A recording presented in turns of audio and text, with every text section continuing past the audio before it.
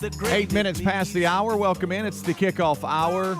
Good time, gang, all together. And Blazing Silverman, your intern today. He's already pulling show prep, getting phones ready to take your call. 866-WE-BE-BIG. If you want to join in the conversation, please feel free to do so. They'll be screened today by Blazing Silverman. Rick, Bubba, Adler, the crew will be here top of the hour, next hour for the main show. But until then, it's the Good Time Gang. Will of Meat could spin today. Bible study live today, noon central. All that is there for you. Don't forget rickandbubba.com, the website for everything Rick and Bubba. So go there. That's always a good default for you. Over to my left is Greg Burgess. To my right, it's Michael Helms. What's up, boys? How are y'all? Hey. We are good. We are good. Welcome back, and how are you? Oh, I'm good. I'm back. I know it's just one day, but I know. it's never the same, and we're glad you're back. Oh, well, look, I would hope that anytime any of us are out, it's not the same. That's a good point. And if it is, then we got a problem. But no, thank y'all so much for letting me take a family day, and it was a great day actually, and a long one, but it was good. It was a good, productive day. I was interested in your day, to be honest with you, because I would love for you to talk about the procedure that a lot of these offices now are taking. Didn't know that was going on. I didn't know that was still going on. And we've talked about the fact that Helmsley suffers from allergies, and it's been an allergy season right now. Yeah. And I've always leaned on Bubba because he's talked about that. And normally when he is suffering, I can tell that a couple of my boys are going to start suffering because they have allergies. They kind of spur up this time of year. But you have, it looks like, come and go a little bit with how much you're outside and what flares up. But yesterday you thought you might have been like sick. Well, I didn't know if it had turned into bronchitis or what. You know, the flu has run rampant in our house, and so far I've dodged that bullet and got confirmation on that as well yesterday. But I got to a point, us asthmatics, we'll carry around an inhaler. Right. And I realized I was puffing on that thing way more than I needed to. And again, that usually happens. And I was straight up with the PA yesterday and said, look, I don't know if it's turned into bronchitis. I don't know if I've just, because I was outside and in the yard for a couple hours each day over the weekend, stirring up, blowing leaves, those kind of things. Is it just, have I just got it to a point where I can't control it anymore and need some help? Yeah. I said, but nonetheless, I need something. I need to figure out something. But to your point, this was interesting. So go to my doctor. By the way, Morgan was the PA who helped me. Hey, loves Morgan. the show. Gets up early. Here's some of the kickoff hour. And What's up, Morgan? Great story from her. She said that she went to North Alabama. Oh, UNA to you. She said when she went there, a little homesick at times, and we were the thing that got her through it. So she told me, and now she's got her 4-year-old singing Rick and Bubba, Rick and Bubba. Yeah. So great story there. Good deal. Didn't get to see our buddy Dr. Harmon, but the one thing that caught me off guard was any sick visits. So if you're going there and you feel like you have the flu or pneumonia or COVID or whatever, Asthmatic. Or just maybe need a steroid shot because of something. Yeah, exactly. Because you're sick. They consider you sick. They make you go outside to a tent. They've got a lane out there. You pull your car up, and you have to take a COVID test. Do you still? Didn't know this was still going on. Right up the nose. So got my nose swabbed. How'd that feel? It wasn't as bad as I remember it. Tickle your brain a little bit? I think it was just that. Me too, Greg. So I think the lady went so far making like noises deep the last time. This time it wasn't. I mean, now if she's making my eyes water. I'll say this: she stayed in there a lot longer. Like she's swabbing and circling and swabbing and circling. And I thought, okay, you're not. I'll take this over puncturing my eye. Yeah. I became an 8-year-old again when I was sitting on the little awkward bed that they have, that you lay back on. And she's like, okay, this is going to feel uncomfortable. And she starts swabbing around. You weren't kidding. It was a pretty efficient process.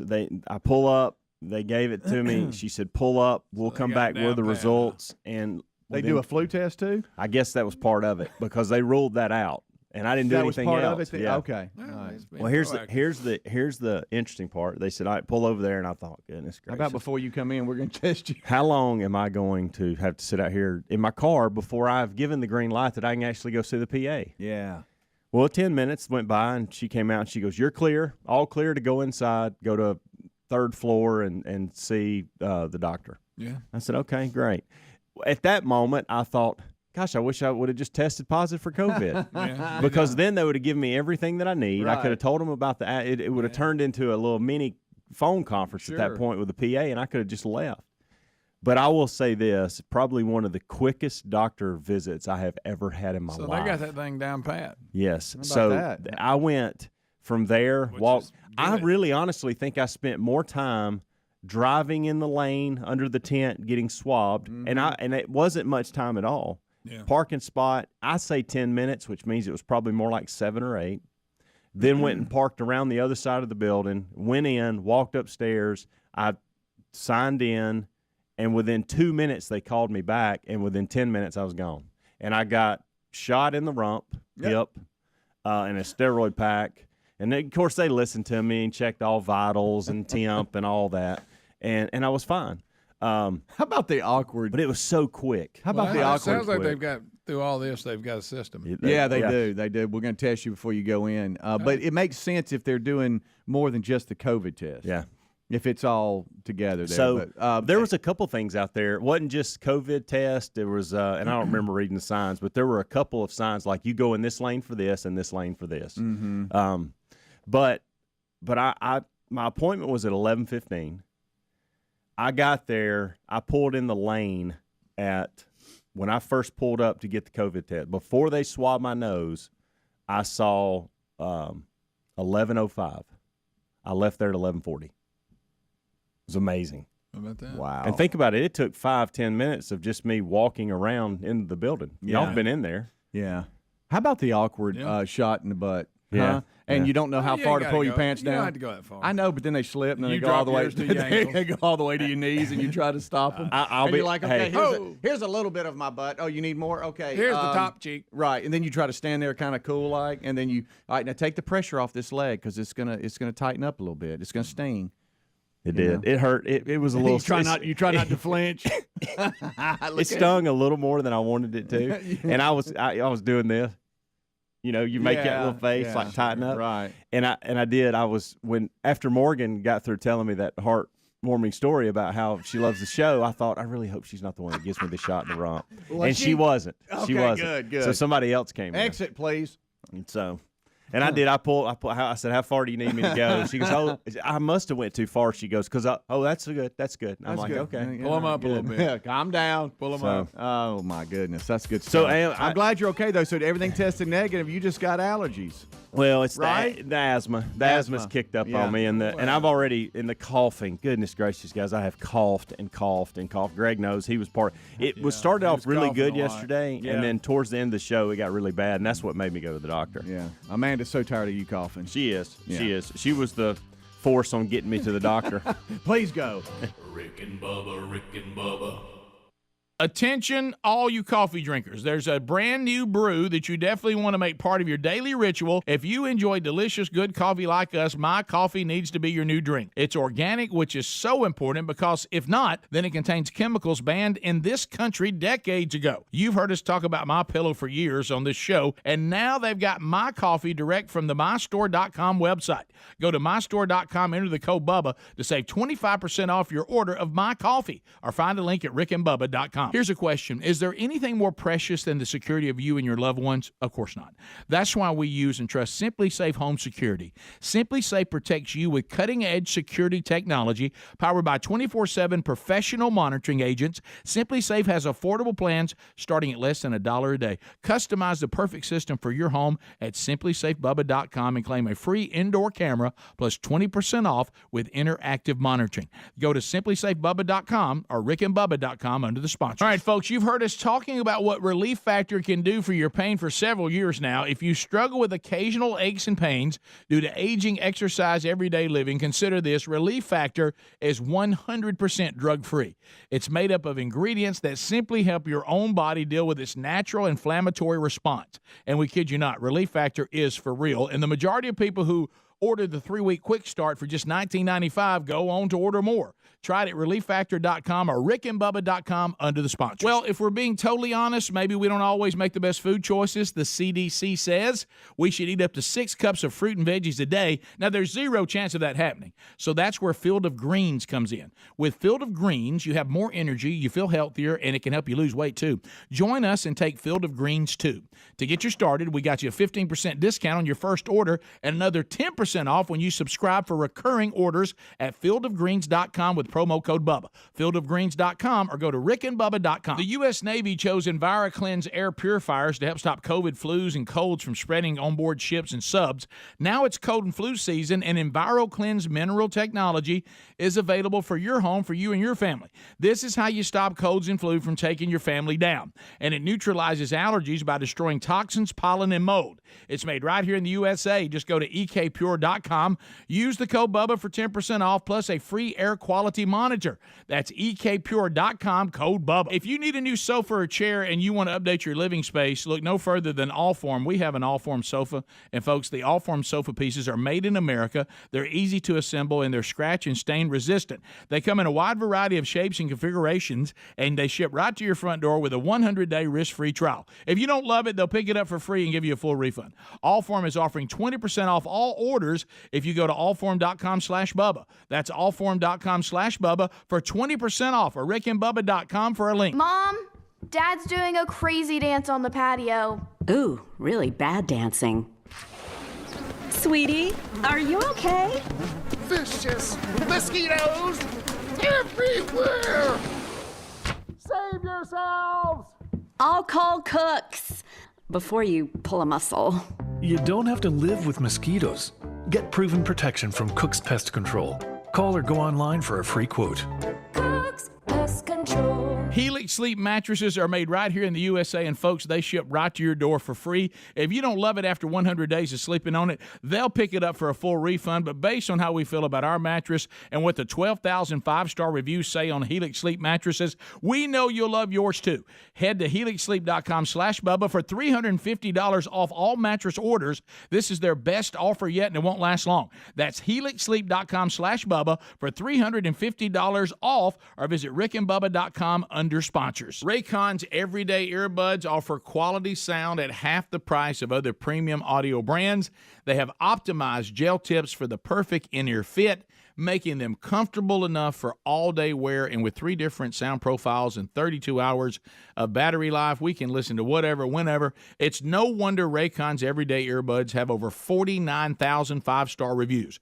Go to buyraycon.com/Bubba to get 15% off your order. That's buyraycon.com/Bubba. Our friends at Lear Capital sent us one of those free Kennedy silver $50 that they're offering for free to our listeners. Now, with the price of silver going up, this free silver $50 has value. It's a smart time to invest in precious metals, and Lear Capital has 25 years experience, an exceptional Trustpilot rating, and a risk-free investor's pledge. There's no purchase necessary. Just chat with a Lear specialist about investing in precious metals and get your free Kennedy silver $50. Visit LearBubba.com. That's LearBubba.com.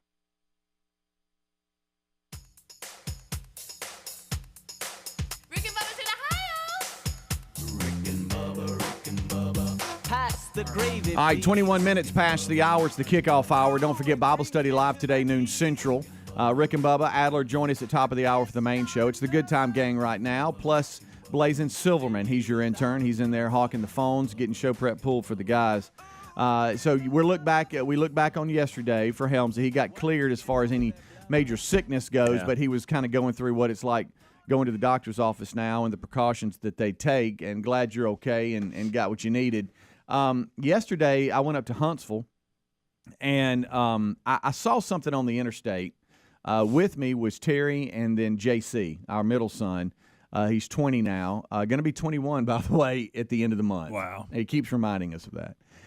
But anyway, so it's the 3 of us in the truck. We're north of Coleman, Alabama, which for those of you around the country, that's around halfway, maybe a little bit further than halfway between Birmingham and Huntsville, which is It North always Alabama. feels like when I get to Coleman, I feel like, okay, I'm making good time. Yeah, exactly. I'm past the tough part. So I saw something up in front of me. You know, the truckers that are out. You know, There's a lot of them too. Great Americans that They are trying are. to get product to the shelves and to where we can purchase them. Now they're expensive, but don't know how they do what I they know. do. I really don't. Yeah, every morning I see them piled up on the side of the road Right. resting, and then there's a bunch of them piled on there driving. Well, I thought I was about to experience something really, really, really bad. Okay, and so I'm trucking along, and no pun intended. And there's a truck in the right lane. How far in front of you? He is probably 10 car lengths ahead of me. Okay. And there's a car in the left lane that was aggravating me a little bit. Yeah. Because you could tell when they were texting, they would slow down to 65 and then speed up to 75. Unreal. And but they wouldn't get out of the left lane. They were set. Yeah. And I don't understand that. But anyway, at this time it was passing the 18-wheeler. So I'm behind it. And all of a sudden, the 18-wheeler gets off towards the shoulder, and I thought, oh, my gosh, he's falling asleep or there's something bad happening. So you start backing off. I start backing off, literally come off the accelerator. There was nobody behind me. And he goes off into the shoulder to where now dust and rocks are flying up, and I'm thinking, he's going into the woods. He's going into the woods. Here he goes. Oh, my gosh, what am I, And all of a sudden, I see he's using the shoulder as a lane. And then he swerves back to the right lane. And I look up, and there's this huge box that has fallen off of a truck. And it looks almost like a crate, like a wooden box? No, it almost looks like some type of panel, like for a power box or something. It's like this panel or of some kind that you would see. Almost like a transformer or something? Like a piece of equipment. Yeah, something like that. Oh, but wow. it was substantially big. It would have hurt the truck. Yeah, He didn't need to hit it. No, he did not need to hit it. And then I look up about less than a quarter of a mile, and there's a work truck that's pulled over to the side that's got a ton of these in the back, and it has fallen out, and he has stopped. Oh, my. And now I'm looking in the rearview mirror because this guy, matter of fact, when we pulled by him, he looked over at us. He had these big old eyes, and he looked over at us, and we looked at him, and I gave him a thumbs up like, hey, right there. Well done, hey, friend. That's well done, my friend. Good night. Now, the truck had pulled over far enough up to where when he went to the shoulder, he wasn't going to hit that truck. It was on up. You could tell that guy realized he had lost something. You talking about somebody part of his load. check their secured load? When I say it's in the middle, it's in the middle of the right lane. Somebody couldn't be any more in the middle. So now I'm in the rearview mirror going, oh my gosh, because you see people just dodging out of the way. In the distance, there's a hill way back, and they crest the hill, and I'm starting to look. Okay, what we got? We go. Oh, there's 3 more 18-wheelers, and I'm thinking. I'm trying to stay with it in the rearview mirror as long as I can until I leave sight of the box that's in the middle of the interstate. You won't know how it ends. And I don't know how it ended, but the guy was had gotten out of his work truck, and you could tell he was like, "What do I do? It's too dangerous to run out there and get it. Yeah. But if I don't get this, there's about to be a major problem." But kudos to the driver of the 18-wheeler. He showed out because he went over and got back in that right-hand lane, and I'm sure he was radioing back on the CB. Sure, I'm just letting everybody know. I'm envisioning, Breaker. Hey, mile marker, Jimmy Jam, some idiot's got to, I'm whatever they Some do. blankety blank. Yeah. What is the But hey, I couldn't believe it. I was like, I really for a second I thought, oh my gosh, I'm about to witness something really bad He's here. going to keep going on. Yeah, and I thought he was going to jackknife and anyway. He had all kinds of stuff. Oh yeah, he held it together. Though. outside of animals? What is something you've hit with your car like that in that situation? Have you hit anything? Just sitting in the middle of the interstate. Oh man, well not me, but something flew off the back of a trailer that Terry was following on the interstate. And hit and messed up underneath the front of her grill and everything. Luckily, she was able to get over and everything else, but that's about it. Greg? I can't think of anything. I hit a step ladder one time. Did you It really? fell off somebody's truck. I was young. I was I'd probably just been married a couple years, and was just going to work on 459. I'd hate to be local, but just right here. And there was a step ladder. It evidently fell off some worker's truck. Oh yeah, And I didn't. And somebody dodged it, and I didn't have time to dodge it. And I ran right over it. Caught the back side of it, so it wasn't like I hit it with both, wheels, front and back. But of course, it did some damage to the tire. Did. Yeah, it did. Yeah, it did. Hey, scary moment too. Yeah. Well, man, I'm telling you, Somebody lost the ladder. I thought, man, this guy's about to plow through this. It's going to be bad. It's going to be real bad. But that was good. And there was something else I didn't know about JC. He declared, Mom, Dad, there's something you might not know about me. And I was like, oh Lord. He goes, we go. supposed to be a good trip. Yeah. And he said, I take a day about once a week just for me, and I'll go do homework. All these college students and stuff, they'll go do homework. Where's he go? That's what I want to know. You throw up a laptop, and you can do homework anywhere. Where he goes to Lawson State is in the Birmingham Metro. Yeah. So his big go-to is the Homewood area. He'll find like a little coffee shop or a cafe and go in there and just knock out got a really tons good of for homework. him. I got a really good one for him if he hasn't gone yet. I'll pass that on to him. Well, we were up in Huntsville running around, and he said, I wonder if there's places like that up here in Huntsville. Sure. And I'm like, I'm sure there's Bridge Street, and he's a big downtown guy. Hey, let's go to downtown Huntsville and ride around and stuff. Now, my parents live up there, but you got to understand they live in southeast Huntsville. So they're down by Jones Valley in southeast Huntsville. So we're targeting that area when we come in. We're not really hopping around town and looking and all that. I kind of know enough about Huntsville to be dangerous because I'll turn the wrong way and get lost if I don't know it. But I know enough to where I can get close to where we need to be. But that was his big thing is, now, of course, he'll do homework at his apartment, stuff like that. But sometimes he says I'll get lazy or procrastinating if I'm just sitting around the apartment. So I sometimes go somewhere to where I can go, I'm knocking. Y'all didn't know that about him. I didn't know about it. He said, and of course, I was relieved when I saw it. Here, he you told may not me, know this about me. and he's like, let's go down. Does downtown Huntsville have places like this? Sure. And knock out some homework and stuff while I'm here. I got my laptop and all that. And I'm like, well, son, so I'm riding around trying to find a little coffee shop. Is that what we're Pretty doing much. right now? While he's still You here, know? and I bet he knows about this place. Oh, Henry's. Oh, you don't think that's his go-to? Okay, that's what I figured. He's like, is there Henry's up here? And I'm like, I don't know, son. I don't know, but we're going to find one, I guess. And then we saw Nana and Granddaddy. It was a good day. Rick and Bubba.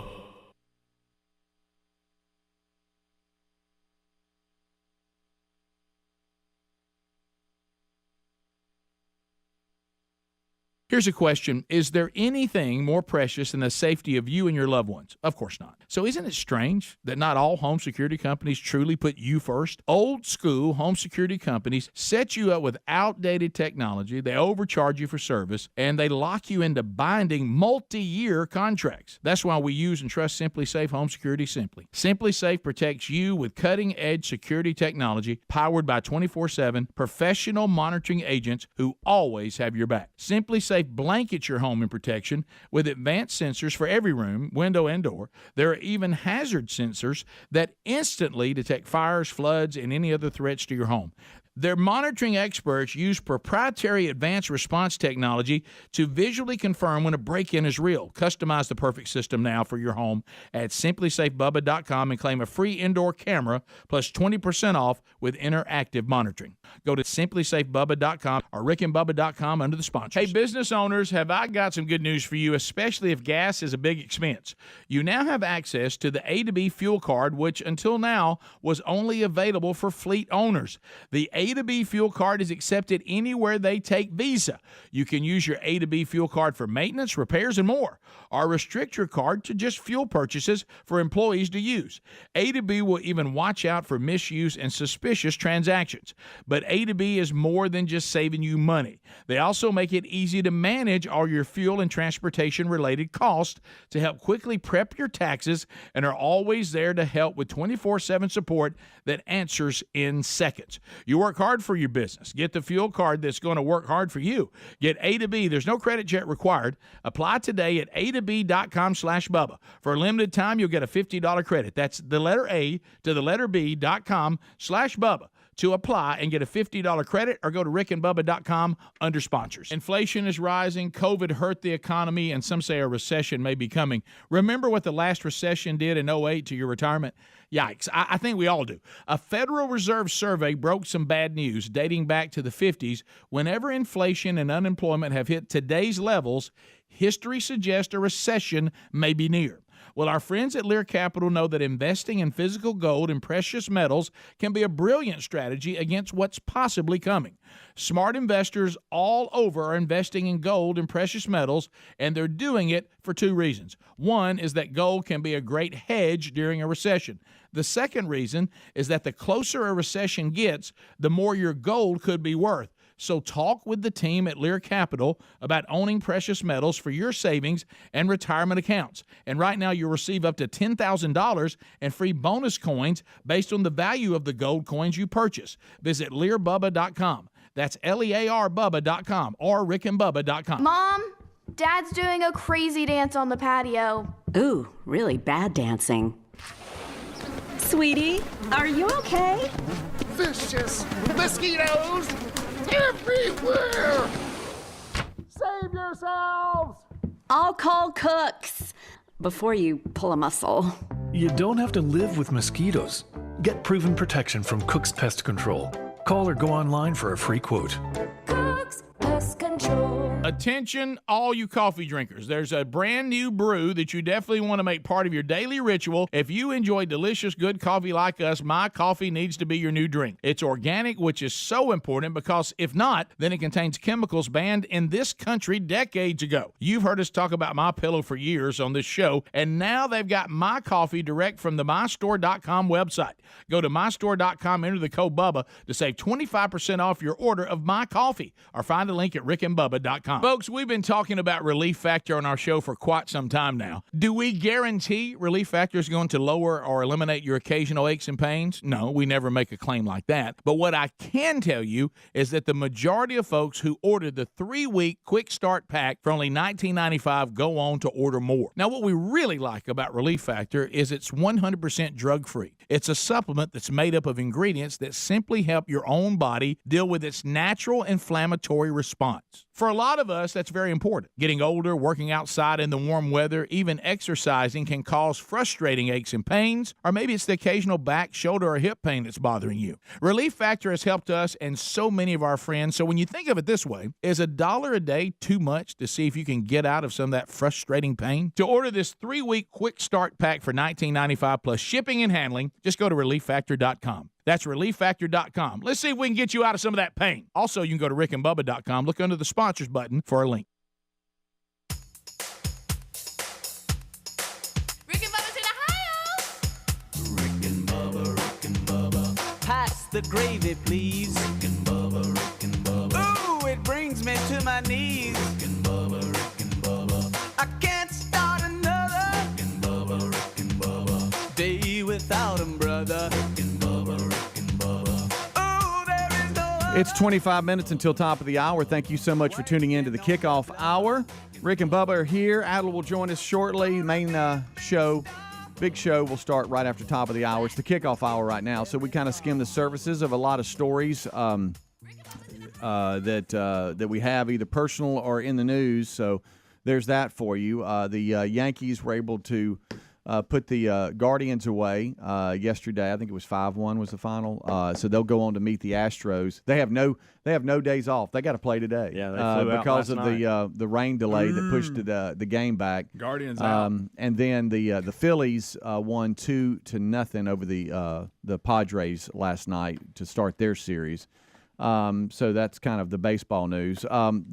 Speaking of the Padres, did y'all discuss this? Because if not, I would like for y'all to tell me what y'all think this is right here. Billy going down to yellow and brown.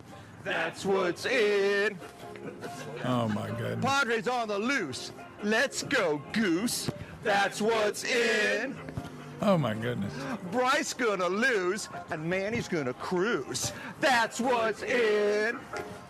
Yeah. Give Philly no slack and send them back. That's what's in. A lot of folks are saying that's why the Padres lost last night. I agree. Have with y'all them. seen that? right there? It's currently why I'm pulling for the Phillies. Do they think after they got hearing him a that. little rap yeah, song? Well, I got news for you. That's what's in. That's the I couldn't be more the honky crew. Yeah, that's I couldn't be more white rap song. That could not have sounded more guys, white. that was You're all terrible. over that. Did y'all have secondhand on that? I That did. was Yeah, horrible. yeah. Do For they sure. really think it's good? What I love too is the guy up front. He thinks he's owning it, And he's not. Is he Are drunk? Do I need to give him a pass on No, alcohol? the worst part I is don't I see think any they're alcohol. sober, and That's 'cause what I this think, is like too. an organized thing. That's they, what's it. that they thought, hey, we got this sharp song we Right, made. right. Wish that I was like you. it. The guy from Tennessee's better than this. Yeah. You remember the goofball the other day? How excited was he Saturday night? Oh, I bet he ain't woke up since. Right. He's probably been so drunk. Yeah, I wish that You missed, ahead of the Thompson Warriors Hoover Bucks game Friday night that you had made up a rap, and that's when you You were want out. me to do it? Yeah, Yeah, right that'd be before good. you and Rick were on the pregame show again. Yeah. And you were like, "That's what's it."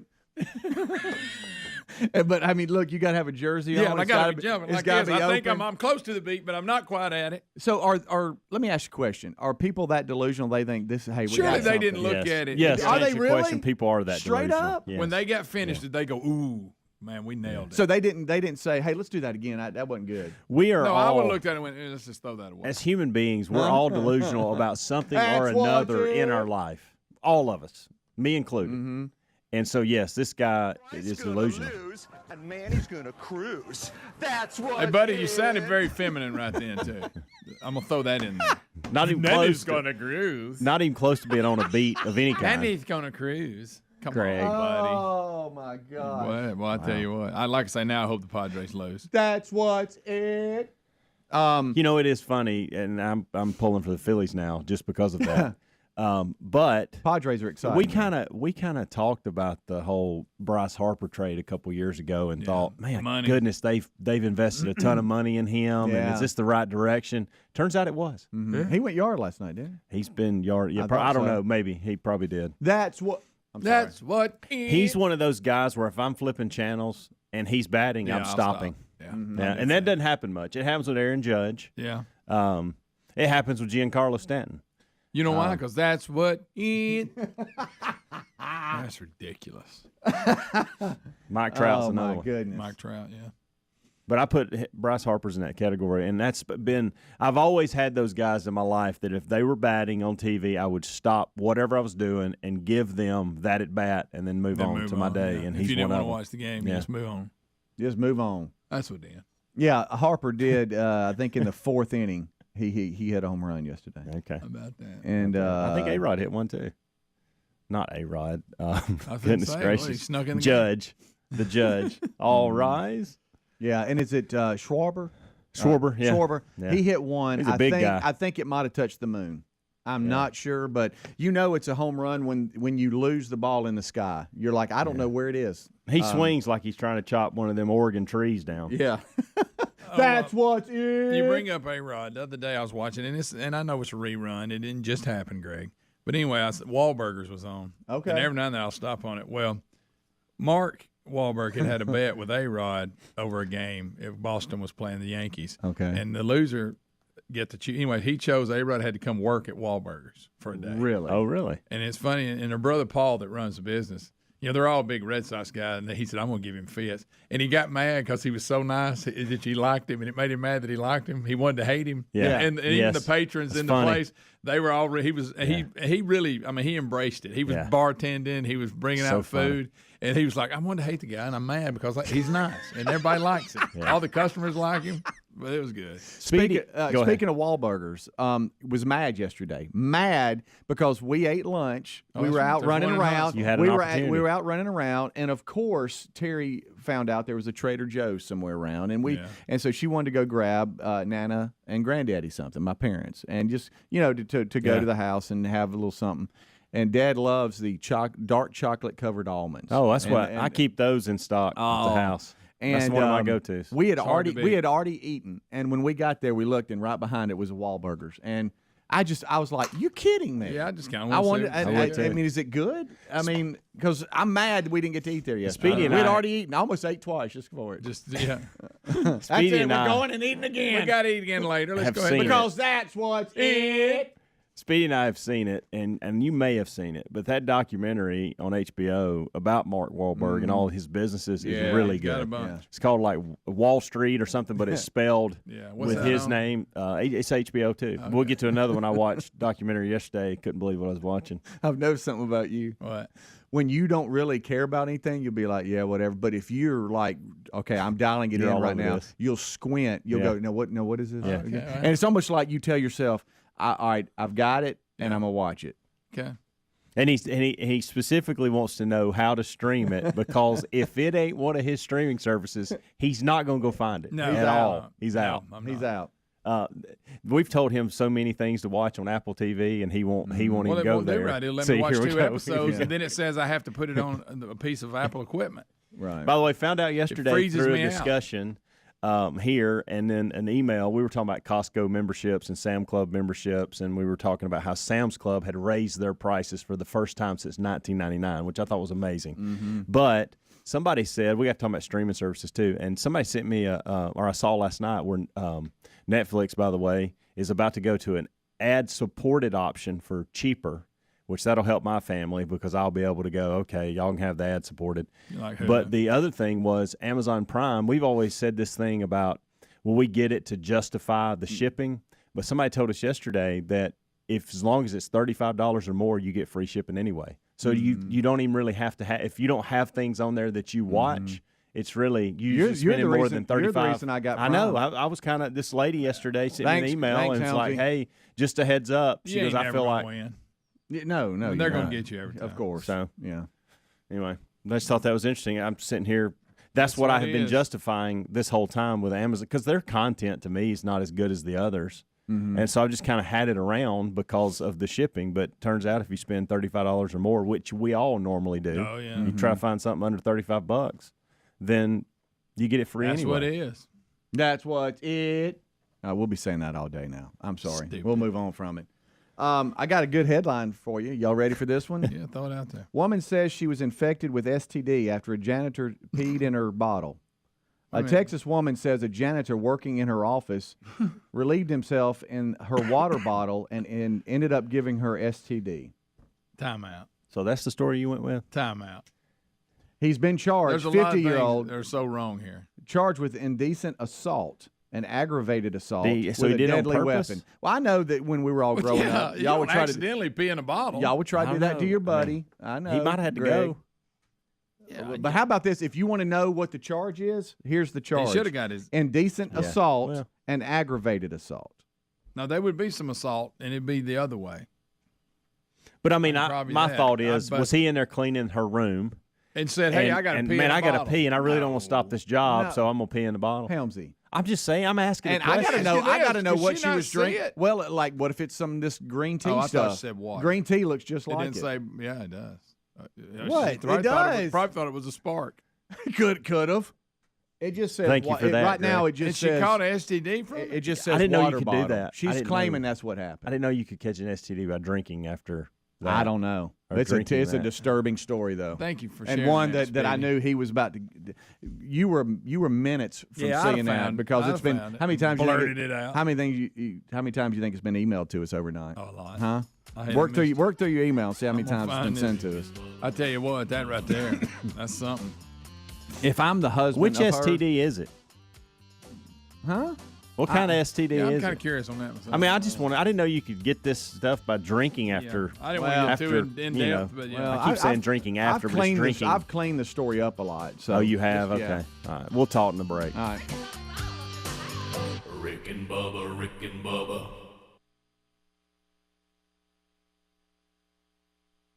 Here's the deal. I've had constipation with belly pain, discomfort, and bloating for years. I've tried a lot of laxatives and fiber supplements, but my symptoms keep coming back. You could have a chronic condition called irritable bowel syndrome with constipation, or IBS-C. Linzess, or linaclotide, is a prescription medicine that treats IBS-C in adults. Linzess works differently than laxatives. It lets you have more frequent and complete bowel movements and helps relieve overall abdominal symptoms, belly pain, discomfort, and bloating. These symptoms were studied in combination, not individually. Do not give Linzess to children less than 2 years old. It may harm them. Do not take Linzess if you have a bowel blockage. Get immediate help if you develop unusual or severe stomach pain, especially with bloody or black stools. The most common side effect is diarrhea, sometimes severe. If it's severe, stop taking Linzess and call your doctor right away. Other side effects include gas, stomach area pain, and swelling. There could be more to your story with IBS-C. Talk to a doctor today. Say yes to Linzess. Learn more at linzess.com or call 1-800-LINZESS.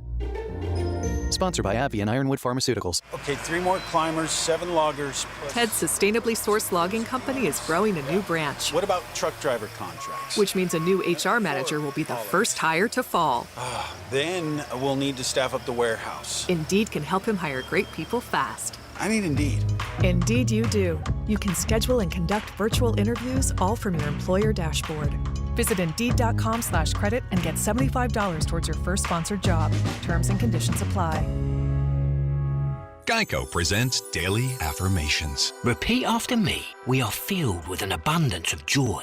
We are filled with an abundance of joy. Also an abundance of questions. Good thing Geico has 24/7 claim service to help answer questions and resolve claims quickly. Good thing Geico has 24/7 claim service. We are also filled with an abundance of biscuits. We are also filled with, I don't think it works this way. Oh, and jam. Don't forget jam. To manifest more Geico in your life, go to geico.com. Okay, 3 more climbers, 7 loggers. Ted's sustainably sourced logging company is growing a new branch. What about truck driver contracts? Which means a new HR manager will be the first hire to fall. Then we'll need to staff up the warehouse. Indeed can help him hire great people fast. I need Indeed. Indeed you do. You can schedule and conduct virtual interviews all from your employer dashboard.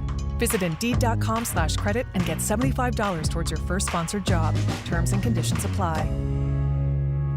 Today's Throwback Thought is brought to you by Kentucky Fried Chicken. Let's take some callers. Tony from Houston. Any throwbacks for us? Yeah, hi. I remember when you could get a whole meal for just $6. But now? You still can with KFC's 2-piece drum and thigh combo. Crispy chicken, mashed potatoes, a biscuit, and a drink for just $6. Is this an ad? Thanks, Tony. Order KFC's 2-piece drum and thigh combo on the KFC app for just $6. That's finger-licking good. Price and participation may vary. Limited time offer. Tax extra. Well, if we're being totally honest, we don't always make the best food choices. The CDC says we should eat up to 6 cups of fruit and veggies a day, but if you're like us, we don't always have the time or energy to make that happen. So that's where Field of Greens comes in. With Field of Greens, you'll have more energy, you'll feel healthier, and it can help you lose weight. We all want a simple nutrition plan with results so powerful that when we take our next physical, the doctor compares our old lab work to the new lab work, and he says, hey, keep doing what you're doing. This wonderful product is powered with a full spectrum of essential vegetables and fruits, plus science-backed herbs and prebiotics. It can help you stay healthy, plus it's organic. So join us and take Field of Greens too. To get you started, we got you a 15% discount on your first order and another 10% off when you subscribe for recurring orders at fieldofgreens.com with the promo code BUBBA. That's fieldofgreens.com. Use the promo code BUBBA. Folks, a big welcome to our new friends at WizKid Clean Pods. You're going to love these cleaning products. First, they've developed formulas that defend surfaces against the buildup of dirt and grime in between cleanings, reducing cleaning frequency, saving you time. And of course, this reduces the amount of chemicals used in our spaces. You bring the water, Clean Pods bring the clean. These are concentrated cleaning products in water-soluble pods. And you're getting your homes clean with a smarter, cleaner system, which means less plastics in our oceans, rivers, and landfills. These are high-quality spray bottles with high-quality cleaning pods that get the job done. So get yourself some WizKid Clean Pods and embrace the smarter, clean philosophy. Get 10% off any purchase plus free shipping with code BUBBA at cleanpods.com/Bubba. That's cleanpods.com/Bubba. Use the code BUBBA or find a link at rickandbubba.com. Rick and Bubba's in Ohio. Rick and Bubba. Pass the gravy, please. Rick and Bubba. 9 minutes until top of the hour. This portion of the Rick and Bubba Show is sponsored by cleanpods.com/Bubba. Cleanpods.com/Bubba. They are a great company that was just recognized at their big trade show in their industry has. And we're all about, great success stories. And we got one right out of Dalton, Georgia. At rickandbubba.com under the sponsors button, you can actually see an interview we did with their CEO live from the ISSA show in Chicago, which their industry recognize them at. We're all particular about cleaning products. That's why we tend to stick to whatever we've used. But there's a terrific all-American company based in Dalton, Georgia, that we want you to help us explode with success. They're already having a lot of success, but you can push them over the top. They've used technology to create something every one of us needs and uses at home, and that's cleaning products. Cleaning supplies are big. They are. And to help you, they've said, look, I'll tell you what we're going to do. We're going to step up, and we're going to offer viewers and listeners to your show 10% off all products and any order plus free shipping. So that's 10% off all products and any order plus free shipping. So stop wasting money on cleaning supplies for windows, glass, bathroom, kitchen, and floors. Instead, check out cleanpods.com/Bubba. Just think about it. I mean, they offer safer combination that works just as effectively as anything you're currently using and without the harsh chemicals that are harmful to you. So what you do is you have these easy water soluble pod systems that and their spray bottles have color coordinated for glass, floors, bathroom, multi-use, and a whole lot more. And then you just drop it in the cleaning supplies into a concentrated water-soluble deal, and then there you go. There's your cleaning supply. It's really simple. It really is, and it's very affordable too.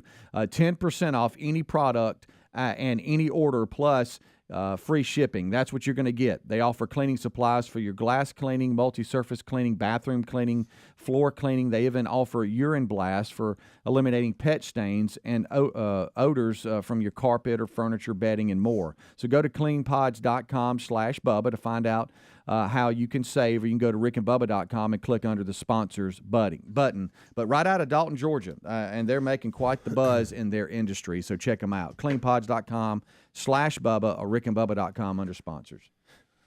All right, so we're rolling back, still trying to figure out that last story, and hey, wow, it's a nasty one. Story. You can leave that one where it's at. Yeah, we'll just leave that one right there and not worry about it.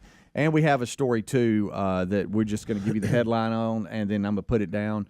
Stowaway snake sneaks on board United Airlines flight from Florida. Oh, boy. And it's a horror story for one Bill Bubba Bus. Oh, well, yeah. Speaking of horror stories, saw a documentary yesterday that I just can't get past. I'm so disturbed by seeing it. Y'all need to watch it. It's called... what's it on?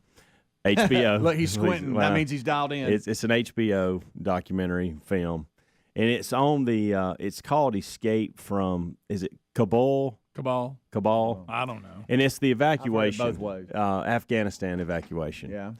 And it just, there's so many things to this. I could not believe what I was watching, because the media will give you what they want you to see. The administration will hand it over to the media, and the media will give you what they want to see. And so you get a look of what was actually going on versus what we got to see in 2020, but it was chaotic, just so many unsound decisions, and the leadership of the president, Biden, and they just see the Taliban,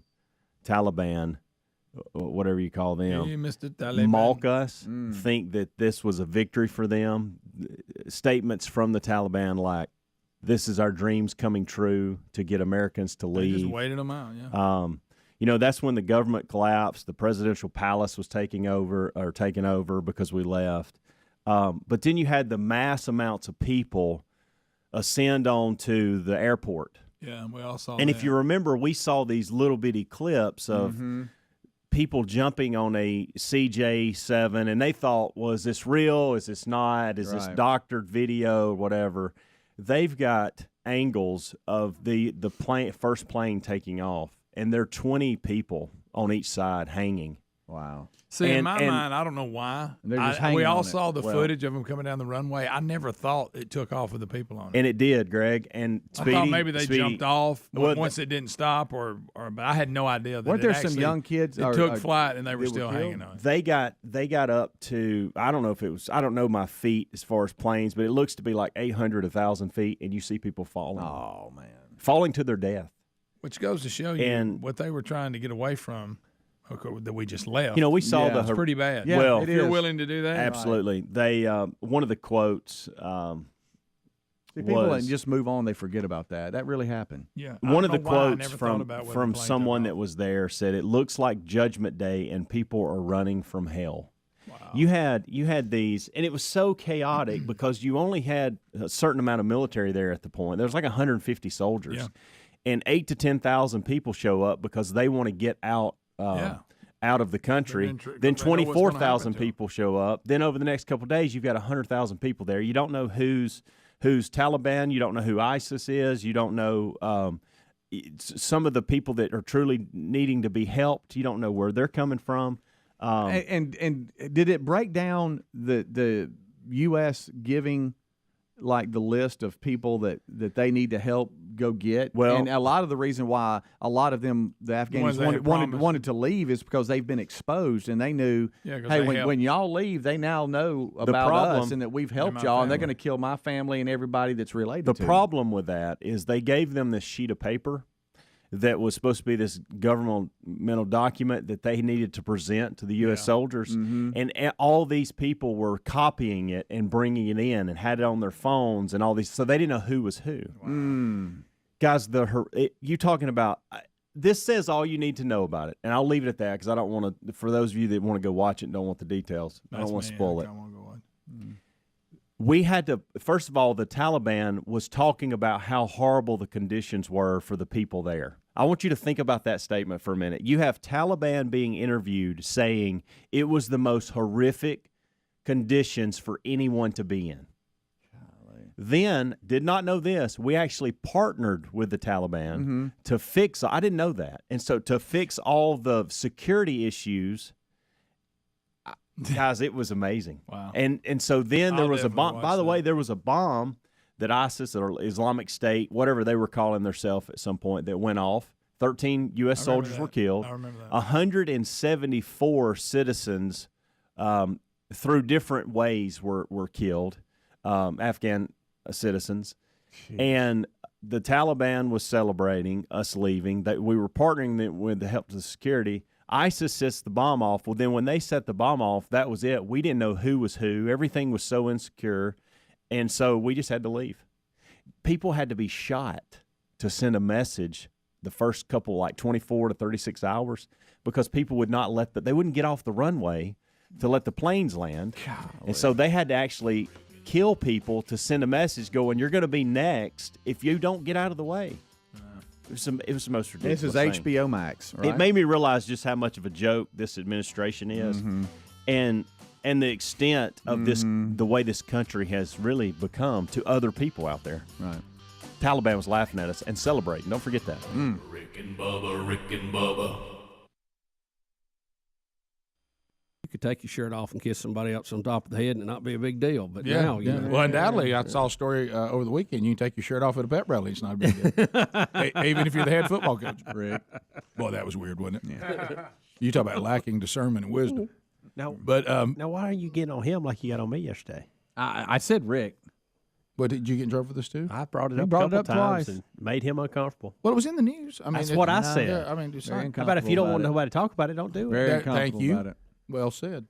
Well, it made us all uncomfortable. Yeah, I couldn't watch. You was secondhand embarrassment. I don't know how you made it. You hadn't even seen it. I had to be honest with you. I had to kind of force through it and see it real fast. Let me ask you this. You had that and HW the same day. I know. No, does it bother you then, honestly, with that in you, when Bubba and I would walk into live shots and Greg walks into live shots? That's funny to me. Yeah, that's funny because I know it's coming. It depends on where we're at. Right. For me. If it's something that's dear to you, it bothers you, doesn't it? Well, like the Regions tradition thing was uncomfortable. Yeah, he didn't like it. It was uncomfortable. You thought golf should be treated better. Well, I'm just asking. I've matured in that a little bit. Yeah, but that was I couldn't really care anymore. Right. That was a great opportunity, though. It was. It was a great opportunity, and I laughed. Look, I'm not saying I don't laugh about it. I think it's funny. I'm just not going to do it. You got to have several things in place. You got to have a good area in the back you can walk through. Yeah. You got to have somewhere you can get prepped, and you had it all. That was, it was tailor made for that. Look, Helmsley has been very. I mean, he's not hiding it. Yeah, I'm very open he loves what the show brings him. Okay, as far as availabilities and chances to do things, whatever. But it sometimes it embarrasses him too. Well, it's like bringing your family places. Sometimes you're like, okay, guys, look,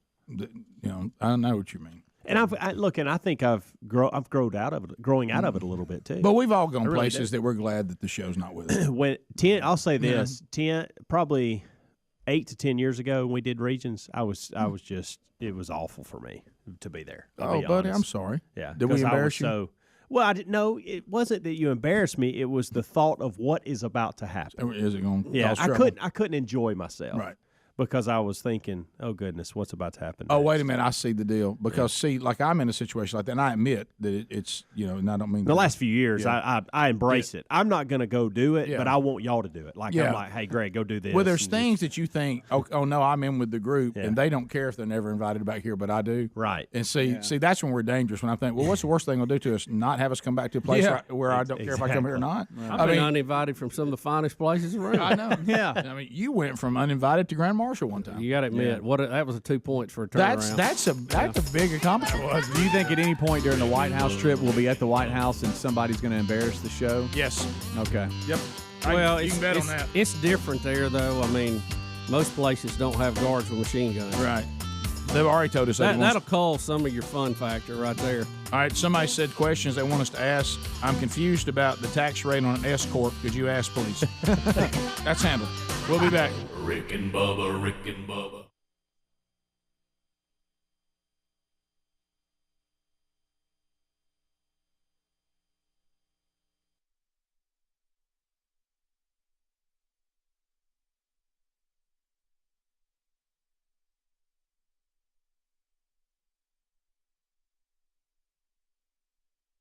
We have no indication yet. Everything may be fine.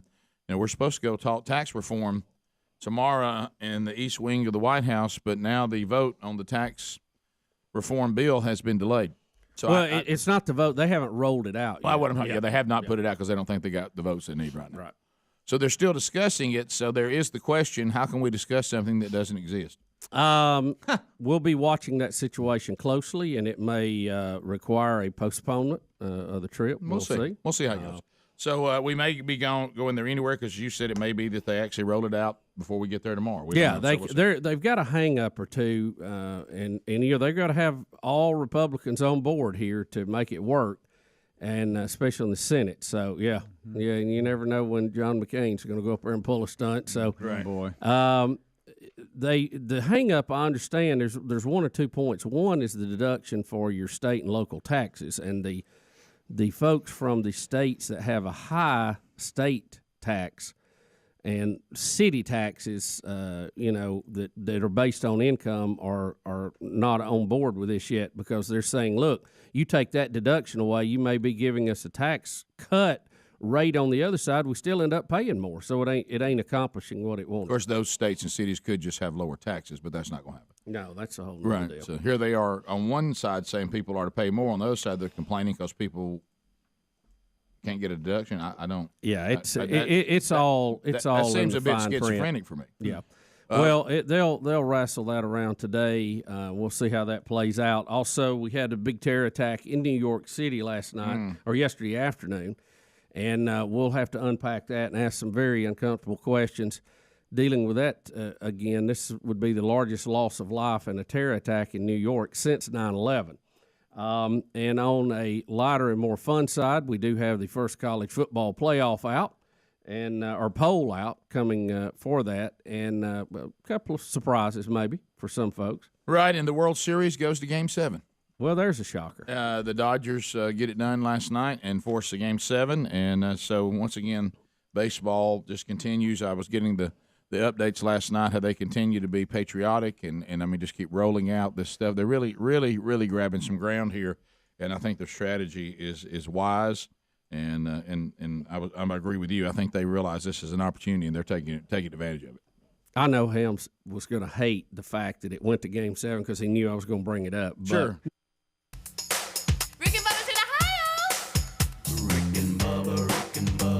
Pass the gravy, please. Rick and Bubba, Rick and Bubba. Ooh, it brings me to my knees. Rick and Bubba, Rick and Bubba. I can't start 6 minutes past the hour. The Rick and Bubba Show, 866 We Be Big is the number. Thank you for being with us as we start a brand new hour. This hour starts with our national anthem.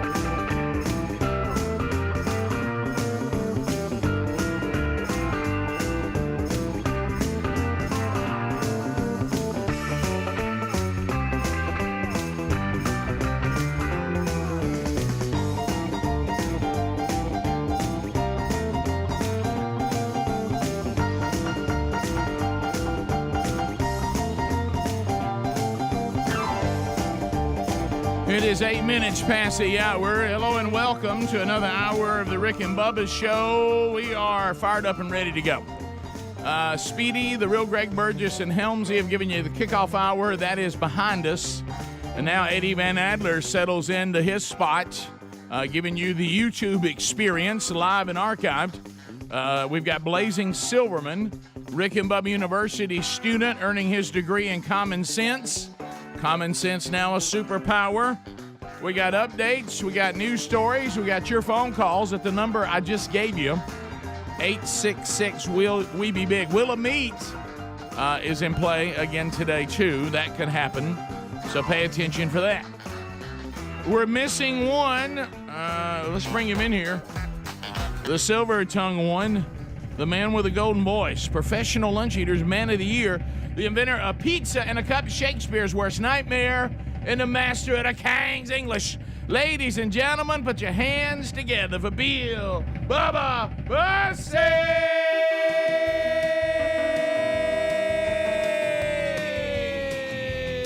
Howdy, Bubba. How about it, Rick Burgess? Friends, neighbors, associates everywhere, come on in.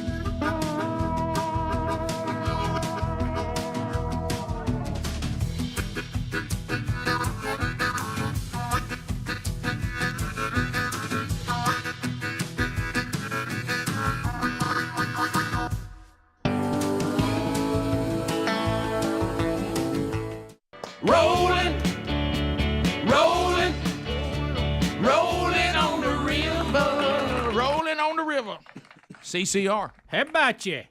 I'll tell you what, when John Fogerty penned that little one, he wrote some checks, didn't he? He did. What about when you hear a lot of folks want to do that song? Hey, Ike and Tina are interested. I'll take a check. But I Fire them up. The bad thing is that he gave all of his publishing rights to some little rinky-dink record company. They became like one of the biggest bands in the world, and for a long time he was making nothing off the publishing of those. Somebody else was. Wow. And remember, had to go to court because he sounded too much like himself. Yeah, I tell you, these copyright cases are just unbelievable. Yep. Well, in those days when the record company would come in and say, "Let's do an album," they were. It was easy to get those artists to give that publishing right away in return for we won't charge you for the studio time. Mm. Not good deals. Not the way to go. No, not the way to go. But anyway, that's back before GarageBand. Yeah, there's a Netflix. There's a Netflix. Thought y'all give me more. Right.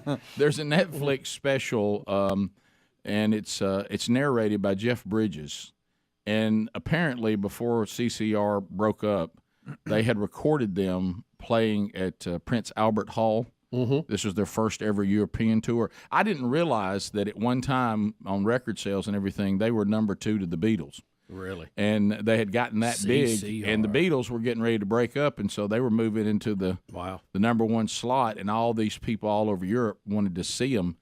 And what I did not know is that John Fogerty and his brother, which were in the band, were from Northern California, and all this stuff he writes about the South, Born in the Bayou, Proud Mary, Green River, they had never even been to the South. And he was getting all this from listening to these blues guys from the South, and he made up this world of him being in the South, where he had never been. All right, Casey, while we have you on the subject, how did they come up with this unique name for the band? They were called something really weird, and they wanted had something to do with them needing a new name when they started getting popular, and they saw this written on something about revival, and then they wanted to. They felt like the band had credence of being the real deal, and they kind of put it all together and made it sound like some big thing. But apparently they were close to a river somewhere that had really clear water. Yeah. Well, can I tell you what's funny is to watch them set up at Prince Albert Hall like he's one of the biggest bands in the world, and their setup was nothing. It looked like something you do in your garage. I mean, and they come out and basically just stand there and sing the songs and go thank you and sing another one. I mean, you talk about no show, no nothing. But they sounded really good live though. But it was just, boy, they wasn't much of a show. It was just here are the songs and thank y'all. We go. And thank y'all for coming. Speedy, welcome back. Hey, buddy. Glad to have you today. Mm-hmm. Yes, sir. Y'all thanks for letting me have a family day yesterday. It was a good day. Those are rare, and we're glad you could take advantage of it. Yeah. Yep. I'm glad you're back at work so you can get some rest. It's really. It's funny. Got to see Nana and Granddaddy yesterday, and they love the Rick and Bubba show. My goodness, they love the Rick and Bubba show. It's my parents, for those of you that don't know. They live in Huntsville, and my dad was having iPhone problems. He was like, I don't know what to do. And he said, I can't download anything. It's just spinning and stuff. And so I start talking iCloud stuff and all that. And he's just like, just stop. No, I mean, you can't do that. Just next time you're here, can you kind of take a look? And so we go in and we sit down. I'm like, y'all, give me your phones. Give me your phones. Everybody just give me your phones. And my mom was having an issue with hers, and I thought they needed to upgrade their iCloud storage, whatever. But I realized that he's got like the 128 gigabyte iPhone. Now, you got to understand, he's got the iPhone 8 still, all right? Yeah. But he might want to bump that on. Right. But he was at like 125 gigabytes. I mean, the thing was full. Yeah. So I start looking at. We're up to 14 now. Yeah, I know. Yeah. I start looking at iPhone storage, and it says manage storage. So I look, and I get to podcast, and he's got over 100 gigabytes of podcast downloads. And I look, he's got 168 episodes of the Rick and Bubba show. Yep. Downloaded that he didn't know he had downloaded. Yeah, I had the same problem. So I'm like, Dad, are you saving these for a reason? And he's like, no, I didn't even know I saved them. I had no idea. So I deleted, and he went down. I think he only has 34 gigabytes now on his phone that he's eaten up. So now his phone's working just fine. But he didn't know he was downloading your podcast. I had the same problem.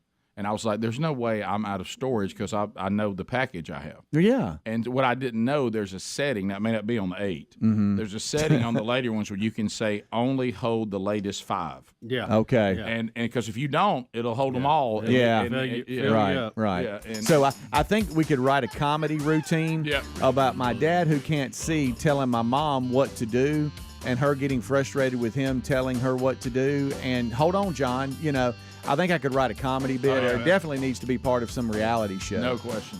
So I'll need to go back and look at that. 16 minutes past the hour, the Rick and Bubba show. More Rick and Bubba coming up right after this. Rick and Bubba, Rick and Bubba. We can't deny the facts. No. I think it goes to Game 7 because we have the best two baseball teams on the planet battling it out, and I can't wait to see it. I'm glad it's Game 7. Who don't want a Game 7? Yeah, right. It's nice. Yeah, everybody. And if you go down that road, people think you're crazy. So you're making my point. A Game 7 is always better for everybody. Oh yeah, in any series. Well, unless you're. I'm not making your point. Please understand that. No, I'm not making your point. unless it's your team you're pulling for that didn't win it in the 6th game. It's not good for those people. No, it's not. But for the whole, it's an extra day for baseball. If you're a Houston Astros fan, this is not good for you. Yeah, I really don't want it to be over. I don't either. Wow, it's been good. Just go best out of 11.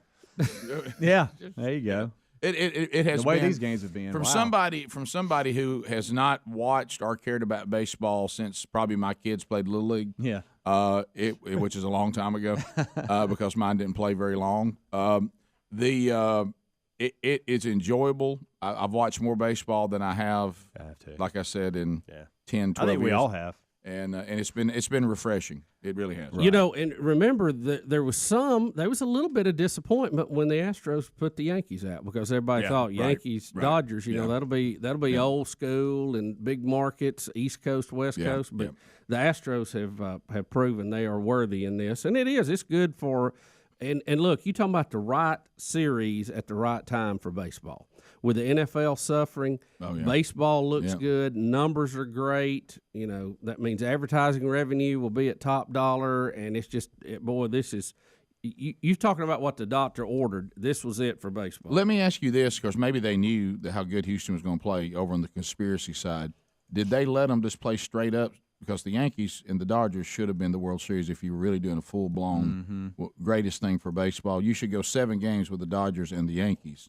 Did they let them play straight up in the pennant race? What was the you got to know this in order to talk conspiracy. No, I don't really study. I mean, I don't hang around it. I'm just talking about if you're talking about the big thing. If you go full blown, we're going to do a conspiracy, and this would be the greatest thing we could do. It would be 7 games with the Yankees and the Dodgers. So I was saying, did they get to play straight up in the championship to win the pennant? I just think that everybody kind of winks, and it's better if it goes as far as it can. The home teams usually have. They usually. In baseball, it appears to be a big advantage. Oh, it is. Yeah, well, absolutely. But what I was going to say is, if I can stretch out the World Series to 7 games, me making sure the Yankees and the Dodgers in it shouldn't be that big a step. Well, 2 largest markets, like you're talking about, I think everybody thought that was going to be the best setup, but they got down to the last few. I think they let them play it when they. What I was saying. So they let them play it there at the end. Okay. Yeah. They just won't stretch it. They just don't want to 4. They don't want it to be over 4. Right, but so they didn't want the Yankees. They let that play straight out. Right, and see, they thought the Yankee fans would be happy enough because they've been so bad to be back that close. Right. And then next year, look out. Right. And then, then the manager goes off the ranch. What was that? Do we still know what that was about? So, sure, Dodgers and Yankees for sure next year. The Yankees will be back strong. You count on that. We'll be right back. Rick and Bubba. We talked about that the World Series is going to a decisive Game 7, so that's good. And then college football, under the new playoff system, came out with their first ever playoff rankings. And there's been some people, it's not as surprising as it may sound, but there are some surprises there. Georgia is at number 1, Alabama 2, and then Notre Dame at 3, and then 4 is Clemson. Wisconsin fans are not happy because they're undefeated, and they have a lot of one-loss people in front of them, but Bubba made the point in the break. They haven't played a ranked team yet. Alabama also was demoted to 2 because if you really look at it, and there's nothing you can do when your conference is weak, no matter what conference you play in. The SEC, and it feels weird to say that, is really weak right now, top to bottom, and Alabama and Georgia have both played really bad teams and beaten really bad teams really badly, but they both have one marquee game. Alabama's marquee game to start the season with Florida State has lost its luster. Georgia's to start the season with Notre Dame has remained quite lustrous. So Notre Dame is sitting there at number 3. The only loss they have is a 1-point loss to Georgia. So that's really how it came down to who would be 1 and 2. Now, if we're in the playoff system, this really doesn't matter as long as you're in the top 4. Yeah. And Alabama and Georgia are going to play each other, so that'll work itself out. Yeah, one of those very, very likely could fall out of that, depending on how these other champions do. But it's I heard the young lady giving her report yesterday.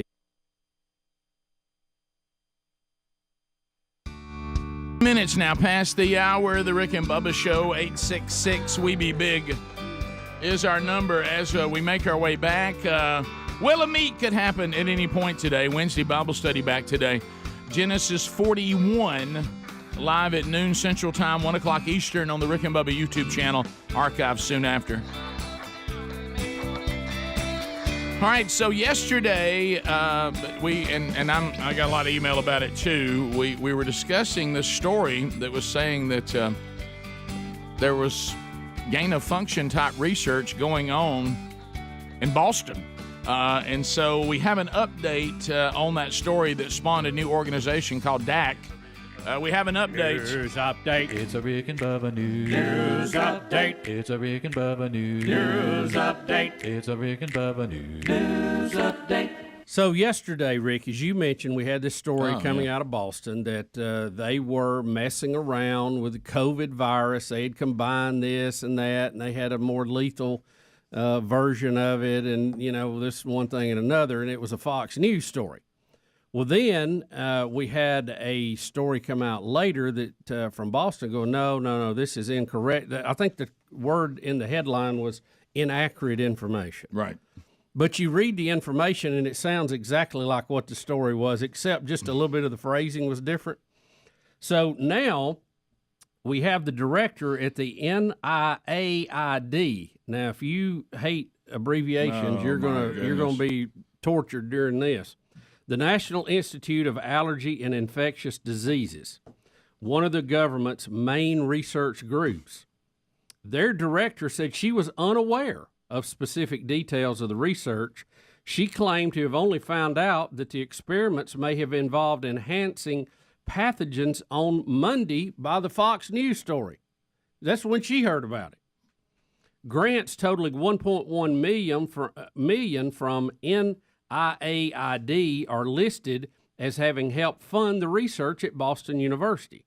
But a spokesman today said they were included as a courtesy and not funded by the government agency.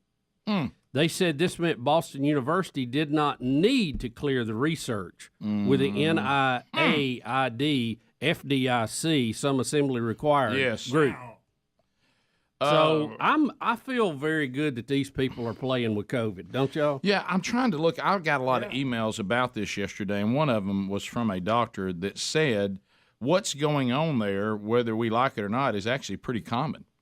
And I'm like, what? And of course, I didn't know at the time, and Adler did clarify when we said that 80% of the mice had died. I didn't realize that in the first COVID that 100% of the mice had died. I didn't realize. I mean, I thought when I heard 80% of mice died, I thought that's way up from what the human rates were. They actually said that was less severe than what we've already been through because that killed 100% of the mice. So I have to ask this question.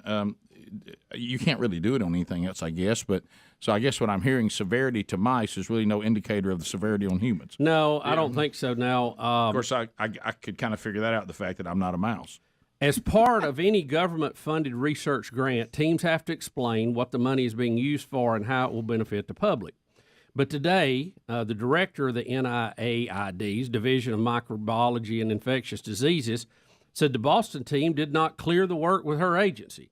She claims she only found out about the experiments on the Rick and Bubba show, listening to media reports on Monday. Well, okay. And she said that she admitted feeling uneasy about the type of research the grants had been used to fund, given the lingering questions about the role of virus manipulation, studies, and the original COVID outbreak. Yeah, so really? Yeah, I just really. We're all a little gun shy right now. You can't I think she's a member of DAC. I do too. That's don't ass around with COVID. Right. That's don't be playing with this stuff, guys. Huh? So I got this email. You did too. You're on it too from a listener. Said follow-up story y'all were reporting this morning. This kind of research is common, has gone on for decades or longer in fighting infectious disease. I work in an HIV lab at Southern Research in Birmingham for a year before I started medical school. It is risky, especially to the people engaged in it, but necessary if anything's to be learned about dangerous pathogens. Well, but I still say DAC. Okay, yeah. Look, understand that we're playing a chess game. Yeah. With viruses out there, right? And we have to know what their next move is so we can counter it. I got that part. Yeah. But when we're talking about doing it and dealing with something that has given us a worldwide pandemic that we still haven't got out of, no. And you know that some good one is going to end up tracking it out of there one day. Oh, yeah, sure. I don't care what level it is. Right. There is no perfect scenario. It's only perfect until when. Right. And it just seems like that's too dangerous. Get this, the researchers quickly came under fire from many scientists and politicians alike who said they were playing with fire and accused them of conducting gain-of-function research. And, of course, gain-of-function research is illegal in the United States. That's why it was moved to China. And that was the confusion yesterday. China. When we first got this story, I know, Speedy, you were out. We were like, isn't this illegal in our country?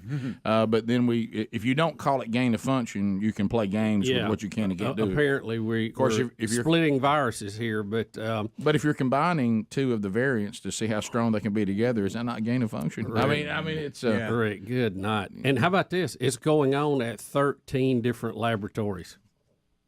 Hey, that's 13 more good ones that could track it out. Don't you agree that just walking around since somebody could say, hey, let's not do anything involving this particular coronavirus, our country's a little freaked out.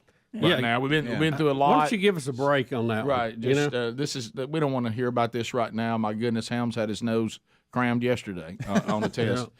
So let's just let's don't do anything involving this right now that could freak everybody out. That another Frankenstein's going to walk out of here, and instead of it coming from Wuhan, it's going to come from Boston. It's just. I understand the need for some research, but I also understand. Look, we were comparing it to nuclear reactors and one thing and another yesterday. You can drop the control rods on a nuclear reactor and it's over, But and the fact that MIT, I made a joke about having a nuclear reactor on campus, and somebody had emailed me and said, "Well, they do." Yeah, but I said, but it's like one you radiate fruit with. We don't turn turbines with it. That's a whole nother deal. Yeah. And I saw a thing on nuclear reactors one time. Did you know there used to be one at Georgia Tech, operational in downtown Atlanta, and they finally went, this may be a little risky. Why don't we move this thing to South Georgia somewhere? Well, that goes back to DAC again. This research is going on, like we said, in one of the most populated areas of our country where people are in a small area all crammed together in really large cities. I mean, that didn't even make sense. DAC attack.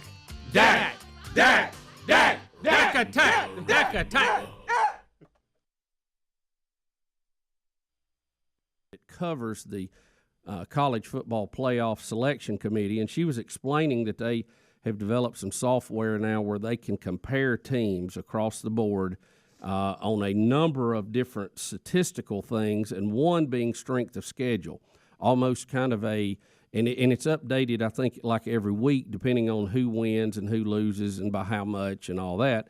And she had said yesterday she would not be surprised to see Georgia at number one, and then it ended up that way. Well, like I said, I think it really is just that simple. They both have beaten pretty much the same teams badly, but the marquee game Georgia had has stayed a marquee game. Yeah. Alabama's marquee game has kind of gone away. And you see Ohio State, who is playing some very good football right now, but they lost to Oklahoma, and the committee put Oklahoma one click in front of them. So you see the head-to-heads do matter. Yeah. Penn State is below Ohio State because they lost too. So yeah, and I do understand that Alabama beat Florida State, and the game was out of reach when Florida State's starting quarterback got hurt. I understand that, and everybody else has played them without that quarterback. But, of course, the quarterback doesn't play defense, and the whole team is kind of falling apart. There's really nothing that can be done about that because all the computer models see is Florida State is 2-5. Yeah, it's not Alabama's fault that they have had a bad season after that. Right. But or that the quarterback's not playing right. against everybody else. But Right. there's nothing that can be done about that. So but really, it's going to work itself out. You want to schedule good teams to get get your numbers up, basically. But you also want to beat those teams and then hope they do good after you beat them. Well, think about this, though. When would you ever say that any SEC team would need out-of-conference games to make them look viable to be in the top four? You would think the conference would be all you'd need. Yeah. And it has been in the past, but it's not that way right now. Because there's been some really lopsided games. I mean, I feel so bad. I hate to go back to what I said earlier this week. Is Alabama's extreme success, is it killing the conference? Well, I want to say this. I really feel bad for Brad and Gary because the 2:30 games, for the most part, have just been terrible. Yeah. I mean, some of them have been okay, but not many. If we talk in the past. If we talk to Dickie Nadmeyer today, I know what he's going to say, and that is this is part of Saban's plan. It is. I mean, this isn't. It is perfect. So he's got something he can fire everybody up. Absolutely. He's been talking about rat poison, and the kids have been hearing about how good they are. Well, now. This was a huge birthday present for him yesterday. It really was. Happy birthday, Nick Saban, because now not only do you get to say you get to say more than, hey, they put you at number 2 and they think Georgia's better than you. You get to say more than that. Oh, yeah. You get to say this. Here's what they're saying. You haven't accomplished anything. Right. You've just beaten a lot of bad teams. Yeah. They really don't think you're as good as you think you are. Yeah. Oh, he gets to have a ball. Oh, with yeah. that. So if they could come out at number 1 like everybody expected, now now he's here goes again. Yeah. Gummit. He's so thrilled. The only thing that would have made him happier if they'd been at 4. I'm telling you. Too, and it can't be overlooked because I've talked to several of the Georgia folks about it. When you look at the stats and the way things fall, Kirby Smart is in my group in the Pro-Am, and now their first trip to being in the top 4, and they come in at number 1. Coincidence? I think not. I think not, no doubt. Careful on the mojo here. Yeah, there's a lot of murmur out there about it. Well, I appreciate that. No, I'm saying he's It's not mojo if it's already been happened. Right. I mean, yeah, they're sitting right there. Right. Yeah, But but I you hadn't can't said speak anything. for what happens in the future. Right. Well, I'm yeah, I just think saying you you be just did. careful. That's I'm part saying- of mojo. Yeah. Well, we'll see Be how careful. we'll see how it goes. Are y'all surprised at Clemson at 4? Absolutely. Yeah. But of course, I mean they lost the quarterback in the game, but they didn't. did. But they didn't look great against Syracuse. But surprised they're at 4 over who? Ohio State, Oklahoma and Ohio State. I figured they would still be. I told Speedy, if you would have asked me yesterday to put my top 4 in order, I wouldn't have. I would have got 2 teams wrong and got the order completely wrong. Yeah. What about this? One thing's to look good for Oklahoma. Talking about how your losses have to look better. Iowa State turns around and beats TCU. Yeah. So that helped. Yeah. Now you're thinking, wait a minute, Iowa State might be pretty good. Yeah. I mean, they knocked off Oklahoma and TCU. Right. And, back to Clemson, everybody is ignoring the fact that NC State is doing so well, and that's who they have. They're at NC State this weekend. Clemson is. Yeah, so again, that'll help find out. Notre Dame made them like it. Can I tell you? they did. Let me hit you with something about Notre Dame. I mean, wow. Well, now it's over now because here we are because of today. But all of us had said, because we all saw Notre Dame come into the game, get beat, even though by 1 point, Georgia started rolling. Yeah. And we all just kind of forgot about Notre Dame. I know. And we were just like, well, we How did we go? Well, we remember, that horrible time that everybody thought they were back, and Alabama came out, and it looked like 2 different divisions. Yeah. I mean, it didn't just look like one team was better. They like Notre Dame played in a smaller division than Alabama played. Yeah, it was ridiculous. But that's been a few years ago. So, but Notre Dame has really gotten to do what you want. Now, we wonder how they'll handle it now.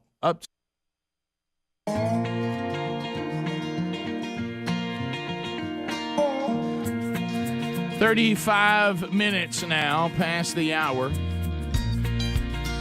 Rick and Bubba's show. Thanks for being with us. All right, so mypillow.com/Bubba. Last week, Mike Lindell and the MyPillow team personally delivered 20,000 pillows and blankets to the people in need from Hurricane Ian there in Fort Myers, Florida. They always put their money, where their mouth is. They don't just say that they care about the people in this country. They actually show it through their actions.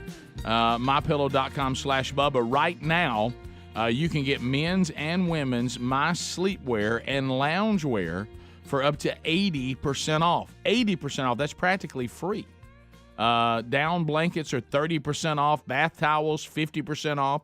6-piece towel sets, 50% off. My slippers are only $49.98. I wear mine every day. Had them propped up last night, finally watching 61 where Greg would stop bothering me about it. My sandals are also as low as $19.98. Go to mypillow.com/Bubba. You can spend your hard-earned money with a company that shares your values. MyPillow.com/Bubba, that's the place to do it. And you'll also make your life a lot more comfortable at the same time. These are big savings right now on my pillows, my sandals, my towels, my slippers, the bed sheets, all that. So find the link at rickandbubba.com or go directly to mypillow.com/Bubba. There's so many Biden things today. I don't even know how to unpack all of them. Where did he go? He's hiding in the basement. Does anybody know? Basement Joe. Midterm elections grow ever closer, 3 weeks away. So, and now a little less than 3 weeks after yesterday. But let's just discuss. I guess is it on the Tuesday? It's on the Tuesday. It's always on the Tuesday. Yeah. So today would be now 2 weeks and 6 days. So let's talk a little bit about one thing I want to before we watch this, or maybe it's better to discuss it after. Okay, maybe it's better because my question is, look, we're beyond wondering if he will go a second term. We're at the point. Do you think he can finish this term? That's it. I know. I mean, we're not. I mean, he's got some time left. Yeah. But here we go. Do we want to start with Hung and Stare first and then work to the new audio clips? I can do it either way. What do you have ready? I mean, it doesn't really matter. I got 1A ready. Okay, let's go to 1A here, and then there's one Speedy said we may have missed yesterday that we'll get before we're done. So he was giving a speech last night, and I think one of them he was giving had to do with abortion rights or something like that. Oh, boy. I don't even know what to do, but when this one right here, I want all of us to try our best if we can. Try our best, and it's not going to be easy. okay, to take the 12-year-old boy inside of us and see if we can set him aside for a minute, because this is going to be difficult when you consider the topic.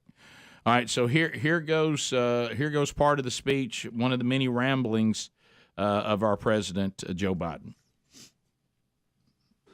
The right that I pushed hard and it finally got changed, the married couples in the privacy of their bedroom, I'm thinking about the Dobbs decision.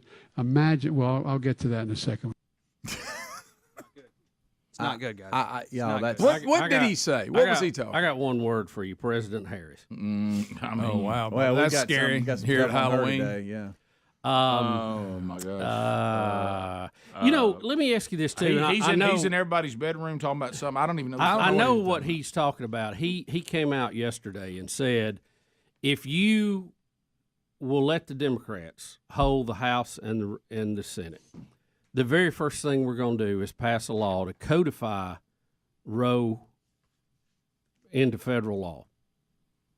Which, again, I'm not a constitutional lawyer, but didn't the Supreme Court already rule on this? And what I mean is, it's not a federal issue to decide. That's the thing. See, people keep forgetting what they ruled on. They did not say abortion was illegal. They said it is a state issue. Correct. Because it is not covered in the Constitution. Correct. Thus, it defaults to the state. Each state can do whatever the heck they want to do.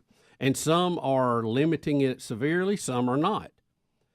So if the federal government, again, is on this speech of we're going to pass a law, they call it codify or something, some term they're using. That's it, yeah.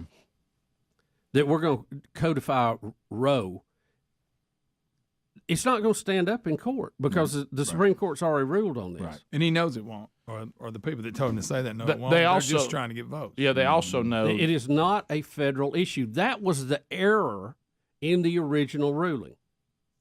That's why they fixed it. Yeah, they also know that when they tell you that you can no longer have access to abortion, that now the conservatives have eradicated it from the country, they also know that's not true. No. They've given it to what Bubba just said, where it should be the state's right, and then if you don't like that in that state, you can either leave it or you can go somewhere else, but you're not going to be denied access to it in the country. Now, it sounds like he went to talk about something that didn't tie to what he was currently talking about, and he was like, "Oh, wait a minute, that's the Dobbins thing." He gets real confused. It's almost like I'll get to that later. So now a full minute of cringe is what 1B is called,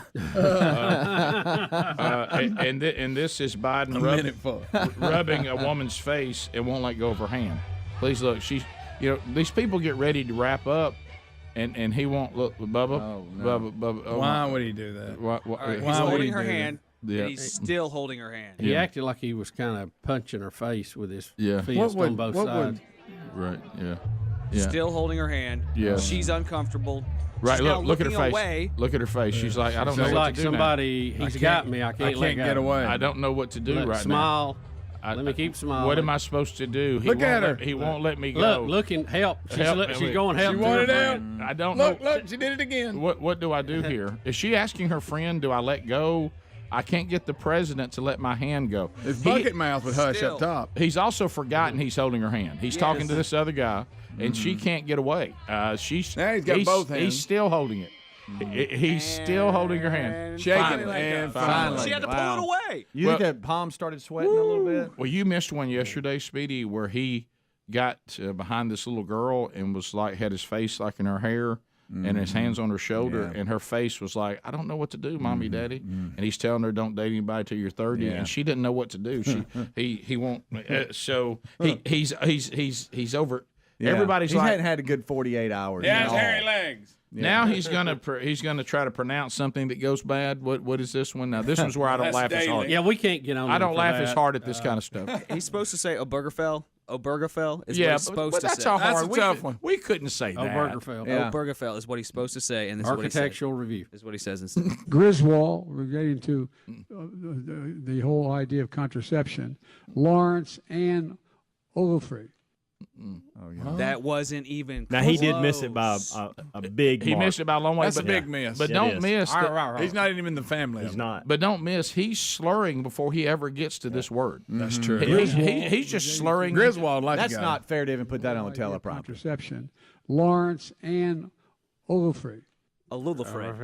Just play it from the very beginning. He got contraception. He's slurring before he ever even gets to this name. The whole idea of contraception. Lawrence and Olafrey. Olofred is what he said instead Olofred. of Obergefell. So he got the O right. Olofred. Well, yeah, he did get the O right. You got the O we right. gotta give him There's credit. a positive. Guys, when he was holding her hand, I was transported back to when I was a 6-year-old kid, and I went to sing at the nursing home. Greg. And I went to sing at the nursing home, and then the really old scary lady wouldn't let go of my hand. Yes. That's where I was. I know. That's what he was doing to her. I was transported. I was transported to Monday. Okay, taking Dad in for for a doctor's appointment and interaction with people the whole way. I was just I was transported to 2 days ago. All right, so now let's go to what's this apology he's giving? Is he just sorry for his inability to speak? Well, this is the end of his speech. These are the very last words of his defend choice, restore Roe speech here. And maybe he'll finish strong. You know, you never know. Maybe he'll finish strong. Okay. God bless you all, and may God protect our troops. Thank you. I'm sorry. I'm sorry. God bless you all, and may God protect our troops. Thank you. I'm sorry. Thank you. I'm sorry. He was going to say something else. He heard the music. I'm sorry. What is he talking about? What's he apologizing I for? think when he heard the music, he quit talking. I'm sorry. Guys, it's been. I don't know what they got to study. Is this why they limit his schedule so much? Because if he gets out there too much, he starts to really decline. But now give him credit. He did recognize the truths. True. Truths. Yeah. The truths. Did y'all play yesterday? Him giving the website and saying DOT instead of dot. Yeah. See, it's not been a good couple of days here. All right, now what is this? God bless you all, and may God protect our troops. Thank you. I'm sorry. And then he just puts the mic down and he says, "I'm sorry," and he puts the microphone down. I don't know what to At do least with you're being honest. In defeat. Oh my gracious! Yes, you are, sir. I gave it my best shot. Yeah, I gave it a shot. I'm sorry.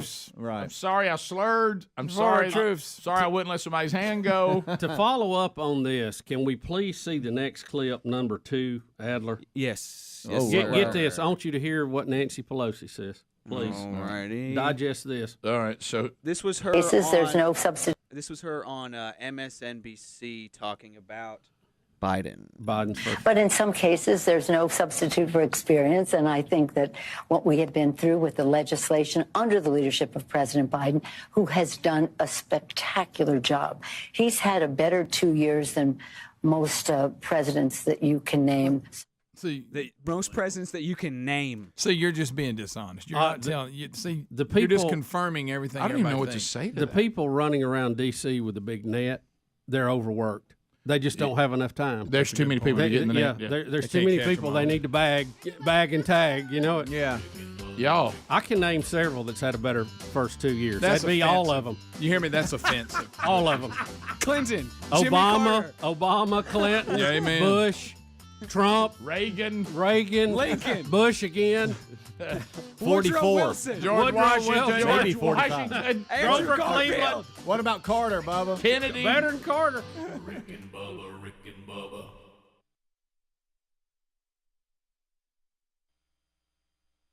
Today they were quiet. It was like it was going on and nobody was really paying any attention to it. Yeah. But now here comes the attention. So what will happen now? I think Oklahoma's in a pretty good position with this, sitting at 5 because, usually the top 4 do not stay the same. Historically, the little history we've got with it.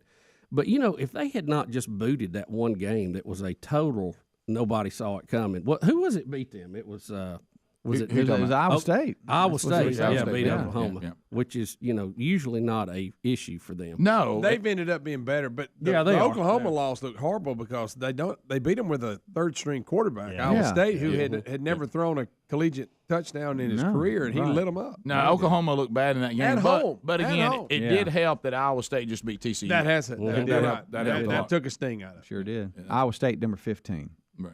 And you know Oklahoma will try to really put the style points on the rest of the way so they look real good just in case a potential Georgia-Alabama matchup in the SEC championship game does not come down to a 1-point or overtime win for somebody. And I heard they openly discussed that they think for the first time ever, if the Georgia-Alabama game, if they both win out and they play a push game that either team could have won it, then that they could end up both in the 4 again. Because Georgia's won. Yeah. They said that was huge. Yeah. And Notre Dame being in there helps the Georgia. Are we afraid that Notre Dame could ruin it again and find its way into the championship game and get completely waxed by Georgia or an Alabama? Possible. I mean, we all remember it. I know it's different teams, but still definitely remember it. Yeah, you were there. And it did look like two different. I wanted to leave in it third quarter. It looked like two different divisions, didn't it? Oh, yeah. Men amongst boys. Now, again, it may not be that way now. These are two different teams. Yeah. You know, I don't know why we keep thinking uniforms do things, but there's something to it. Yeah. You know what I mean? There it is. How can you put different coaches and different players in uniforms, and those uniforms have trends? Yeah, the uniform plays the same way. How can that be? That's just weird. So there it is. It'll all work itself out, but interesting fodder. We have an Eddie Van Adler update to start the hour here. Our little Eddie Van Adler, married man now. I'm hot for teacher. Does anybody know where he went? Here he comes. Okay. All right, he's coming in. We noticed when he arrived on the scene today that he had a new haircut. Shaving a haircut. It looks good, Adler. Okay. Brought me in here to make fun of my haircut. Great. No, I like it. It looks good. Thanks a Shaving lot. a haircut. I thought Carl Lentz was interning. I don't know who that is. Hillsong.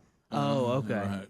Yeah. Well, I should probably Preacher. know. I should know who that is. You missed Pastor Got a new Hodges book just out. a few days. Got a new book out. You do need to call every single big, gigantic, mega praise team and ask for the male hairstyle back. I do. I'm going to show you a picture of this guy. I'm being serious. Y'all look a lot alike. Shaving a haircut.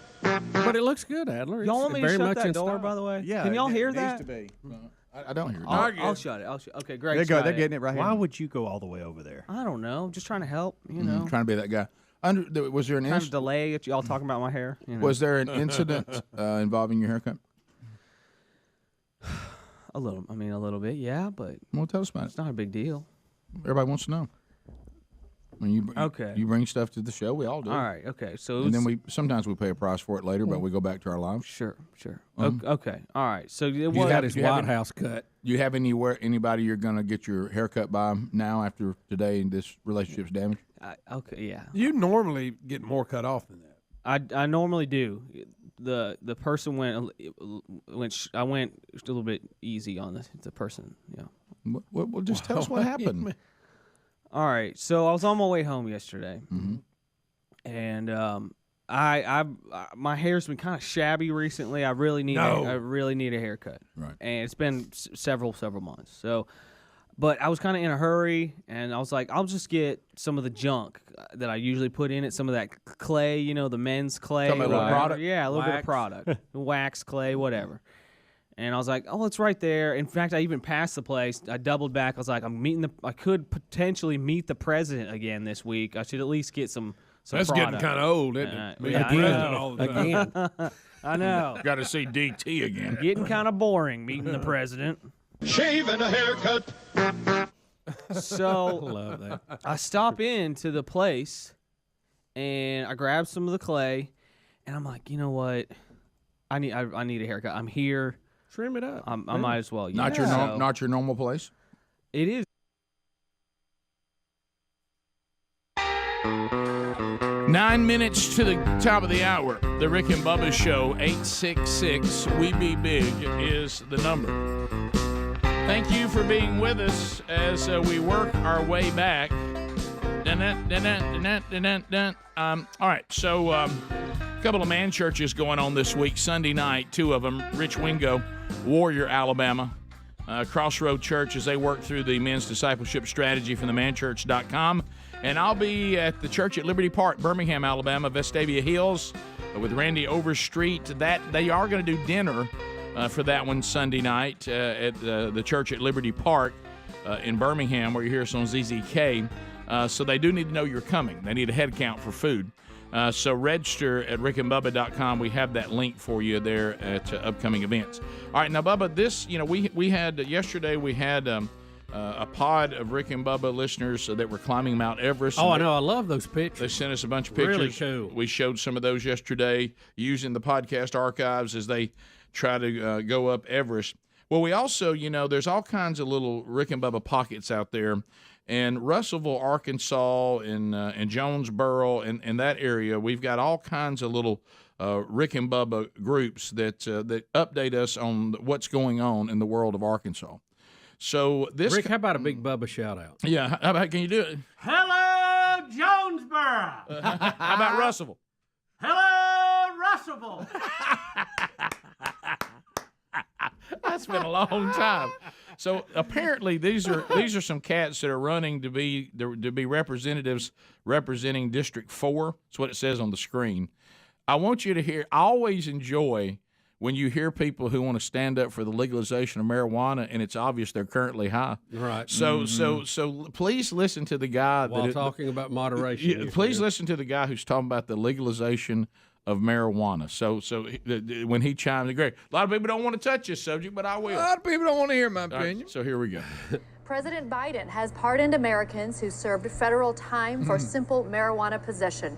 Do you approve, and should states follow suit? Mr. White. Definitely. Marijuana is one of those touchy subjects nobody wants to touch, but I'll touch it. Might as well make it legal. It's already legal anyway in half the states. Tax it. And I got an idea. You tax it a little bit more than you tax my cigarettes, because I'm a smoker. And then cut me a little slack on the taxes on the cigarettes. Because, yeah, I'm 100% behind legalizing marijuana. As long as you're not sitting on your couch eating Doritos and Oreos all day, you get out and be a productive member of society. This is unbelievable. Why do I feel like he's that guy on the couch? That is like a Saturday Night Live skit. It is. Saturday Night Live could not have done that any better than the live. You get out there and be a... I'm a smoker. Maybe cut me some slack on my cigarette taxes. I'm a smoker. I love these kind of when they'll make statements that aren't true. I mean, it's already legal in half the states. I mean, right. Well, it's half. But the did he not realize he was going to this debate? Great. Burn one on the way. A lot of people don't want to touch this. I'll touch it. It's already legal in most of the country, half the states. Now, I mean, you can, as long as you don't sit around on your couch all day eating Doritos and Oreos. I got bad news for him. And you get outside and become a citizen. You co-op productive. All right, let's hear it again. President Biden has pardoned Americans who served federal time for simple marijuana possession. Go District 4. Do you approve, and should states follow suit? Mr. White. Definitely. Marijuana is one of those touchy subjects nobody wants to touch, but I'll touch it. I think we may need him in Bank 9. Yes. When he says definitely. Yes. And then talking about marijuana, Mary Jane, devil's lettuce. Get down to the end when he's talking about that as long as you're a productive citizen, he can't quite land it because he's so high. Well, Greg, I'm a smoker. Might as well make it legal. It's already legal anyway in half the states. Tax it. And I got an idea. You tax it a little bit more than you tax my cigarettes, because I'm a smoker, and then cut me a little slack on the taxes on the cigarettes. Because, yeah, I'm 100% behind legalizing marijuana. As long as you're not sitting on your couch eating Doritos and Oreos all day, you get out and be a productive member of society. Can't quite get society out there. So how much is this guy leading by? Do we know? I know this will shock a lot of you. He's a Democrat. Yeah, oh, really? Right. I didn't know that. Definitely.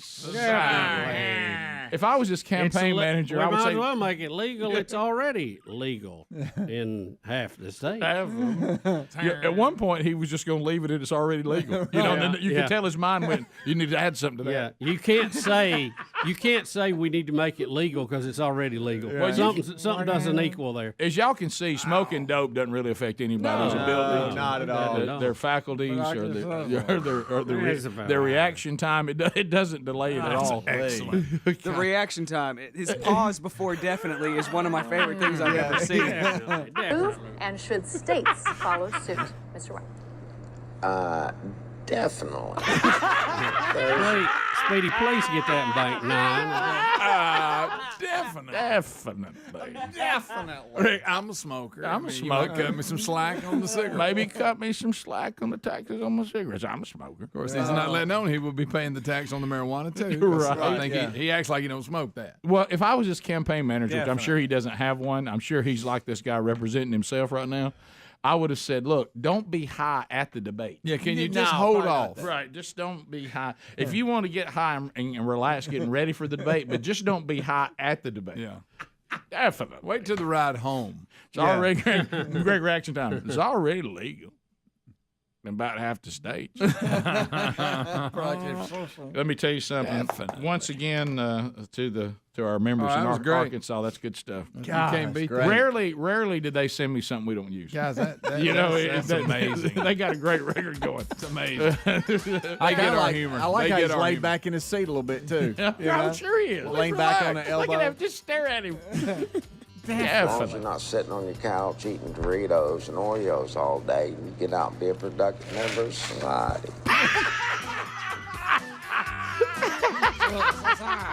Hey, marijuana don't affect you. No. I mean, I don't know why everybody's so uptight about it. Yeah. Top of the hour. Rick and Bubba.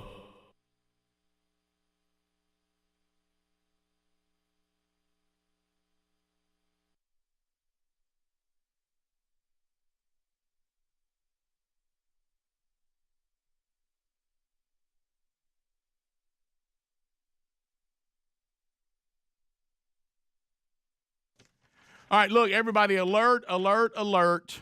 New sponsor. You're going to – I wasn't even familiar with this product till they started reaching out, Bubba, wanting to be part of the program and be one of our sponsors. Have you ever heard of Relief Band? Have you ever heard of it? No, I have not, Rick. Look, I've got one right here. This band, you put it on your wrist, and if you're somebody who struggles with motion sickness, and how about even out there if you're with child, you're having morning sickness, you just put this band right here on your wrist, almost like you're wearing a watch. Here it is. I'm holding one up. And believe it or not, it will take away the nausea and the feeling if you have motion sickness, anxiety, migraines. This helps with migraine headaches. If you're like the guy that we just heard and maybe you have partaken of too much alcohol and the next day you're struggling, morning sickness for women who are pregnant, God forbid, but people that are going through chemotherapy, how difficult that can be when it comes to nausea. But with the Relief Band, it is legitimately a band you wear on your wrist to give you relief from nausea, and you can change the intensity depending on how you're feeling to make it either stronger or weaker. And I can tell you, Relief Band actually works. So if you're about to travel, you're someone saying, man, I really get motion sickness. I got one of our sons. He can't even sit in the back seat in a car because he says it makes him nauseous. But with the Relief Band, it not having that issue anymore. So if you would like to get one for yourself, it actually works at relieving nausea. This could be life-changing for so many in the audience. It's called Relief Band, and right now we have an exclusive offer just for the Rick and Bubba listeners and viewers on our YouTube channel. Go to reliefband.com. Are you there?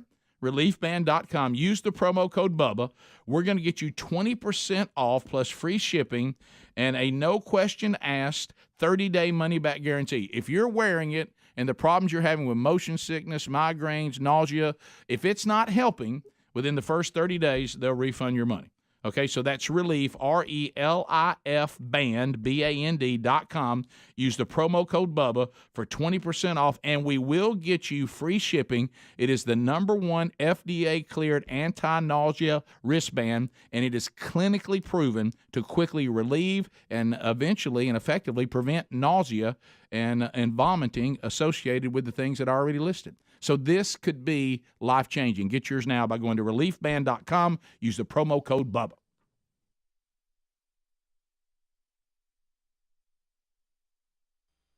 I've got a couple normal places. It's like whoever can fit me in that day. You bounce around a little bit. Yeah, whoever can fit me in that day, I just go. Which means you go wherever they give the shoulder massage? Well, no. But go ahead. No. And so I asked the guy, there's a guy behind the desk, and I'm like, y'all have any walk-ins available? I mean, can I just get a haircut? And the guy behind the desk is like, yeah, let's see, would you mind waiting like 10 minutes? I'm like, 10 minutes? Yeah, no problem. All day long. Not with this hair. And then, and I'm going to change the name. That's fine. And then he goes, okay, great. Randy gets back in 10 minutes. Oh, wow. So. It's not like you're getting a massage. You're getting a haircut. Right. Calm down. Come on. Not that big a thing. Okay. And I didn't want to be, I'm in my Rick and Bubba shirt. I didn't want to, I'm representing the show. And I think I made a face because he goes, is that okay? It's just a haircut. The guy goes, is that okay? Well, why do you care about that? And I'm like, Have you yeah, never been to a barber? No big deal. Okay, yeah, No face. It's fine. In the It's no early big deal. days at the barber shop, that's all it was. Yeah. Right. This is different though, Rick. Uh-oh. This is not barbershop-y. It's not like a barbershop feel. Yeah, what you were saying is I did not see the barber pole outside. No. So and there's no. there's He didn't have his Roffler's shop. Yeah, shirt on. I don't see Hunter magazines laying around, and I don't have the smell of that cologne that every barber Witch had hazel. It doesn't. Yeah, no witch hazel in there. It doesn't smell like brute. It doesn't smell like brute. Right. You got that big thing with the disinfectant, all the combs. The big in it. blue, the big blue thing. What you're saying is when someone says Randy in this setting, you kind of know what's about to happen. Yeah. How'd that go? Yeah. And I guess I made a face because he was like, "Is that all right?" I'm like, "No, it's fine." Now you're overdoing it. Yeah, I did. Now you almost say, "Yeah, it's my preference." You go too far. You go too far trying to save it. And don't want anybody think you're mean. So, you're exactly right. I know. 100%. You've all done it. Now you overdo it the other way. And so I'm sitting there. Where's Randy? I'm waiting on Randy. So I'm sitting there just waiting, and I've been on death row. And then Randy gets back from lunch. Yeah. And sure enough, there's Randy in all his glory. Yeah. There's Randy. Yeah. I bet Randy didn't come in. I bet Randy came in loud, didn't he? Randy came in hot. Oh no! And you knew he wasn't going to be gone long. It doesn't take long to eat I got salad. a cute crooked one over here. Shave and a haircut. Please, I want to clear up something real quick before you go any further. You say it, Speedy says it all the time. He's not in all his glory. There he was. Because he is naked if he's in all his In glory. all That's what his that glory. means. Now I He's stopped. naked. Now I did stop a while Have back. you when fast did. forwarded You've that learned story? that since. I knew what you meant, Adler. You just said that he There he is. Yeah. No, Hey, Vanna. How about this? You should say this. Came in with all his fanfare. There you Yeah. go. And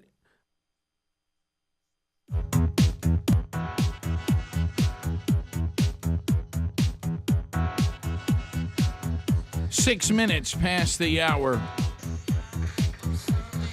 From the No Name Studio on the bleeding edge of technology from Sweet Home, Alabama to the world, it is the Rick and Bubba Show. Speedy, the real Greg Burgess, Helmsley, Eddie Van Adler, all here.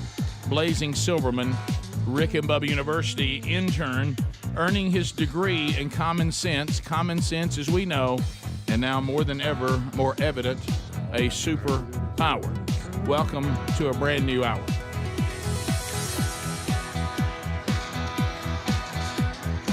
Welcome back, Bill Bubba Bussy. Rick, glad to be here. Thank all of you for being logged in to the Rick and Bubba Show. We do appreciate it. So, a couple of updates. Bubba, you looked at the current situation with the legalization of marijuana because we're trying to maybe tie us embracing the legalization of marijuana with the state of our society right now, especially after watching that clip. I really am only interested because I know there's medical and then there's this. Well, let me give you the breakdown. This is where it's confusing. Yeah, It right. is kind of interesting, but Yep.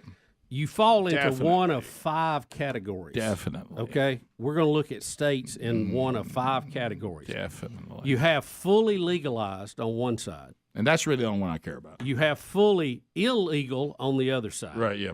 Then in the middle, you have medical. Yeah. You have decriminalized. You have CBC and THC only. And then you also have medical and decriminalized together. See, that gets too confusing. I can't follow all that. Well, it's, That's the. I want to know how many states. How many states are like Colorado, where you go and there's pot shops on every corner. Snoop Dogg's heavily invested, and you can walk up and buy dope and smoke it anytime you want to. It's like 5. 5, 4 or 5. Yeah. Well, according to this one, fully legalized, it looks like there may be about 20 of them.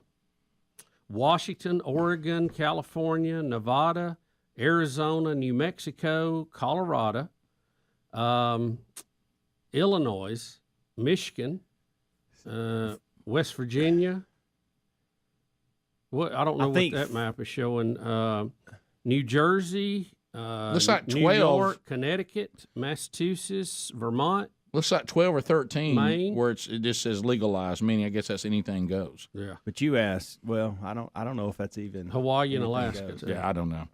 But anyway, I saw a chart a minute ago that had 5 lit up because I was in, and I just looked at Colorado because that's because that's what I'm talking about. And they were involved with the other 4 that I saw. And that's the only reason I said that. It's hard to follow. There's all kinds of different little. Well, we do this, but we don't do that. And I'm talking about hey, there's a pot shop on the corner, just like I'm stopping, into the convenience store. Yeah. A lot of the West Coast, East Coast, and then Illinois and Michigan is basically the way it breaks down. Mm-hmm. But you know what's interesting when you look at this, because there's different degrees. You have the fully legalized Washington, Oregon, Nevada, California, and then you have fully illegal Idaho, Wyoming, all that, and they're right next to each other. And it's that just, is weird. This is the list. I don't know if that's the list. I saw a map. Mixed, fully legal. Okay, yeah, that's pretty good. That's the map I was looking at. The black states are fully legal. Okay. Mm-hmm. What kind of racist comment is Is that? legalized mean? Is legalized mean like the lottery is legal in Georgia, so I can go over there and play that, and not get in trouble as long as I'm there. Yeah. I go there and can get my weed and come back and smoke it here. Does that? So I'm saying I don't think you can do that. Yeah. I think it just means in that state it's fully legalized. You got to stay there and smoke it there. Yep. Okay. Yeah. Which explains a lot. And don't happen often. No. People usually go there, get it. And bring it sure, to of wherever course. they're going. Absolutely. You like to burn one when you get in your lottery. Well, ticket people have been now? Is buying. that what you're saying? Yeah, people have been buying it on the corner too. I dabbled in it. Sure. Yeah. It's it was a college experiment. Yeah. You were like Bill Clinton. Did a lot of things I wasn't Yeah. too happy about. You were like Bill Clinton, though. You didn't inhale. No. Do you remember him trying I'm not to? gonna lie, Rick. I can't say that. I know, but he was lying too. Do you believe? Sure. Did he think we bought that? That was one of those things when you say it, you go, "Wow, I wish I hadn't said that. That sounds really stupid." Remember, he didn't have sex either. I mean, he had all kinds of weird. Yeah. Don't forget about his definition. He would toe the line, wouldn't he? He really would. Yeah. He had a lot of things that he. Unreal. The way he stuck to lies was marvel. I marveled at it. When he did the definition of if, that was his finest moment. That was, and hey, it worked. Well, he was doing that for his college buddies. He was fine. They were loving it. Another update: Bubba Wallace has been suspended after the altercation in Vegas. And I heard you guys talking about it. The thing now, I'll tell you what we're seeing is Asian hate will not be tolerated in Rick, NASCAR. We just will not have Asian hate in NASCAR. We cannot have it. But we will not tolerate it. All kidding aside, what they're saying is Bubba Wallace is in trouble because we can talk about Rubbin's race and all that, but his response while still in the vehicle, they say could have killed somebody. Yeah. And, they're not that worried about the little scuffle afterwards. No. Pushing around. In fact, all that. deep down inside, they kind of like that. Because it's great for it harkens back to the ratings. Allisons when they used to fight everybody, and you mess with one of us, mess with the whole family. But when you coming around that and you hit somebody in the back on purpose, just tap them on that back quarter panel and spin them out. That can be very dangerous. Yeah, this right here. Okay, watch when he comes back off the wall and taps him in the rear. Right, and he goes after right here. See, he cut all the way across the track to hit him. Yeah. See, like they said, and again, but now Bubba Wallace is saying his steering went out. Right? He mentioned that, but then I heard him ask about that when they're today about the guy the official spokesman or whatever, and he didn't say it didn't. He just said, well, we've looked at everything of all and we've come up with this suspension. In other words, no, it didn't. But he didn't say that. Yeah, they have the technology now to watch what your car is doing, and they're like. That's exactly what Speedy did to me on the go-karts when I was in the league. Sure he just gave me that back quarter panel and turned me around the other way. Had to get up front, Bubba. No, you did. I got you. I don't know. I just heard Joey Logano in an interview yesterday, and he said, and again, I don't know nothing about what's driving, what to say. But He he don't said know that anything about particular- he said, if you driving? want, I'm talking about a race car. If Okay. he wants, you want to bump somebody at a certain spot, but no big deal. But where he did that and the way he did it, he said he could have killed somebody. Yeah, that was his. Well, we just opinion can't on it. have bullying and Nope. Asian hate on the NASCAR Nope. circuit, Rick. We just won't have it. We will not have it. So he will not be able to run in Miami, right? Yeah, you got to sit one out. Sit one out. Do y'all think one race is enough for that? I think it's the first time a driver. Now we suspend crew chiefs every week, but I think it's the first time a driver has been suspended in a long time. Mm-hmm. And I understand that Bubba Wallace has come out and apologized and said he didn't behave appropriately representing his got team. mad, man. He got Look, mad. he got mad. We all get mad. Sometimes we all get mad. Of course, And like I said, maybe just keep it to the shoving afterwards instead of you know. But again, it's pretty big power push there in front of everybody. Greg, I I'm don't know Greg, how to taking that. Greg, I think what we have here is the time Dad told me you can fight your brother, but don't kick him. Yeah, exactly. Right. You know, Or and as I like to say, if y'all are going to fight, take it outside. Take it outside. And it also involves some other cars that were still in the hunt for That's the right. championship, and that hurt them. And they points-wise. appreciated that. Yeah, they were tickled about it. I'm sure. right. Yeah. And the cars are real expensive. Wow, they're Oh, yeah. expensive. Boy. My dad said no punching in the face. Correct. That was our rule. Just in the face. Yeah, no punching in the face. Right. Yeah. So that's the ruling from NASCAR. Bubba Wallace sits out one race for what's going on. He's apologized, and we're moving on. And so NASCAR, as you said, Bubba, will not tolerate Asian hate. No, we will not have that. Can you believe that actually was thrown up? I know. That I mean, can we? Rick, if you're going to live in the politically correct woke world, you gosh. got to be able to live in the politically correct woke world. Do y'all not understand that sometimes people get mad at each other and it has nothing to do with ethnicity at all? Yeah, they It's just mad. it's just two human beings. Two human beings are upset with each other, and sometimes I just don't like people because I don't like them. Yeah. It has nothing to do with their ethnicity. Rick, there's things every day in life that has nothing to do with ethnicity, and it's being called racism. I know. I dislike people of all colors. That's right. Yeah. Yeah. Do you think we're looking at the marijuana thing a little backwards? Meaning, if we legalize it everywhere, then we can get the woke world on their couches and unproductive, and then we don't have to deal with them. That's a great point. Oh, there'll be a headache though for us. Don't worry. You think so?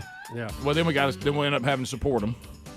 They don't even want to. They don't want to pay back their loans now. Just thought I'd throw it out Yeah. there. Phone calls are next. You ready, Blazing Silverman? You ready to go, buddy? All lines are available. 866-WE-BE-BIG. Let's find out what's on your mind today, America. 866-WE-BE-BIG. We chat with you when the Rick and Bubba Show continues. Rick and Bubba, Rick and Bubba.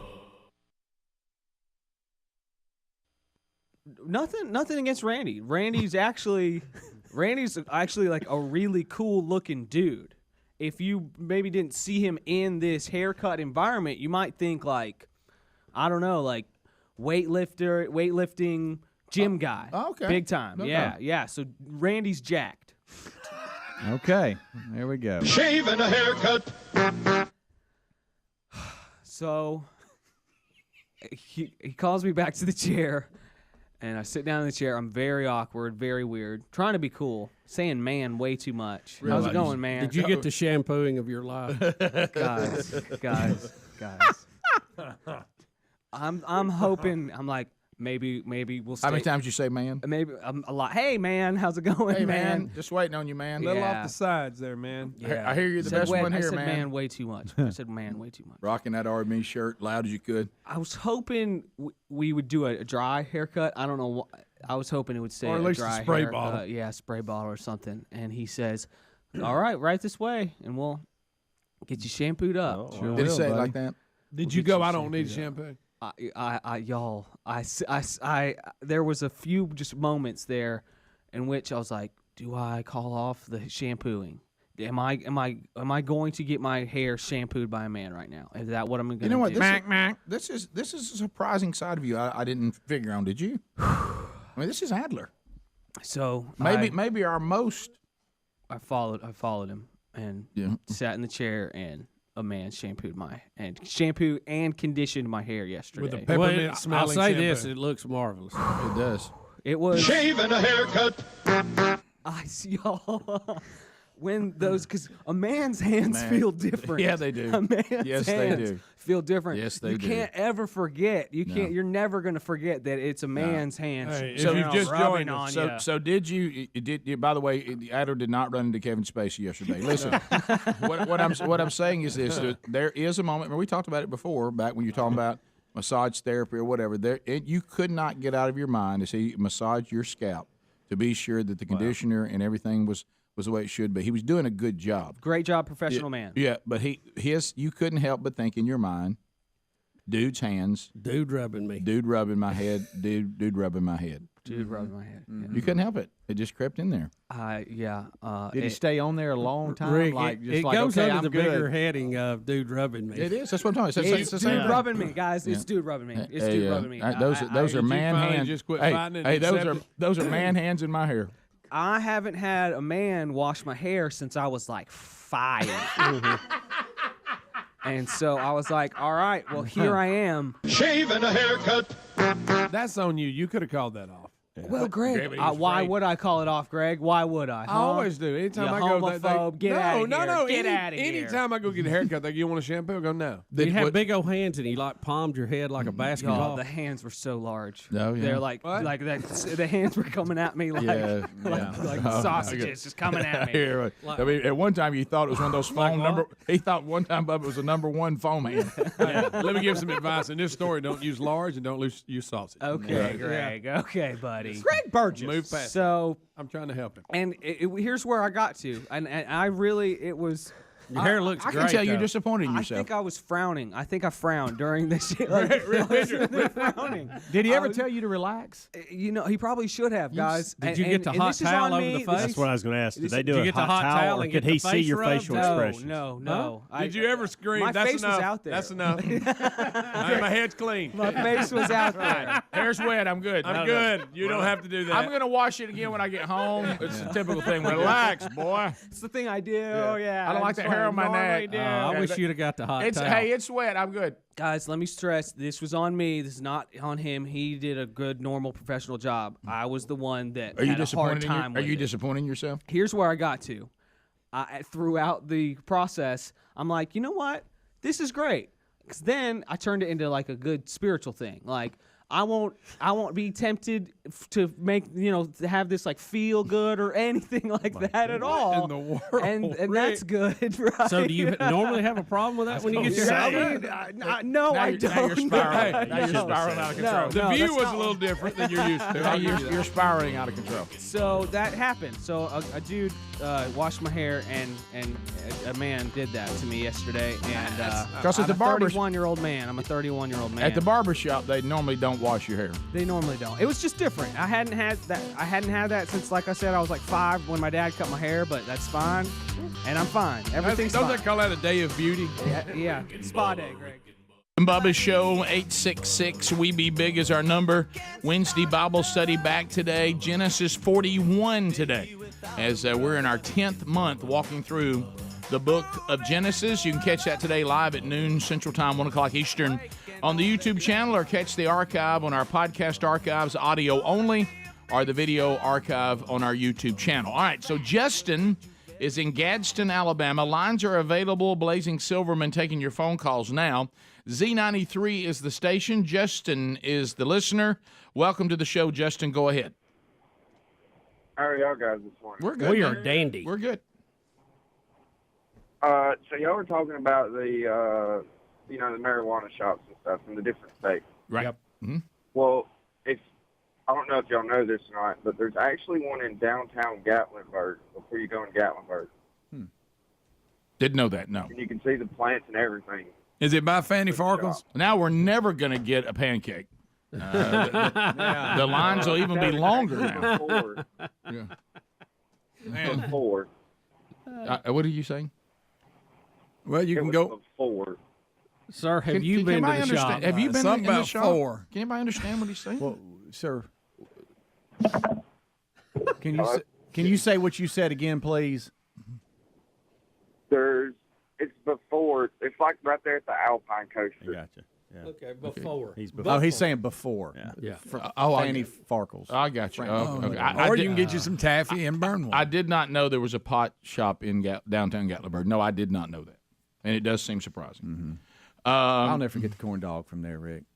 You put me on. Oh yeah. Golly. It's fantastic. Now, look, it's that's the uncomfortable to eat, but yeah. Who's hungry for taffy right now? I am. Don't eat it around your buddies, but when it's just you and your wife, have at it. Sure. Dave in Huntsville, 100.3 The River. Dave, go ahead. Hey, good morning, Rick and Bubba. How are you doing? We're good. great. We're good. Hey, monkey grass. Thanks for the call, brother. Let's get to it. What's on your mind? Hey, so there's a new quarter that's coming out, and it has a Chinese person on it to acknowledge the Chinese support to our country. But I thought it was interesting. It was not making it up, but new American quarter with a Chinese person on it. Well, May Wong. I don't know if you've seen that. Yeah, Dave. But you said the reason was to show China's support of America. I bet that's not the reason it's on there. It may be celebrating Asian people and their contribution to our society that are Americans, but I doubt it's to say thank you, China, for all your support. It could just be a celebration of Chinese people that live here, which there are many. Is that what you're saying? Yeah, that's exactly right. Okay. So, well, I mean, does that surprise you? I mean, we have all kinds of themes on quarters. So it was Anna May Wong, who was a Chinese-American Hollywood movie star. Her varied career spanned from silent film to television, stage, and I got no problem with that. I got such a good one right now. Yeah, but I don't know if it's somebody that's lived in our country and they've had some contributions, there's probably been a lot of people recognized on currency for all kinds of reasons. This is not surprising. Nor do I think it's a big deal. Of all the problems we got, I'm not worried about that.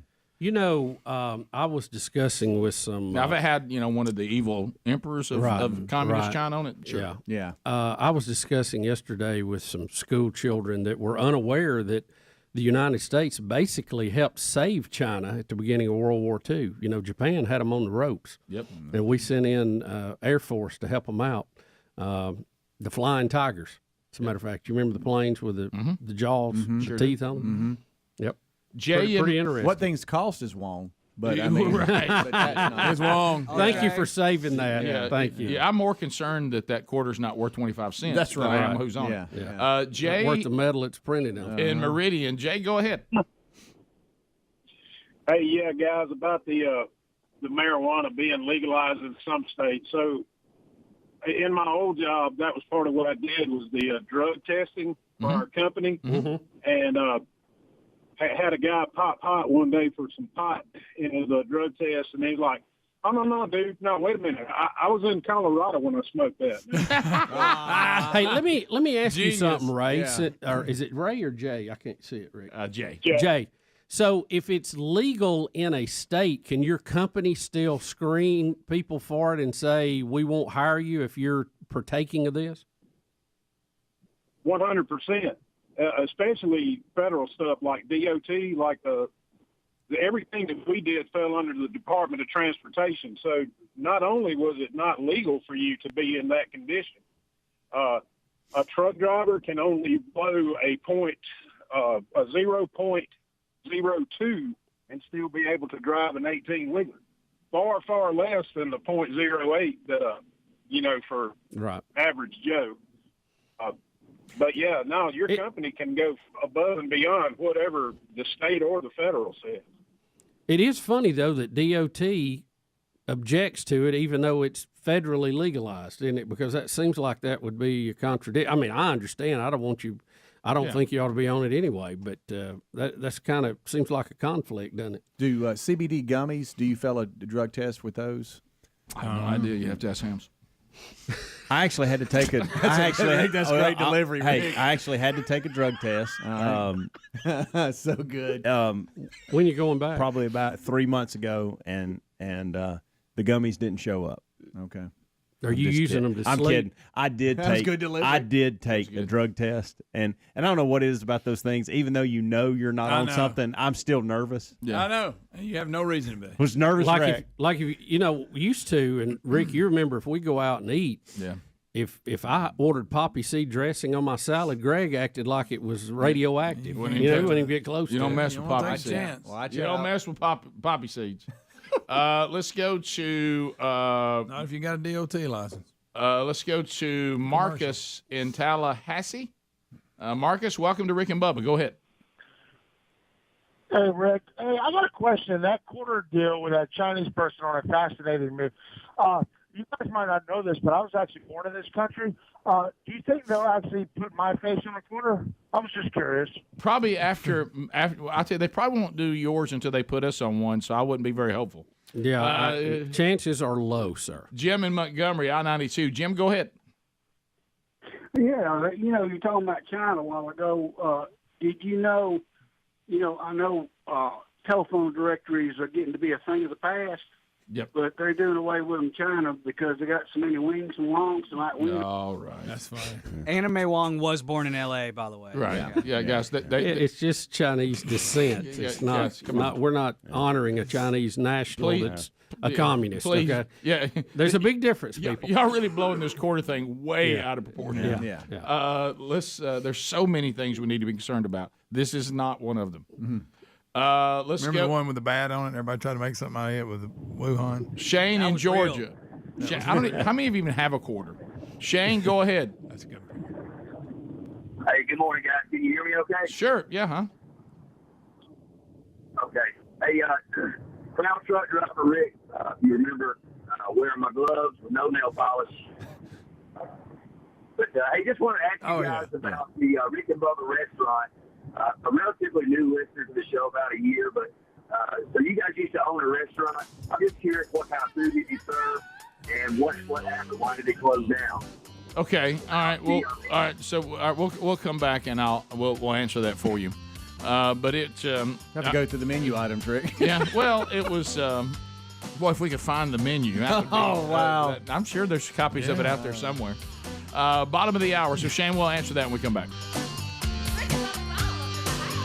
Rick and Bubba, Rick and Bubba. Back in the news again.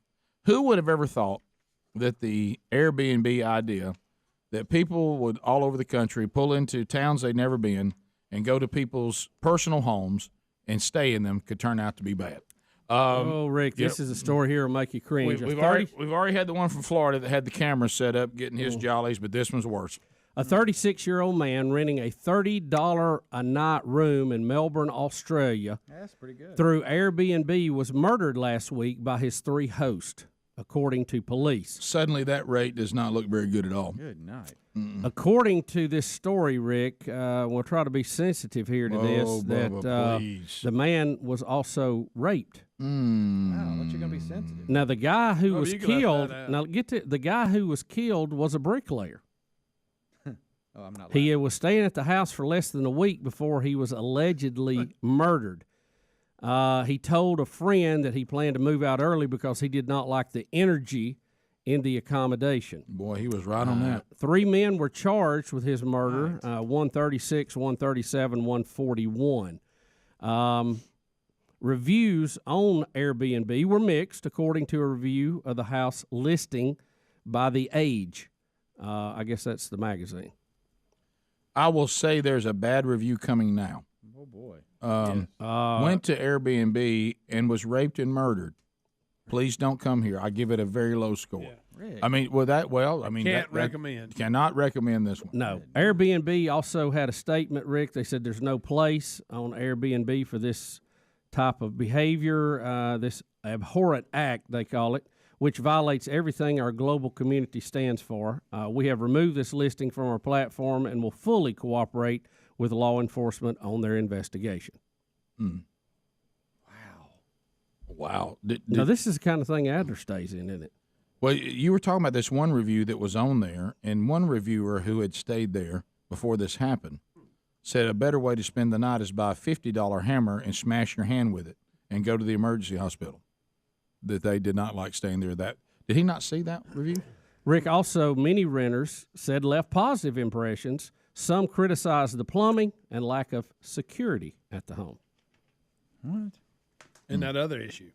Wow. Wow. Adler, you're the only guy that does that here.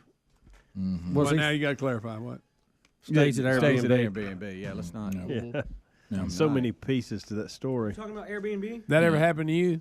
I'm actually staying. Maybe not the dead part. Next weekend, Aaron and I are going to be staying in an Airbnb Buddy. for our anniversary trip. Can't you? Why just- would you do that? Why don't you just How rent? What's Can you wrong? not rent a hotel? I was editing in there. What's wrong? What are you talking about? A man that was just murdered and raped at an Airbnb. By 3 men And an object. and an object. Thank you, Speedy, for clearing that Y'all up. didn't have to go that far. Did they keep the listing on the site? No, they took it off. Okay, well then we're good. No problem. Good. No problem. You know, Did you ever go and stay at that Airbnb that our friends from Michigan that were in town stayed at? You know, I never did. And I thought you were going to go check it out. I'm just joking. I was listening in the back. This breaks the $50 rule on Airbnb. You got to go $50 a night and over. If it's below $50, Speedy. Everybody knows that. You got a weirdo that wants you in their house. If you go above $50, you got somebody that has a nice place. They take care of it, and it's actually a money making venture for them. That's just one of my rules. But now as you and now also no murdering. how about this? Right, Now right. that you put that on there, what's going to happen now is some twisted sicko is going to list his. Yeah, he just bumped it from 35 to 50. Yeah, or $75 a night, thinking that means that somehow if I charge more, I won't rape you. I mean, wow, Rick. well, Greg, I mean, Yeah, I isn't know that what the we story. just isn't that what we just said? Yeah.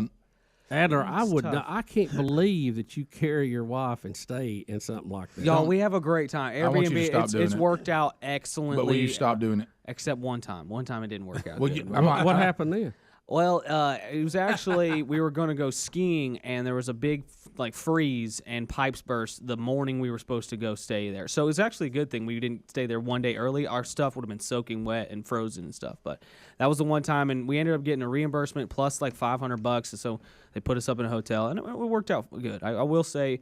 All of our experiences have been great, except that one, and then that even worked out in our favor too. So, Are you just against hotels? Yeah. or- What's the motivation? It's cheaper, number one. Trying to be I know a cheaper. lot of guys that do this. Yeah, Trying but to be they've sharp. also A lot got of family families that wire do this. cameras in there too. and you got to check for cameras. No, but you want your own place. You don't want to have to share. You need to pick the But it's right not, list. What do you mean your own It's place? not your own place. What You oh, are But they're sharing. not in the house with you. is It's what you're Right. It's like Some are. some saying. Yeah, good. some are. That's what he's saying. Don't go to those places. Yes, yeah. Some are. Don't go to those places. You can check a box or whatever. It's like Craigslist. If they got a guest house But out what in if the there's back, a go monster stay that there. ate them and then it's still in there and you don't? It is 35 minutes past the hour, the Rick and Bubba Show. 866-WE-BE-BIG is our number, and we thank you for being with us on the program today. TheraBreath, been teaming up with the Rick and Bubba Show for a while. These are great products. Use them every day. And if you have not seen the full line of products that are available to you from TheraBreath.com, go there. You can see it because they have added some things over the years that really, really can help you on your overall dental hygiene and oral health, which is extremely important. Good oral hygiene is very, very important about your overall daily health. If you have bad breath, look, everybody fights this battle to some degree. Try the Fresh Breath Oral Rinse. It really does work. It doesn't mask bad breath like those burning alcohol mouthwashes that can actually irritate your mouth. Dr. Katz, when he was on the show, he told us a number of times that he wanted to develop a product because his daughter struggled and it really hurt her confidence, something that would actually solve the problem, and he did. And remember, when you're dealing with the TheraBreath products, there's no added dyes, there's no artificial colors, it's gluten-free, it's even certified kosher. So if you have bleeding gums when you brush, that's not good, or floss, try TheraBreath Healthy Gums Oral Rinse. That's a new product. It's great. FDA-approved ingredient proven to fight gum disease. There's even a TheraBreath Whitening oral rinse too that is better than what the other stuff on the market. So this breakthrough rinse really does loosen and dissolve stains that other whitening products just don't do. They miss them. And of course the TheraBreath lozenges, we have those in our office. I've got a box in my office. I got a box at home. So whenever you maybe have eaten something or you've finished your coffee and you don't feel like you have fresh breath, pop that in and there it is. So there's confidence in every product. So go to TheraBreath.com or look for them on the shelves at retailers everywhere. There's also a link at rickandbubba.com under the sponsors button. So Shane, he said he's a new driver. New listener. He's a driver who drives with gloves, and that's fine as a truck driver. But he said that he has only been listening about a year, and he heard people bringing up Rick and Bubba restaurant, and he asked the question, did you guys have a restaurant at one time? If so, what did y'all serve? And why did it go under? Now, the why did it go under is really quite simple.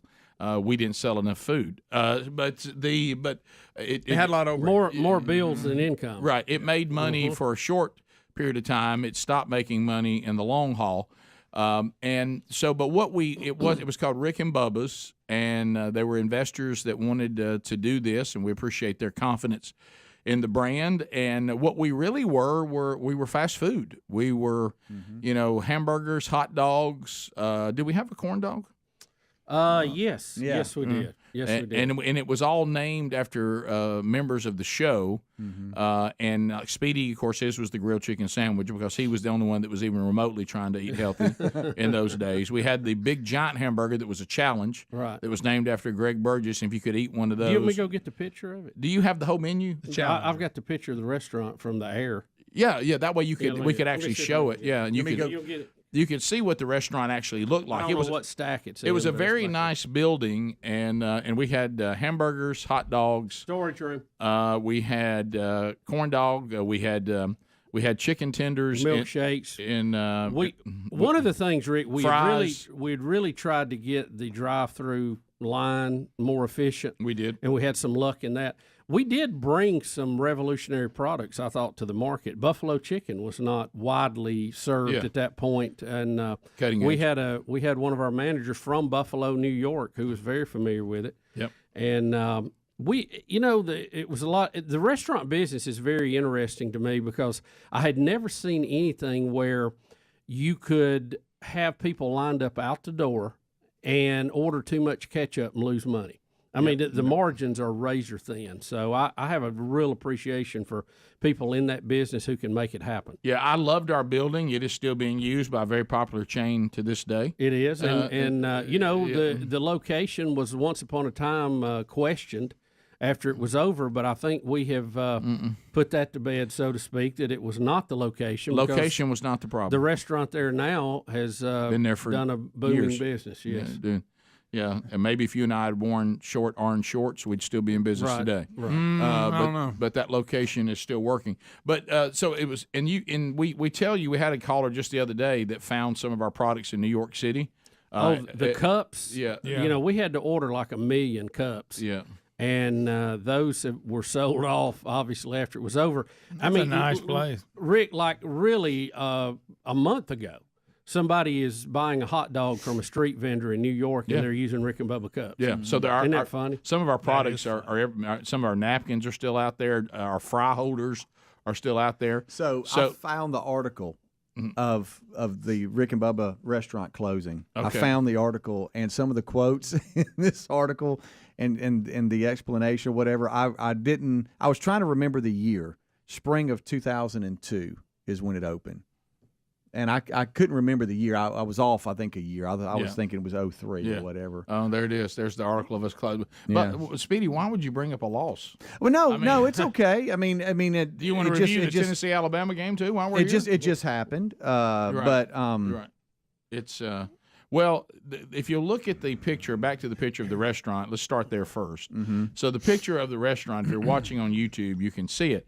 It was a really cool layout. Really nice building. And we had plenty of parking. The building was really well done. Of course, our investors were builders, so we weren't going to have a problem with having a good building. They probably overbuilt it a little bit. Probably did for what we were doing since it was fast food. It was kind of a Taj Mahal of fast food. But it was really well done. The problem that I think that we had, and we'll look at that article you have, is it would definitely had a intrigue if you were a fan of the show. But once you went one time, maybe kept one of the cups, or a lot of people, you stole our ketchup and mustard bottles that we had, so we had to start using, disposable stuff. Didn't count on that. Yeah, but anyway, those of you the people would get a keepsake. We also sold our T-shirts and stuff there, so it became more of a, I'm in the place where the show comes from, and I want to go by their restaurant. But the locals, it never became, we eat here on a regular basis often. And we never quite got that established. We never quite got the product that somebody said, I come here because this particular hamburger, hot dog, fill in the blank, fries, they're the best in fast food, and we love it better than the others. Well, we were kind of assembling it on an assembly line. Yeah. And we were having a little problem, in some cases, keeping it good and hot. Mm-hmm. I think that was one of the problems, too. Yeah, and then we got away from that. Let's see for a what I while. said back in 2003. See, here's the actual Said article. that, Bubba. Yeah, Bubba, look, we got quotes in here. Watch out. Yeah. Read through it, Rick. All right, See what we so got here. radio personalities Rick and Bubba are out of the restaurant business. We're closing January 31st. The restaurant will have a new life, and boy, it did. They tried a sit-down seafood establishment. Remember, a couple things were tried. And it opened in spring 2002. Promises of hamburgers bigger than the competition, but that message never got out. Bill Bubba Bussey says merchandise from the duo show, which shows where we're airing, how many markets, was also a draw. The pair syndicated. It's got it here. Instead, Bussey said customers complained about high prices and cold food. How about that? The cold food was a problem. Yeah, he said we were losing money, and the investors were backing out. If we'd have known the answers, then we. How straightforward is that line, Rick? Just read that line. It said regarding the possibility of operational mistakes or any corrective efforts, Bussey said, which you're right. If I would have known those answers, we probably would have changed it and still be open. That's good. That's real good. That's fine. Hey, this ain't rocket science, right? folks. Yeah.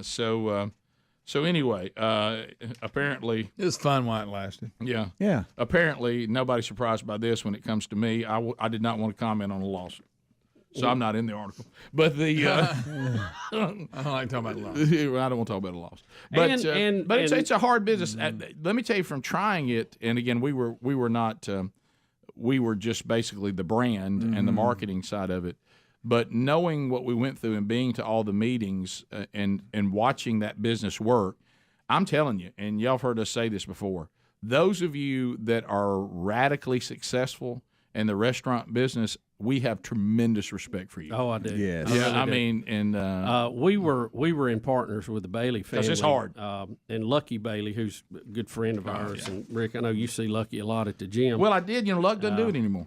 Really? He finally said that he's gotten to the age now that he says golf is more important. Yeah. So, and he points out in this article too that it was an auspicious time to get into the fast food business, adding that even mainstay fast food restaurants such as McDonald's had seen business drops in recent months.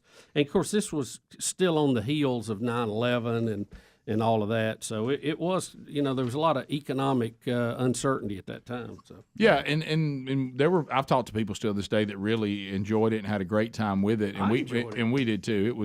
It's not that it wasn't good, it just never was great. And it never quite became what we had envisioned because there's a lot of factors, and it's a very difficult business. But all the menu items and the marketing was so much fun. All the menu items were named after members of the show, and it was a lot of fun. And Adler, do you even remember this at all? I actually remember a traffic jam on the road. I was not associated with the show at all, but I do remember that when y'all first opened, I was like, what the heck's going on? And I got stuck in a traffic jam because people were lined up down the highway trying to get into y'all's restaurant. Oh, the grand opening was one of the biggest fast food grand openings. Coca-Cola said it was the biggest one they'd ever serviced. Well, and the local police department there in Pelham had called us and asked us to get down there and help them with the traffic. And we literally were telling people, don't come in here, try it later this week. Yeah. To go to one of the other restaurants, come back later. Yeah, if you have a radio show that's on the air, having a soft opening is impossible. Yeah. So all the people that worked there were just thrown into the fire day one, and it was impossible to service the number of people who wanted to try it in the beginning and do a good job. It just was almost impossible. You know, I hate it was a loss, but it was really educational. It was. Like I say, when I see somebody successful in this business, in restaurant business, I'm like, wow. I admire them. Yeah. Yeah, thanks a lot, Osama bin Laden. You can't have nothing. We'll be right back. Rick and Bubba, Rick and Bubba. Well, Kelly, go ahead. 30 seconds. How about it? All right, Rick, I appreciate it, and I'm a first-time caller, so I'm going to ask you to use your time out up front, but I saw the pastor for Hillsong United's new church in New York City on The View yesterday, and they specifically asked him what his thoughts were on abortion and gay marriage, and he wouldn't come out against it, and I was very discouraged against that. So when you say that he wouldn't come against it, give me the exact quote because I want to get this right. Well, you can have Helmsley or something pull the quote up from The View. He would not emphatically come out for that the Bible is against abortion or gay marriage. When Joey Behar asked him about, what does your church preach against this? He would say, we're inclusive, we try to invite everybody. He would not say emphatically, this is what God's word says. Yeah, and that's sad because if what you're saying is accurate, you heard it, so you must know. This is where I keep getting discouraged when men who have been given or women have been given these great platforms and they get a chance to step out and engage the world and explain to them clearly. And you do need to do it, in a way that doesn't come across as sanctimonious and self-righteous, but there is a way to do it. And when you get the Osteens and now this guy where they just won't. You know who this is, don't you? It's Carl. It's who I asked Adler. Oh, is it really? Who he was? Carl Lentz. Yeah, and I will say this, and I got to be real careful here. Sometimes, are you going to do this, Burgess? Sometimes I've heard the preaching out of the Hillsong world, and I've heard the praise and worship songs, and the songs seem to have better theology. Yeah, I'll leave it at that. And you're not the only one to say that. I've heard that from numerous people. Yeah. That seems to be echoed a lot. Yeah. So I'm really not that surprised by it. I'm just trying to be nice right now. But I would have to. I want to hear the whole thing because I don't know what he's written a book and he's out on a book tour, and so I think that's why he was even on and in New York City. It sounds a little bit like tickling of the ears to gain favor. You talking about right out of the Bible? As predicted. Yeah. He's talking to the panel about their church and how they're different, and then the follow-up question. About our churches, you have different races, different faces, different backgrounds, but people are committed to one cause, and it makes So it's not a sin in your church to have an abortion? That's the kind of conversation we would have, finding out your story, where you're from, what you believe. Through it, like talk yeah, about I mean, God's the judge. People have to live to their own convictions, and I think if I have to tell you, that's such a broad question to me. I'm going higher. I want to sit with somebody and say, where do you believe? So it's not an open and shut case with you. Some people would say it is. I think to me, I'm trying to teach people who Jesus is first, find out their story. Before I start picking and choosing what I think is sin in your life, I'd like to know your name. Well, we have a debate we've talked to other religious leaders on this show about whether politics and religion mix together. We do have the separation of church and state. So you're really not supposed to endorse any candidates, for example, from the pulpit. Yeah. Do you do that, or how do you feel about that? I don't want to get in trouble. We keep it really straight-laced. No, I think at our church, when people say keep politics out of the pulpit, I say, what do you mean by that? Because politics affects people. Yeah. So if that's happening, you better believe we're going to talk about politics. To not do that in a church setting, to me, where's the line? Where's the line where you infringe upon the separation of church and state? Joey doesn't exist. As a lawyer, so Dad, if you want to text me right now if I'm getting into hot water, I don't know. I feel like Jesus came to destroy the political norm of the day. So since I'm a Christian, I believe we're still supposed to speak directly to politics, and things that affect people, they should be talked about in our church. So I'm just going to preach what I feel is right. I don't argue with you, but no, I'm not even arguing. I'm just saying that's how I do it. If you endorse, let's say, President Trump from the pulpit, you are infringing upon that particular law of the separation of church and state. Am I right? First of all, I didn't do that, but I wouldn't do that. Just saying that would be the line. No, it would not. Church, we You're wrong. Anyway. I wouldn't say you have to vote for this All right, candidate. that's what I'm driving at. So you No would way. not do that. No, absolutely Yeah, not. only Democrats do that. In the black church, politics has always been an instrumental part of the word and of preaching, because it affects the black community, because it affects the church community. I grew up knowing that this was something that would be discussed in the church. Yeah, but you can't name a person to vote for You're because right. your tax exemption will go out the window. That's different. Yeah. All right. I agree. That's Let's different. be clear. But you know, one thing that I really want to commend you on is that's that unconstitutional, you have been very vocal in support of Black Lives Matter and against racism in this country. And while many Christian leaders, in my view, really stayed silent after Charlottesville, you did not. You called out President Trump on Twitter. And For the Rick and Bubba Show, 866-WE-BE-BIG is our number.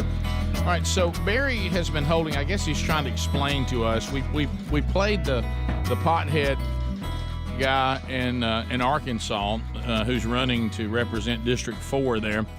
And somebody mentioned that there's a pot shop in Gatlinburg, Tennessee, which I'd never heard of. But Barry, listening to Z93, had some commentary on it. Barry, do you know about this? Well, yeah, I know a little bit about it. I've got two comments. One on Helmsley's about the Delta 8, Delta 9 deal, or the Delta 8. But yeah, on the Gatlinburg thing, he is right. Downtown, right next to the little, I think it's the Catfish, the Catfish restaurant. Mm-hmm. On the left where Hillbilly Golf, there's a giant window that's nothing but marijuana plants growing. Now, I don't think you can actually buy, but I will tell you that is my son-in-law that called it in, so he is right. But if you go on down, there's a place in the middle that you go down, and where the popcorn shop is, the caramel corn, there's a dude that just sells it straight out. I mean, he smokes. So is it right in legal? front of you. You Is can it smell legal in Tennessee to consume? No, it's not legal.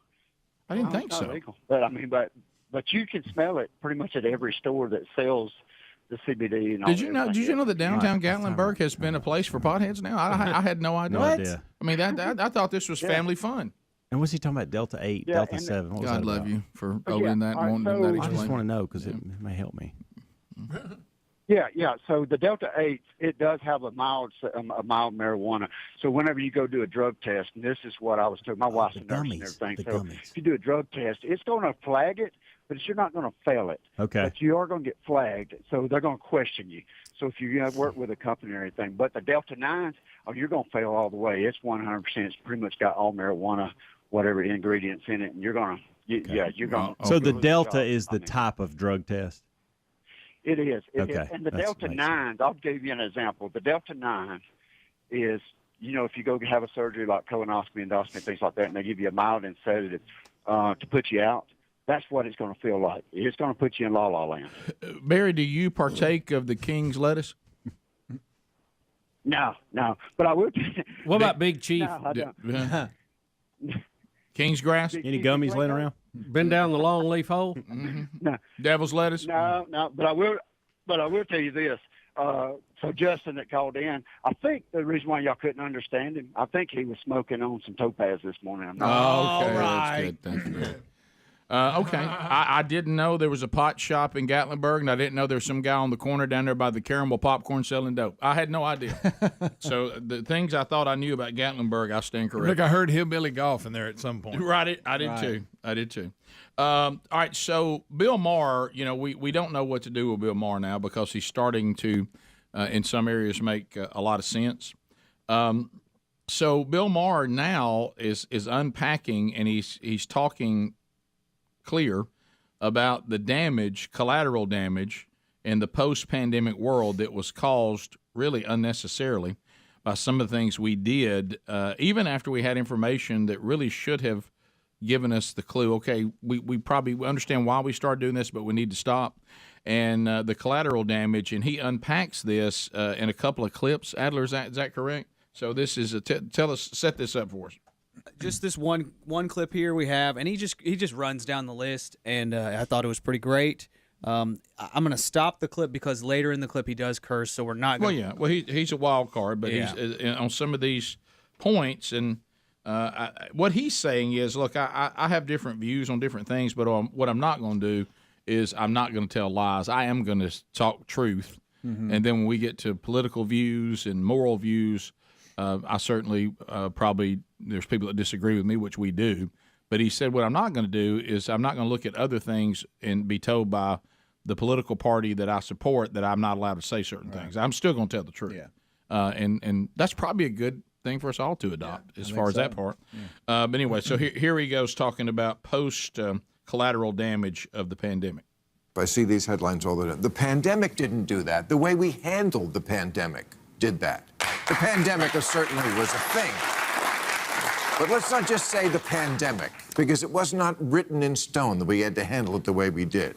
ACT scores are the lowest in 30 years.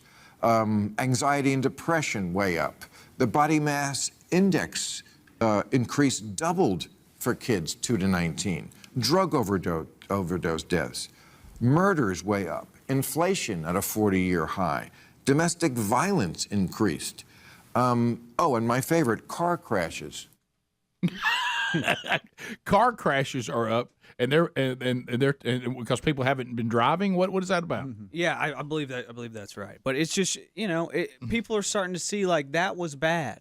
What we did was bad. How we handled the pandemic hurt us, arguably worse than the pandemic itself. It did. And he was making the point. Where did we hear that at? Right. Yeah, for real. But like he's saying, because he votes for Democrats and has a certain political view, he's been told by the party and those who you must be given all your talking points. And he's like, I'm just not going to be that way.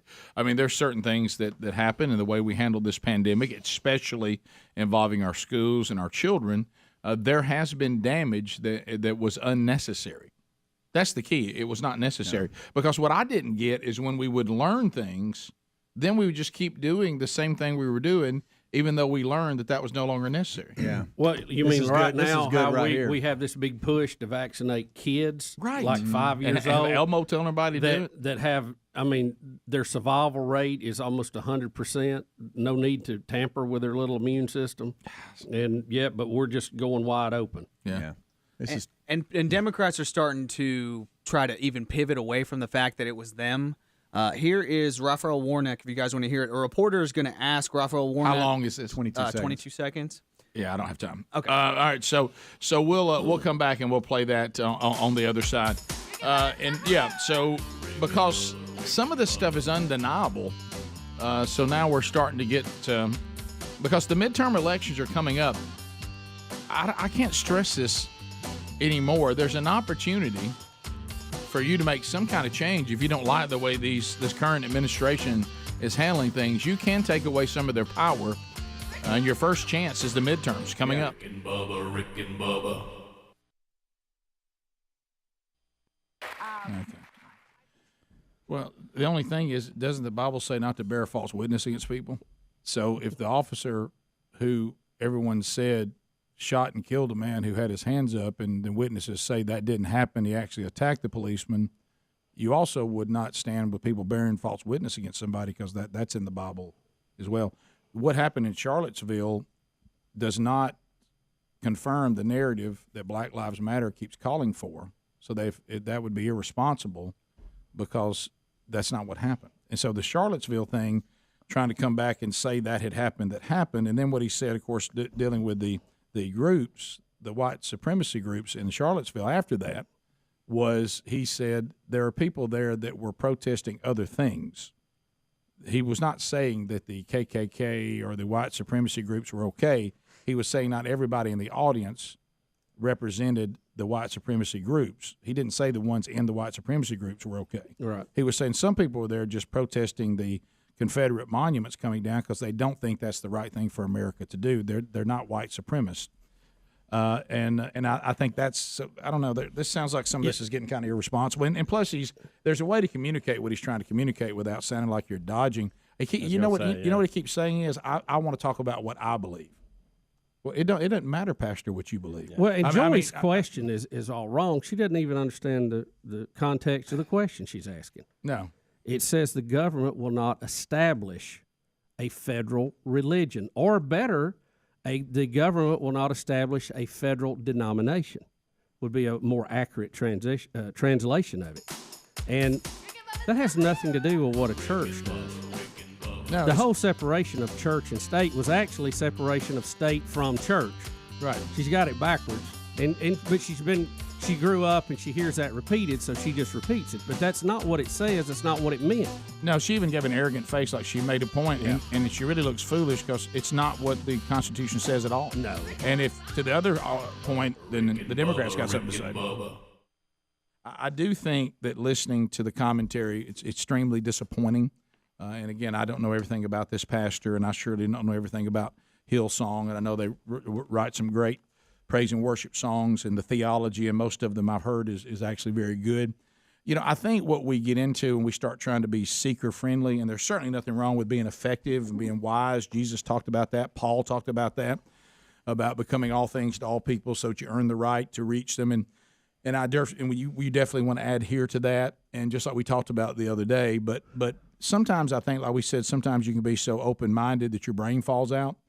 I think sometimes some of these young pastors, they want to be liked so much that they become so inclusive and so seeker-friendly that their theology falls out. And, you know, there are things, if you really want to follow who we're supposed to be following, you know, I really don't care what the pastor believes. We're supposed to be followers of Jesus. So we're supposed to go into the Word and say, this is who God has always said he was. And did he love people? You better believe it. No question about that. Did he see? This is where some things we got to make change. I hear this all the time. God loves you right where you are, brother, sister. Loves you right where you are. Well, yeah, he loves you where you are, but he doesn't leave you where you are. He calls you to repentance. He meets you there, right? And it's not something that we do. I'm not talking about an earning of salvation. The perfect example. When, and this is the problem about, you know, when we have perpetual open sin in the church. And of course, if you read 1 John chapter 2 and 3, you will find that John has a real issue with that. You know, and if you look at Paul's writings in Romans chapter 6 about the abuse of grace, you'll see that. Because this is the deal that I think everybody forget, where it all derives from. And we all get this kind of out of whack a little bit. And this has been a journey that God's had me on. I think about when Peter and the fishermen were in the storm, okay? Jesus comes up down there sleeping on a mat, great details in the gospel, and he walks out there and he tells the weather what to do. Okay, so they knew the psalmist who had said that God tells the weather what to do and the weather does what God says. Mm-hmm. So when he tells the weather what to do, what happens to Peter? He repents. Wow, I've just figured out who you are. And and I'm in your presence, and I'm a wretched man, and I shouldn't even be in your presence. So I repent of every sin in my life now that I've encountered you. So it really wasn't anything Peter did. It was when he figured he experienced Christ, and to experience who Christ really is, it's impossible to stay the same. So the same thing you find in Job. Job, you know, it says that he was upright and was blameless. But then he goes through the suffering, and through his suffering, he said, I've gotten to know God in a more intense way than I ever have before. Before I'd heard him with my ears. Now, because he's revealed himself to me, because don't forget, when Job finally got angry, God said, I'm going to give you my resume real quick. And Job even tries to stop it once you get started. Hey, you're right. I'm going to finish. And when he reveals to Job who he is, can you do that? Did you tell the water where to stop? Did you do that? I'm holy. I'm the beginning and the end. And Job said, now that I've experienced you in a way that I never have, I repent now that I've seen who you are, and I'm wretched, and I repent in dust and ashes of any sin that is still in my life. And see, what we're trying to do is we want to make God so palatable, and we want to make Jesus into a hippie and, you know, hey, man.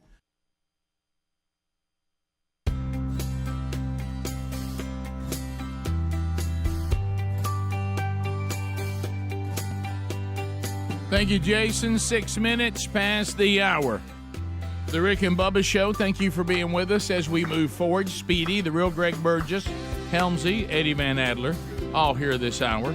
Our blazing Silverman, there he is, intern at Rick and Bubba University, taking your phone calls at 866-WE-BE-BIG. And join me in welcoming back Bill Bubba Bussey. Rick, glad to be here, and thank all of you for being part of the Rick and Bubba experience. All right, so we were talking about the pandemic and the post-pandemic world that we're living in.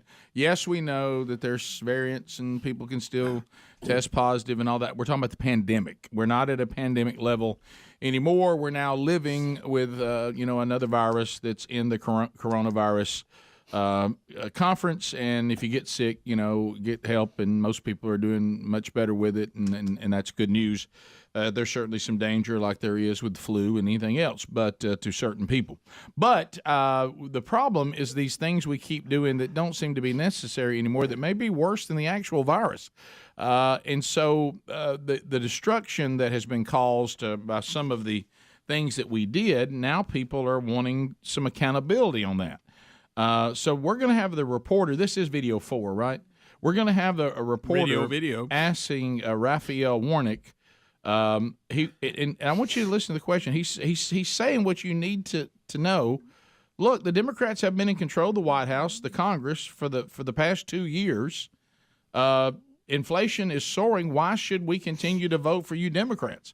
And of course, the fallback position, the pandemic. So here goes Raphael. Here's the question. We've been talking to a lot of voters who say the economy is a top issue for them. Democrats have been in control of the White House, of Congress for the past 2 years. Inflation has soared. Why should Georgia voters give you another chance? We are still in the throes of a pandemic that dragged on for more than 2 years.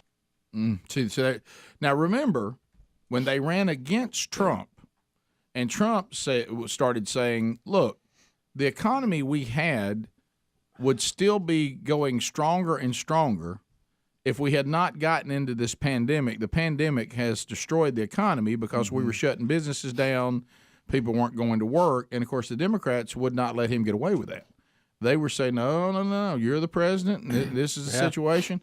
But now, even as late as we are now, if you bring up, y'all got the White House, y'all got Congress, we don't like the economy, Warnick's going to pause because you can see he must have thought he had a friendly reporter because he wasn't expecting that question. Caught totally off guard. Yeah, we're in the throes of a 2-year pandemic.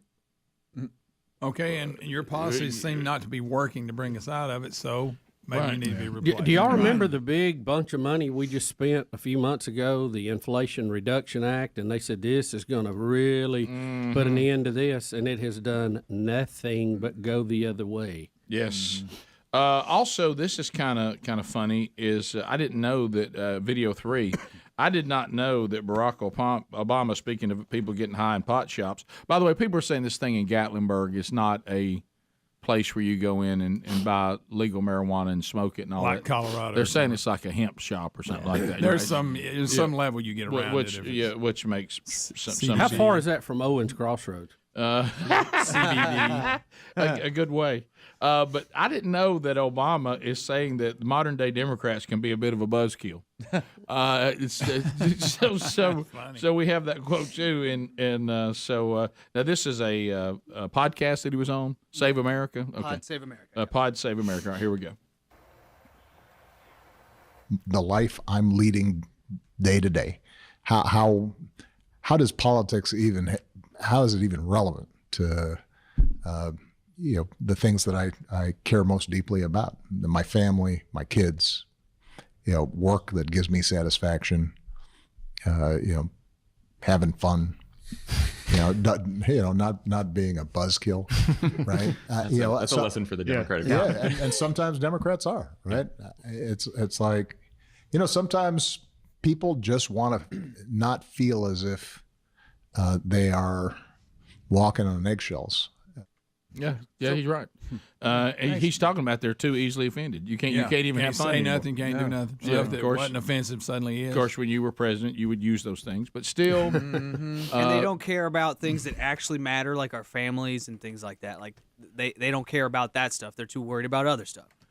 Yeah, I mean, honestly, if I didn't do this for a living, this is when I come back and find out what's going on in the political world. And I'm not saying it's not important. Don't misunderstand me. But I know some people that obsess over this stuff 24/7. I mean, they're always on the news channels. They're always, and they just obsess over the state of things and let it destroy their lives.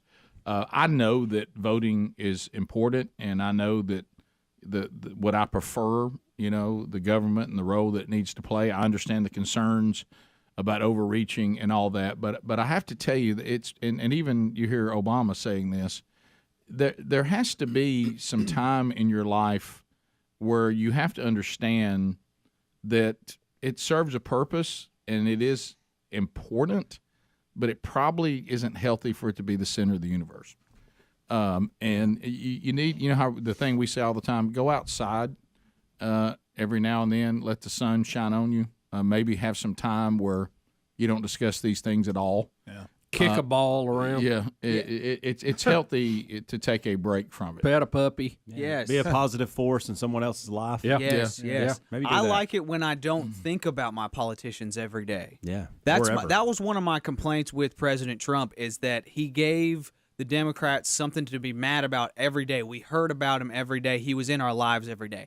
I don't want politicians in my life at all, actually. That's really it. I'm with you on that. Who's going to give me the most freedom for me to live my life the way that I want to? That's who I'm voting for, and that's Republicans, obviously, these days. We saw that during the lockdowns, just what we're just talking about here.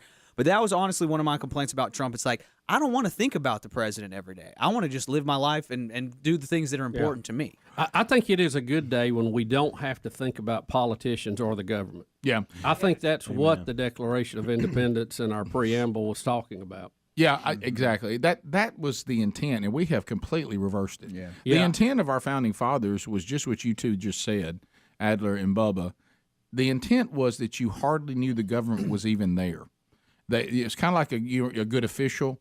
You're like, the best officials are the officials you never even know they're in the game.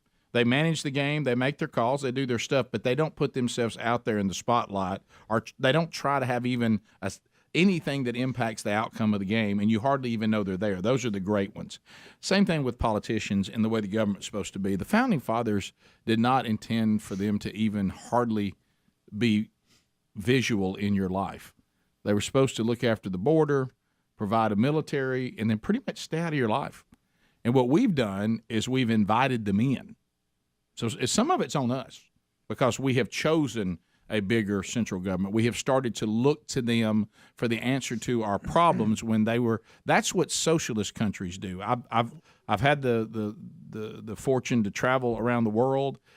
That's how other people live around the world. They think the government is the answer to their problems, not God, not the church, not your family, government. And what we're doing is we're generationally moving into that same mode, and it's a huge mistake. But it's our fault because we have started wanting the government. Mm-hmm. We've invited the government into our lives thinking that that's a good thing when really it's the opposite. It's a really bad thing. And when the central government gets big enough to fix your problems, they're also big enough to give you problems. Absolutely. Yeah, amen to that. And everything they touch, they ruin. Yeah, we, the free market, are, like you said, we're the football players playing the game of football. The referees, or what are they called? Referees in football? Mm-hmm. They're not supposed to play, the officials, they're not supposed to play the game. They're not supposed to be in the game because, frankly, they're not that good at football. No. The football players are the ones that are good at the game, and we see that when the government attempts to do things that we, the people, should be doing. Mm-hmm. Well, on November 8th, we better hire the right referees. Yeah. There you go. So don't be complacent on that. We really become cowardice. We're so afraid. Like we've said 1,000 times, we're afraid of everything we shouldn't be afraid of, but we're not afraid of what we should be afraid of, and that is God, ultimately, that above everything, but also a giant central government. And we're so terrified we want them to become our nanny when that is the worst hiring you could ever do. Yeah. And we've made the mistake, and we're teaching that, and it's the wrong thing. It's not what this country was intended to be. And so hopefully you will use what you have been given while you still can, and at least try to get them out of your life. That's what you want. Go with the political view that gives you the least amount of government, not the most. We'll be back. Rick and Bubba, Rick and Bubba. I'm out there with Justin Bieber with my shirt off, and I've got my pants down around my crotch. And hey man, I'm free. I'm free. You ain't free to do whatever you want to do. We're not free by the grace of God to do whatever we want to do. No, we're not. Grace delivered us from sin. It did not give us a pass to just continuing to sin. So what we keep confusing is the way Jesus approached the lost. Now, even with the lost, he says to the woman, go and sin no more. Hey, I'm going to forgive you for your sin, and these people are hypocrites that are around you right now. I want you to know that you should be judged for what you did. I offer you repentance if you do what? Go and sin no more. The woman at the well, he does befriend her. He gets to talk to her. He's already won over. Why? That he's talking to her, because a Jewish man shouldn't be talking to a Samaritan woman. And they talk about the water, physical water. And he says, I'd like to introduce you to the living water. So why don't you get your husband and bring him to me? Well, this woman's had 5 men that she's been sleeping with. And he says, when she says, I don't have a husband, he said, that's right, you got 5 men you've been sleeping with. So he then says, we got to deal with the sin in your life, but I'm here to do it. So what we've done now in general with the church, some of these seeker-friendly churches, is we've become so seeker-friendly that everybody's perfectly comfortable to just stay like they are. And somehow God's still going to be okay with that. And so we're taking the way we treat the lost, which eventually still gets to the sin in all of our lives, okay? Not everybody. We do get there, is that we never quite get there, so you know what? Everybody loves it. It's a seeker-friendly situation. We come by the tens of the thousands because no one's ever made us confront the sin in our lives, but all we ever hear is how much God loves us, which he does. But the question is, do you love him? And so what he says, if you love me, then you obey my commands. Well, if you ask a pastor what God said about where life starts, he says in the Bible, God said that I knew everything about you when I wove you together in your mother's womb, Psalms 139. He tells Jeremiah in Jeremiah 1, well, as I wove you together in your mother's womb, I knew what we were going to be doing right here today, okay? And so the Bible says that God knows you and everything about you when he weaves you together in the mother's womb. So, pastor, that's not a hard question. You can say, now look, there's people that didn't know that. There's people that need to be redeemed of that, and we certainly know that Christ, that's not an unforgivable sin if anybody's made that mistake. And we're here to remind them of that. And also when they encounter Christ, they're going to be made whole again, and that's wonderful. But yes, the Bible does tell us where life begins, and that's not my opinion, that's God's opinion, and who am I or you to tell him different? Hey, what does your church say about marriage? Doesn't matter what we say about marriage. We're not allowed to change God's standard, but I'll take you to Genesis chapter 2, and I'll tell you what God said about marriage, and then I'll take you through the scriptures where he never once comes back and changes his mind, and I'll show you where Jesus confirms that as my Father made them male and female. Throughout the Bible, that standard never changes. Now, can people make mistakes with that and need to be redeemed? Absolutely. There's only one sin that you can't be forgiven of, and that's the sin of rejecting Jesus. So redemption's available for all, but when you encounter Jesus and encounter the holiness of the Holy Spirit, you will repent. And Jesus says anybody that doesn't repent is going to perish. So you can still do that without worrying about somebody saying you're mean. See, I want Jesus to say to me, you stood with me, you didn't compromise me, and you just simply told people what I've already said. If people think you're mean, I'd much rather you think I'm mean than me to stand before God and he say, I don't know who you are. You've been out there talking about me a lot, Matthew chapter 7, but I don't know you. Only those that do the will of my Father are with me. The rest of y'all just run in your mouth. No one who is of God continues to sin, 1 John chapter 3, and it says that's how you tell the difference between the children of God and the children of the devil, because those that have God's seed in them do not live in perpetual sin. They don't. Everybody, if they're living in perpetual sin, no matter what they say, they're fake. And see, we don't do that too much. In the church right now, we treat everybody like they've just now heard the gospel. But once they've heard it, and once they've declared it, we cannot allow perpetual sin, according to Scripture, to just exist in the church body. That's not biblical. As a matter of fact, it says, what did Jesus say? Hey, watch that leaven, for you know it'll mess up the whole loaf. That's why we say if someone's in perpetual sin and just keep saying that they're belong to Jesus, but they're in perpetual sin, you come to them and say, hey, you need to come under the authority of the church. If they don't, you bring some more people. If they don't, you take them before the church, and if they don't, you throw them out. Why? Because it just might save their life. And so what we're doing is we're making people so comfortable in their sin that we just don't seem to care how that's going to end. You know, we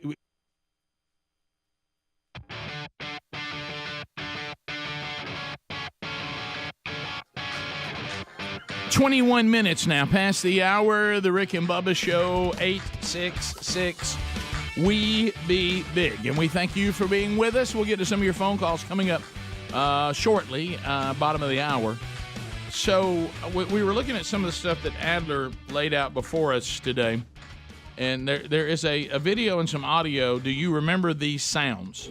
And, of course, you've heard us talk as we've aged over the years here on the various ways we used to consume music and content. And, of course, you know, we were in the era of records and then to, 8 tracks. Cassettes. I tried yesterday. You know, we had the young man here that is aspiring to be into our business, and he got some pictures made in a studio, and I was asking him, and he wanted to know about how it used to work here. When I said to him, have you ever seen or are you familiar with an 8-track cartridge? Because I was going to tell him about how we used to play commercials and everything, and he looked at me and he said, I have no reference point. And I said, so I can't even tell you that we use those type carts. He said, carts, got no idea what you're talking about. Yeah. So I said, and I didn't know what to do. I was like, do I pull up a picture of one? Yeah, how do I go can we find those? But I couldn't even get started because that part of his life was completely missed. That wasn't part of his life, is a better way to put it. So anyway, Adler, this is what we're gonna. What do you mean? Do you remember these sounds? So this is just a montage, and this put me in a weird place listening to this because my childhood was filled with these sounds, and it's going to be a montage of different things: cassettes, VHS tapes, record players, rotary phones. And there's a few sounds in there that just like put me back to being a kid sitting on the carpet playing in my room. And see if you guys can point out any of these from your past. Oh, look at that.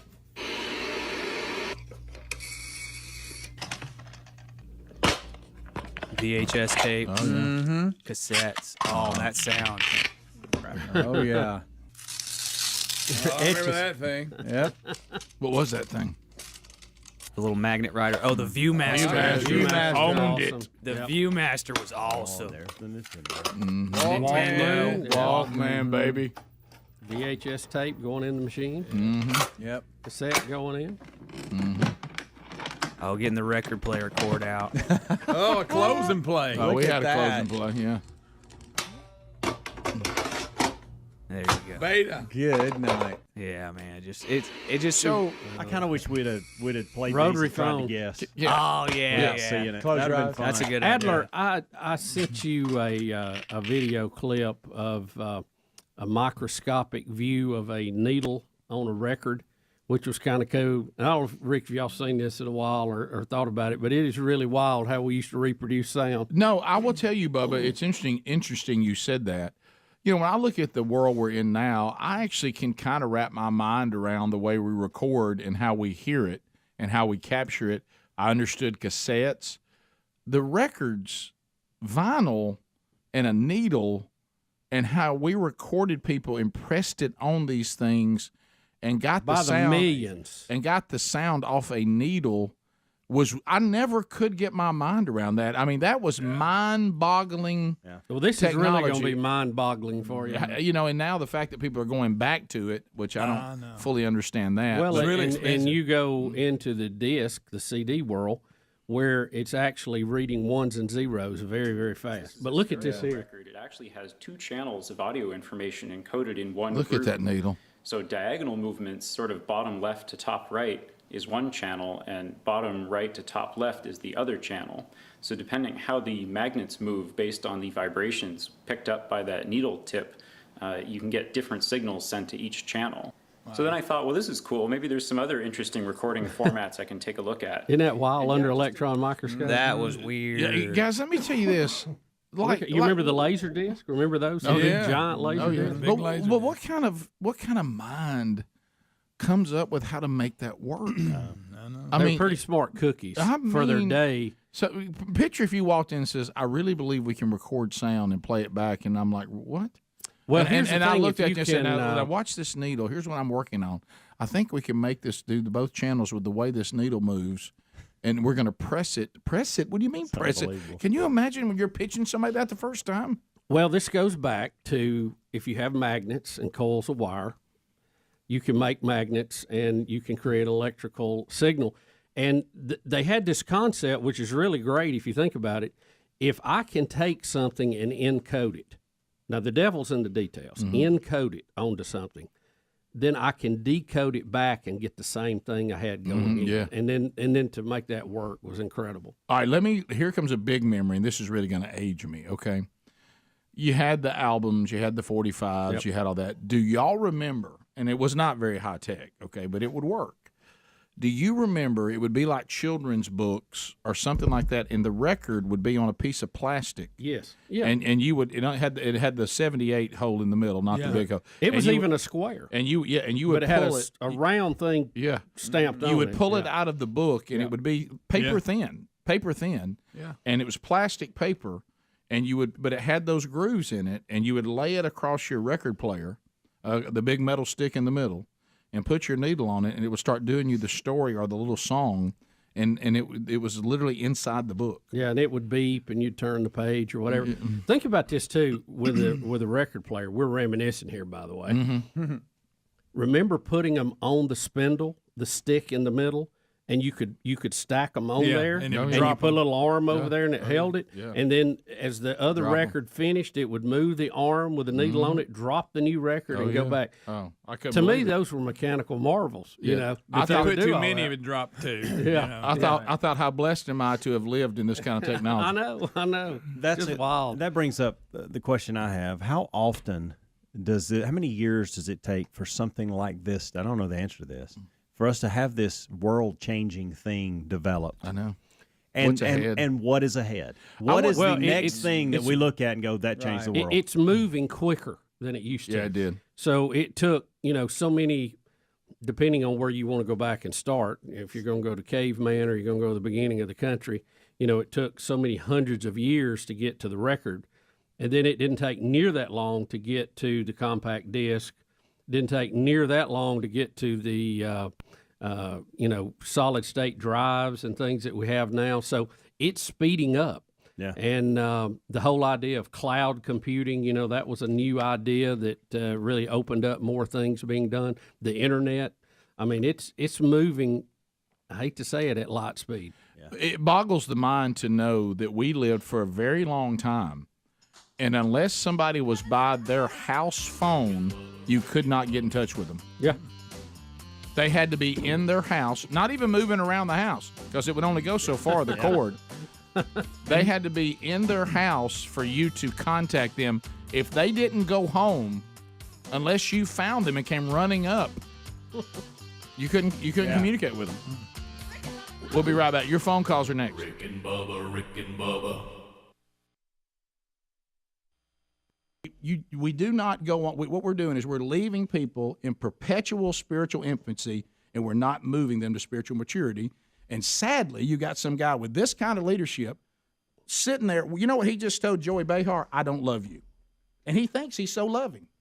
He just told Whoopi and all them, I don't love you. God brought me into your life on your show for me to tell you who he is, and I blew it. And he's going to be held accountable for that. And you know what he thinks? He thinks he's so loving. Look how loving I was. And all you did was act like a fool. But I'm so loving. Yeah, I wish Carl would say it that way. Yeah. That would have been a better interview.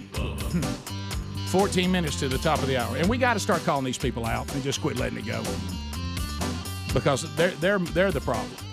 It's one thing to be lost and not know any better. What's bad is when you claim you know everything and you say the wrong thing. These false teachers and false prophets have got to be called out.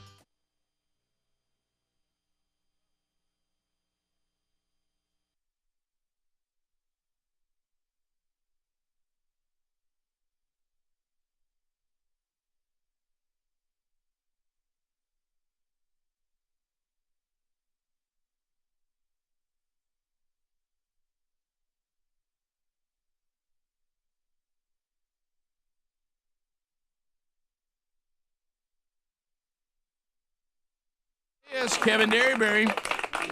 Saw Kevin last night. How's Kevin doing? Well, I asked him the question that was on everybody's mind. Kevin, what you been doing? I just loving Jesus. I had a tractor problem. I hurt myself. I love Rick and Bubba, but I love Jesus more. I checked. That tractor tried to get me. I think Zayton was driving it. Well, I found out because I said, Kev, we heard you had a tractor accident. And he said, well, not really on the tractor. And what is the tractor had an issue, and they were trying to pull it with a rope, and the rope broke, and he and his son fell and it hurt Kevin's shoulder. But he didn't crash on the tractor. Okay, he hurt himself trying to deal with the tractor. Okay. I remember. And didn't he have a lawnmower accident one time too? Oh yeah, it was pretty good. You might remember that. Got messed Him up. and equipment. Yeah. Huh? So anyway, it was fun. Why'd you have to bring that up? I'm feeling better right then. He said, "I love you." He said, I see you on November the 14th. Bringing back the dynamic duo to the state convention. And I said, yeah. He said, the only reason they had us about they were scared of us. And I said, no, Kevin. I mean, it's been, you really didn't want to go to a little room, about 9 years to breathe if you and I have come in and then have to come back. Right. So anyway, good to see Kev again. We've got a lot to do. I mentioned it. Looks like we do have a group from the Rick and Bubba show headed to the White House. That will happen during the show today. The last hour today on the live, if you take the show in order, you'll have Helmsley and Greg, and then Bubba, Speedy, Adler, and Super Tom. We all go to the White House. We've seen the lineup of the people we're supposed to interview, and it does have the president on the list. So we'll see. Yeah, that. That's always fluid. Well, that's always fluid. You don't know what's going to happen around the world. Yeah, he has a fluid schedule, Rick. Yeah. So you never know when something break out. Kim Jong-un get to acting up or something. Well, I don't know if you've seen the latest on him today. Yeah, he's been a busy little fellow, hasn't he? Looks like now they think he could get some tiny little bombs to us within weeks. Which, at some point we have to do something about that. But anyway, so I don't know what we're doing, that little waiting game, and keep waiting on China to do more than they're doing or something. But I just don't want to be sitting here thinking, well, we need to do something, and all of a sudden, they're in there. Yeah. That's it's like a bully keeps telling you, I'm going to be waiting on you every day after school, and one day he's going to be there. You know what I mean? And you at least have some, and I'm sure we do have a plan. So what I'm saying is, when you have all of the nuts going on around the world, and the president obviously could be pulled away at any time, but that is the schedule. Because of the whole trip could be canceled at any moment. You never know. It could. You never know. And it's going to be focused. They want us to focus on this tax reform bill, and so we'll be discussing that. So that'll be happening then tomorrow. And a small detail. We hope we know what it is before we get there. Well, that would be helpful. That would be helpful. We're not there yet, but our goal is to go there with the recording devices, and then come back tomorrow with something. And right. then if we don't do it all tomorrow, we'll do some of it tomorrow, then some of it maybe Monday. But we'll gather what we can, and we'll play back what we think is crucial. I don't think we'll play back everything, but if it's good, we will. Well, yeah, we'll see what comes out of it. Right. But we don't really know what's in it yet. So we have a general idea, right. but the devil is in the details, as they say. Well, based on the last time that the president was on the show, and 35 minutes past the hour, the Rick and Bubba Show, 866 We Be Big, the number. Thank you for being with us. We are going to get to your phone calls. First troll of the day. First troll of the day. We've had a couple of phone segments, but we haven't gone trolling. What's the difference, Rick? Well, I'll tell you the difference. We're going to get a lot more calls on. Brutal. And it's going to be 30 seconds a pop. We have a little buzzer here. And that buzzer will sound at the 30-second mark. Also, meaningless shout-outs, shameless plugs, also not available in the phone troll format. The phone troll is designed for you, the audience, to have maximum opportunity. We open up 10 big lines, which means it's easier to get in. If you move now, you will. And then when you start talking, you probably want to get down to the meat of your question or your point or your comment. And then the buzzer will sound at 30 seconds, meaning those on hold don't have to wait as long. So it all goes a little smoother. So if you move right now at 866 We Be Big, lines are available, and Blazing Silverman will get you ready to go. Adler said the tubers are watching, and they see this a lot of times, and they're asking what is on the shirt that I have on. If you remember when I told you the story that on my birthday, my wife bought me a shirt and I ripped it the very first day I wore it. This is that shirt. Sherry mended it. That's insane. And what is on this shirt, if you've ever read Sherry's book, Bronner, A Journey to Understand, then you are familiar. And Sherry, you people are so kind. She receives dragonfly stuff from all over the country. From all of you that when you see something with dragonflies on it, you think of her and send her that. And it ties to the story of the death of our youngest son. So dragonflies for our family are it's a really big deal and something that we talk about and have. I mean, look, you go to our house, there's dragonflies everywhere. So Sherry found a shirt that was a men's shirt that was a button-down that had little dragonflies on it.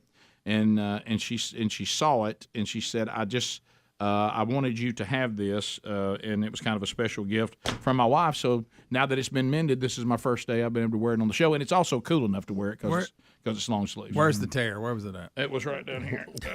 That's a good spot to have a tear. Yeah. Nobody see that. So there you go. So that's what that is. First time out. So thank y'all for asking. Some people thought Mississippi State had come up with a really cool shirt with dog bones on it, but that's Greg had gravitated that way. Yeah, and then I was just wondering when he what it was. saw, and then he knew the meaning behind it. It was his kryptonite. He said, I thought it was dog bones. I have nothing else to say. Yeah, I don't know why I thought it was dog bones because I know Rick don't really care about dogs. But from a distance, I get it. Yeah.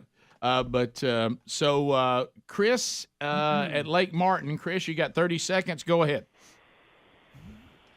Morning, guys. Hey, buddy. Hey.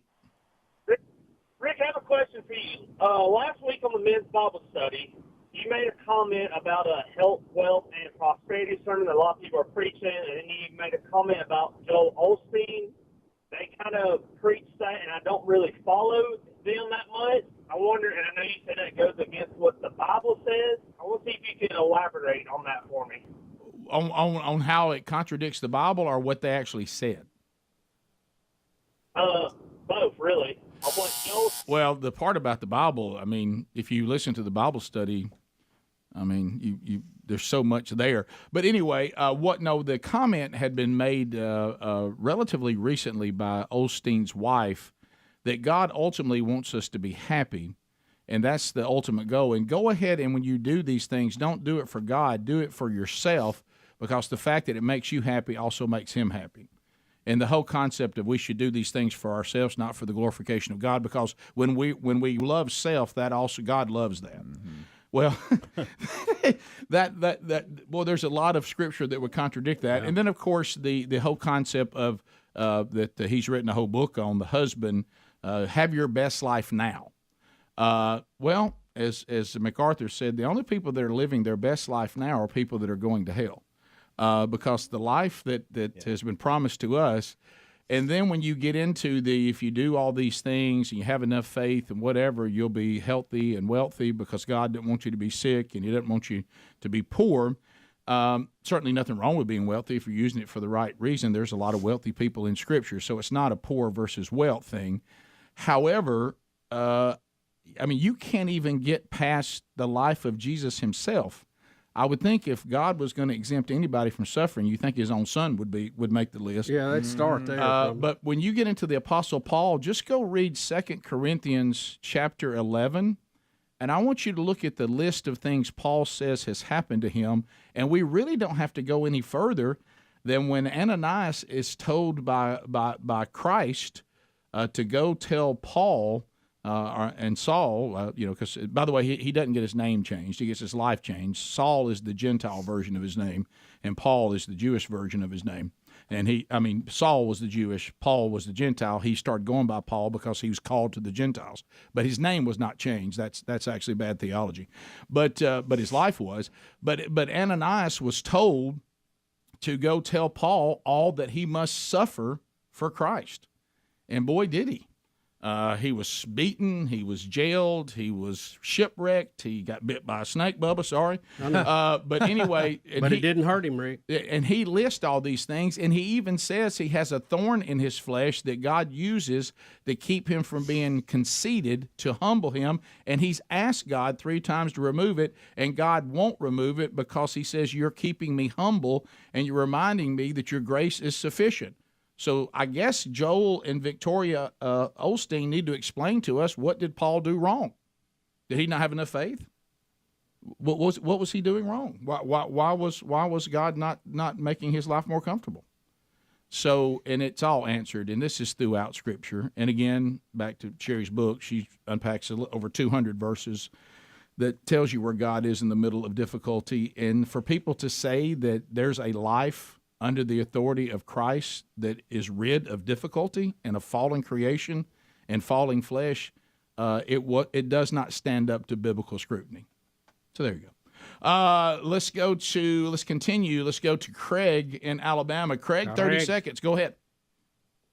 Hey, good morning. Hey. I got a question. Since all the experts are now talking about the efficacy of the vaccine not being designed to keep you from getting the virus, could y'all point me to the information that shows that getting the vaccine will lessen the effects of the virus? Well, it's you'll have a hard time finding clarity on that as well. Can it? Yeah, it should raise your immune response. I think that was proven, which would help you out. But our problem was the side effects and some other issues that were going with it that you needed to be careful of.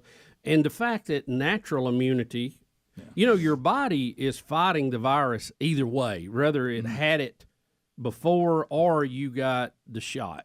And that caused your own immune system to fight it. So I think it was a little, I don't know, the marketing, the rollout of it was a little short-sighted. And the fact that they're still just pushing this for kids now is amazing to me. Yeah. And Dana had sent me a text, said Denmark and Sweden are no longer giving shots to the kids. Right. So, so maybe we'll follow suit eventually. Well, let's hope so. But I think what Bubba hit on is what the point that can the vaccine raise your immunity levels? Yeah. I think they prove it can. But does it raise it better than your natural immunity? That was the problem. My natural immunity also does its job, and I don't have to be concerned about any possible side effects with the vaccine. So there's some people and everybody needs to yeah. make their own decision on that, but it shouldn't be forced, and you shouldn't market it in a way that really turned out to not really be correct. I mean, a lot of people died. I mean, we're not acting like that didn't happen, but most of those situations had a compromised immune system for one reason or another, and that's probably due to age or due to disease or due to chemo or something, and that's the group we should have focused on to begin with, as opposed to general population. Yeah, and I think was it the Pfizer CEO or high exec or whatever, with her coming out saying we never said it was going to keep you from spreading it or whatever. The message, those that didn't get vaxxed were demonized early on, saying you didn't love America, you didn't love your neighbor, whatever. And I think all that misinformation, knowing all along that the vaccine wasn't going to stop the spread either, I think that's what's got a lot of folks upset because they were lied to. We were all lied to. I think a comparison like with your yard or your garden would be, we had an outbreak of weeds that come up unexpectedly and very quick. And while we should have took time and been the gardener and go out and get our weed weasel and dig each one of them up, we just started spraying everything around it. Right, you're right. And that's where the problem. That's a good analogy. You're right. It is. A weed weasel. Let's go. Y'all ever use them? Oh yeah, I hadn't heard that in a while. They will pop that weed right out of there, root and all. The old twist. In a second. Michelle in Orange Beach, Sunny 105. Michelle, go ahead. Hi. I just want to tell y'all thank you for reminiscing about records. I'm 55 today, and that cracked me up. It made me feel really, really old, but I just loved it. It couldn't have been more fitting. Well, happy So I wanted birthday thank to you you. for that. Yeah, happy Thank birthday. you. And the last time I got through to a radio station, I was winning tickets to a Phil Collins concert. All right. You're caller number 6. Congratulations. Number 6 to the birthday Lance. Give us the phrase it pays. Let's go to Greg in Columbus, Mississippi. Greg, 30 seconds. Go ahead. Hey, good morning. Hey, 2 quick things. Rick, can you please, for the love of Speedy, pull for Alabama this weekend? Yes, I'll try. I'll do my best. The greatest invention ever was the auto reverse on a cassette deck. Oh, Put it in yes. there and it's played forever. Flip it over. Oh, Yes. the auto reverse. I'm going to tell you, I think the jump from 8-track to cassette was as big as any jump. It was huge. And I know the quality got better with some of the digital stuff later on, the noise floor and all that, but to go from that clicking of the tracks, especially right in the middle of a song, to you that was crazy. I mean, to me, I think that was the Neil Armstrong movement right. Moment right there. Shay in Alabama. Shay, 30 seconds. Go ahead. Hey, this is Shay, Monkey Girl. Thanks. Thank you. Hey, I was just calling to comment on the I'm so sorry. Let's go to Brett in Huntsville. Brett, 30 seconds. Go ahead. I just wanted to say good morning, and I wanted to let you guys know when I was a kid, I had a mother goose, and it was in the shape of a goose. You could put a cassette in there. Yes. You had the book, and she would talk and read the story to me. Isn't that cool? Oh, yeah. And creepy. I remember those. Do you remember the film strips you had at school that had that beat and it would advance the film? Yeah. If it was working right. Absolutely. Yeah. Oh. If you walked in and saw one of those set up for class, you thought, yes. I loved it. Oh, it was nothing better. Put that pencil down, ladies and gentlemen. Who thought that caller was a kid? Raise your hand. I thought those last 2 callers were the same person. Okay. We'll be back. More Rick and Bubba coming up. Rick and Bubba, Rick and Bubba. To be with the president somewhere, it garnered headlines. So what I'm thinking, really, the trip is really just worth trying to go record another interview with the president. If we just did that, we've done all we need to do. So show-wise, we've had 2 encounters so far. Today will be 3. Right. And, I don't know. My goal in all this is to be invited to come hang out. Right. My goal is some Trump resort and watch football or something. My goal is. I thought we'd got there with Bush, but when Betty and him got real, buddy, talking about the choking thing, right. I thought, well, we're going. I knew then we were going to get an invite to Crawford, Texas. I knew it. I will tell you this. Didn't happen though. Here's what we have now in this president. This president has no social skills whatsoever, and really does not really care about this prestigious president thing. So I think that he may be the best shot we've got to not be embarrassed by us. Yeah. You know what? I agree. He doesn't have enough social skills to know he shouldn't be anywhere near us. That it doesn't look professional. You know what I mean? So what we're going to do is fit right in. I will tell you. I will tell you my goal. My goal is to make headlines. That's my goal. Wow. Headlines. My goal is to get Adler through Secret Service. Yeah, that's my goal. That's your goal. Get it through Secret Service. Yeah, my goal is us do an interview with the president that creates major headlines. That's my goal. I'm going in a positive way, a negative way, or just headlines? Just headlines. Okay, just any of it. Yeah, nothing negative about the show or anything. I'm talking about we're going to get him to say something that's going to stir. That'll be quoted around the world. Absolutely, yes. Why not? I mean, guys, look. How many shots? We've already had 2 more than we thought we were going to get. We're on borrowed time right now. We'll be back. Rick and Bubba, Rick and Bubba. The Rick and Bubba Show, we're back. And thank you for being with us today. Our number is 866-WE-BE-BIG. All right, so now we've got the aftermath going on for the terrorist in New York. Some of the things you're hearing just boggle the mind. The bottom line is this. He wants an ISIS flag in his room. I think we're going to say no to that. He woke up from surgery smiling, proud of himself. The president wants to give him the death penalty. And it wants an enemy combatant. Yeah, and wants to send him to Guantanamo. Trump vows to end the non-merit-based immigration policy, which basically was a immigration lottery. No matter what your situation, if you got one of these visas, you got to come. It was. Hey, that's a good idea. It was a little carrot we threw to some countries that don't normally have a lot of immigration and visitors to the country. Just all hold hands and sing kumbaya. Right, and so he then President goes on to say we must punish the animals who commit these terrorist acts, and it is an animalistic approach to just when you're out there and you got a uniform on and people are in bunkers and things like that, and everybody's fighting nation against nation. At least you can respect that setup because you go, these are all men and women who've gone into war. And they're fighting against each other for some cause that they find worthy involving their country. Okay, and you may disagree with their cause, but at least I'm this country, you're that country, and we're in war. How else are you supposed to look at somebody who runs over people while they're riding their bicycles in a park?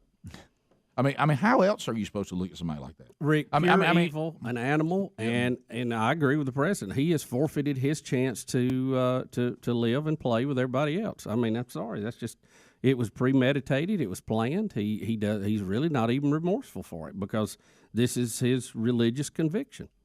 So to this point, I guess the American people, regardless of your party, whether you're a Republican, Democrat, or an independent, there's so few things I think we all come together on. Can we all come together on we're tired of this? I mean, as we as American citizens, are we put out with this yet to the point that we say we now have the resolve? I take you back to World War II when we all had. Do we have the resolve to make the enemies of this country who want to commit terror, on our incredible military special forces cyclists in a park? Mm-hmm. Are we done with these animals killing innocent people, just citizens of the country going through their day, and are we ready to have the resolve to do whatever it takes to make this type of stuff almost impossible? I know you can't get rid of all of it, but are we willing to at least correct the things that do not keep this from happening? I mean, you can come back and say, Rick, we did a comprehensive plan. We really have done all we can do, and there might be a sprinkle here or there that gets through the system. But what we have right now are gaping holes that we're not willing to fill. And I don't understand that. I don't understand why, like the idiotic communist mayor of New York. 7 minutes to the top. Rick and Bubba. We're back. HelloFresh.com/Bubba. Man, they have been with us for a while, and what a great way to do your meal planning, get meals on the table. You're still protecting them, and I mean you're still preparing them and protecting your family. Because it's a lot cheaper than fast food, much healthier choices, and there's you and your family back around the table. Hey, there's a new selection of fall-inspired foods. Got some fall flavors there. Got some brunch kits, dessert boards, all available for a limited time because of the season. 35 weekly recipes to choose from. You go pick them. They send them to you. You got the recipe cards, easy to follow. Each meal has its own individual bag, and then you just simply prepare it. And right now, if you go to HelloFresh.com/Bubba, we'll save you 65% off, and we'll get you free shipping. So use the promo code Bubba at HelloFresh.com. You'll also find the link at RickandBubba.com under the sponsors button. All right, so we're getting down to the World Series baseball update. Apparently, there's been a little ribbing and trash talking going on involving the Guardians, which I still can't get accustomed to saying. Yeah, really. Now, who is that? Really, the Indians? Yes. Mm-hmm. Which one are the Guardians? Cleveland? Indians. Yeah, Cleveland. All right. And then in football, the Redskins are the what? Commanders. Commanders. They're not the football club anymore? No.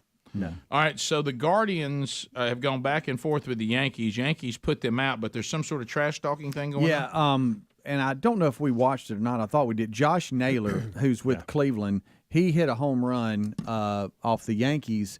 And when he did, he rounded the bases, kind of rocking the baby, because he says anybody he hits a home run off of, he's their daddy. Like that pitcher's his son. He's kind of overweight too, Rick, which kind of makes it funny. Look. All right, so that was in, really. And he's really giving it to the pitcher. Boy, he really is. He really is. Of course, he gets to go home now. But it comes back around, doesn't it? So finally last night, after a rain delay or whatever, it was a Game 5 decide all of the ALDS, and the Yankees beat the Guardians, and the last play of the game was a force out at second.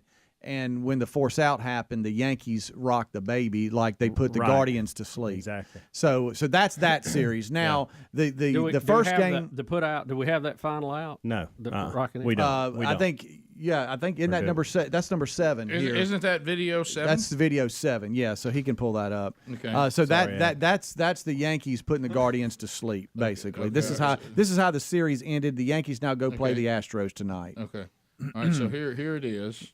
It's the shortstop over to second, and good night. That is the ultimate, because y'all get to go to the house. We're gonna move on. Yeah, we're gonna take our rocking the baby and go play the Astros. Take your rocking the baby guy and, Yeah. and take his. I know, because he probably wants something to eat. Y'all get him and load him up, because we, the Yankees, are going to move on to the next round. Right. Ought to be a pretty good series, right? Best 2 teams made it. You got the Yankees and the Astros, ALCS. The Astros swept Seattle, even though Seattle gave it everything they got. They just ended up sweeping them. So they've been sitting there waiting for the Yankees and the Guardians to finally finish up. But on the National League side, the Padres and the Phillies, who both upset the Dodgers and the Braves, are now playing. And Phillies shut them out last night 2-0, but the Phillies had 2 solo home runs. And this home run here, it went upper deck, 488 feet. But I want you to watch Bryce Harper's reaction to this as they show him in the dugout. Look at Bryce Harper. Yeah. Wow. And who had hit a home run earlier in the game. Who also hits bombs. Yeah. So you impress him, you've done something. Right. Boy, he got hold of that one. Boy, he hit did. That was a no-doubter. That was a babies. no-doubter right there. He hit that. He knocked him. I mean, that looked like it left the Cape Canaveral, didn't it? I love this perspective. It's just somebody videoing on their phone here. Look at this. Rip! And you can kind of see the dot. That ball looks as if Does it's an still outfielder- going up as it leaves. Does an the outfielder fence. even walk back on that No, one? you don't You just even go move. to- you You just just watch give it a glance. It took a long time to get out there, didn't it? Yeah. Greg, I'm back in good with you again. I actually watched 61 last night. You'd been on me Well, about it's about time. Boy, speaking Rick. of home runs, and I Boy, can't. you realize how many years you missed it? Well, here's what I don't get. You know how when you put something up on the screen That's a great when you're using a streaming service, Yeah. and you put something on the screen and you look down at all the suggested movies, every single movie is suggested I had seen. It's almost like Except this one. It's like this movie just got by me. See, I feel like me and you had even talked about this. I don't even know how the movie 61 got by me. I have no idea. So you were kind of down on yourself, weren't you? I'll tell you what, I was so mad about it, I resolved it. I mean, I found it. I didn't expect you to resolve it that quick. I'll give you that. Well, Greg, I found it unacceptable. As soon as Sherry told me last night, hey, whatever, we finished up dinner, she goes, I got this deal. I got to get ready for tomorrow, so just whatever you want to do. I said, I tell him going downstairs to watch 61. and you were mad at yourself because it's obviously a great story. It looks good. There's nothing bad about it as far as a baseball movie, and you've just ignored it for years. I didn't know Roger Maris went through all he went through. Yeah. Wow. Tough on Roger. Oh, that was Started tough losing on- his hair over it. Roger Sure just did. Roger just wanted to play hard and keep his mouth shut and love his family. And I'll tell you one thing: you start going after Babe's record, playing for the Yankees, people get upset. They do, especially if you're, just a. Especially when they think they basically tell you that you're dull. Yeah. You're an okay player. They would be good with Mick getting it. You don't. We want Mickey Mantle to get it, not you. And we're all mad about it. And it was a really good movie. I really enjoyed it. Because I'm a huge fan of the Babe Ruth era of him. I mean, just not the human, the human being, but just the player. Oh yeah. What he did for baseball, because basically the Black Sox had ruined it, and he saved baseball by being a spectacle. I did not know when he hit his 61 home run or 60 home runs. I didn't realize that there wasn't an American League team that had as many home runs as him. Wow. Everybody combined. The whole team. That's incredible. That's crazy. Top of the hour. But I saw it, Greg, so we're good. We're good. Bubba, Rick and Bubba. It really is more important, okay, it really is more important for you to protect the innocent citizens of New York City than to come across like somehow you want to be liked by everybody. We have to be careful. No, we really don't, because this enemy is telling us who they are, why they do it. It's really not unclear. So what I'm saying is, if they've made their agenda clear, doesn't it, please help me, y'all, doesn't it make sense for a country that has an enemy that says this is what we will do, that you would make that as difficult as possible and try to break their will to do it, yes or no? Yes, but this is what you will hear. and this is why I think it is it's the incorrect thought. They will say, look, if we take this guy out and we execute him, it's going to look just like when they take these people to the beach and chop their head off. It's only going to rally more people to their cause. But we've tried being nice to them. We've tried the other approach, and that rallied people to their cause. So it sounds like they're going to be rallied to the cause either way. So in my book, we just take them out. Well, and it may be one by one. It may be in groups, but Yeah. you know, you literally just bomb them into submission where they cannot hurt you. Yeah, and then the other part what I was landing on is I understand what they're saying about what we do with this guy, whether we kill him or not. He wanted to be killed anyway. I'm talking about idiotic plans like how he got here.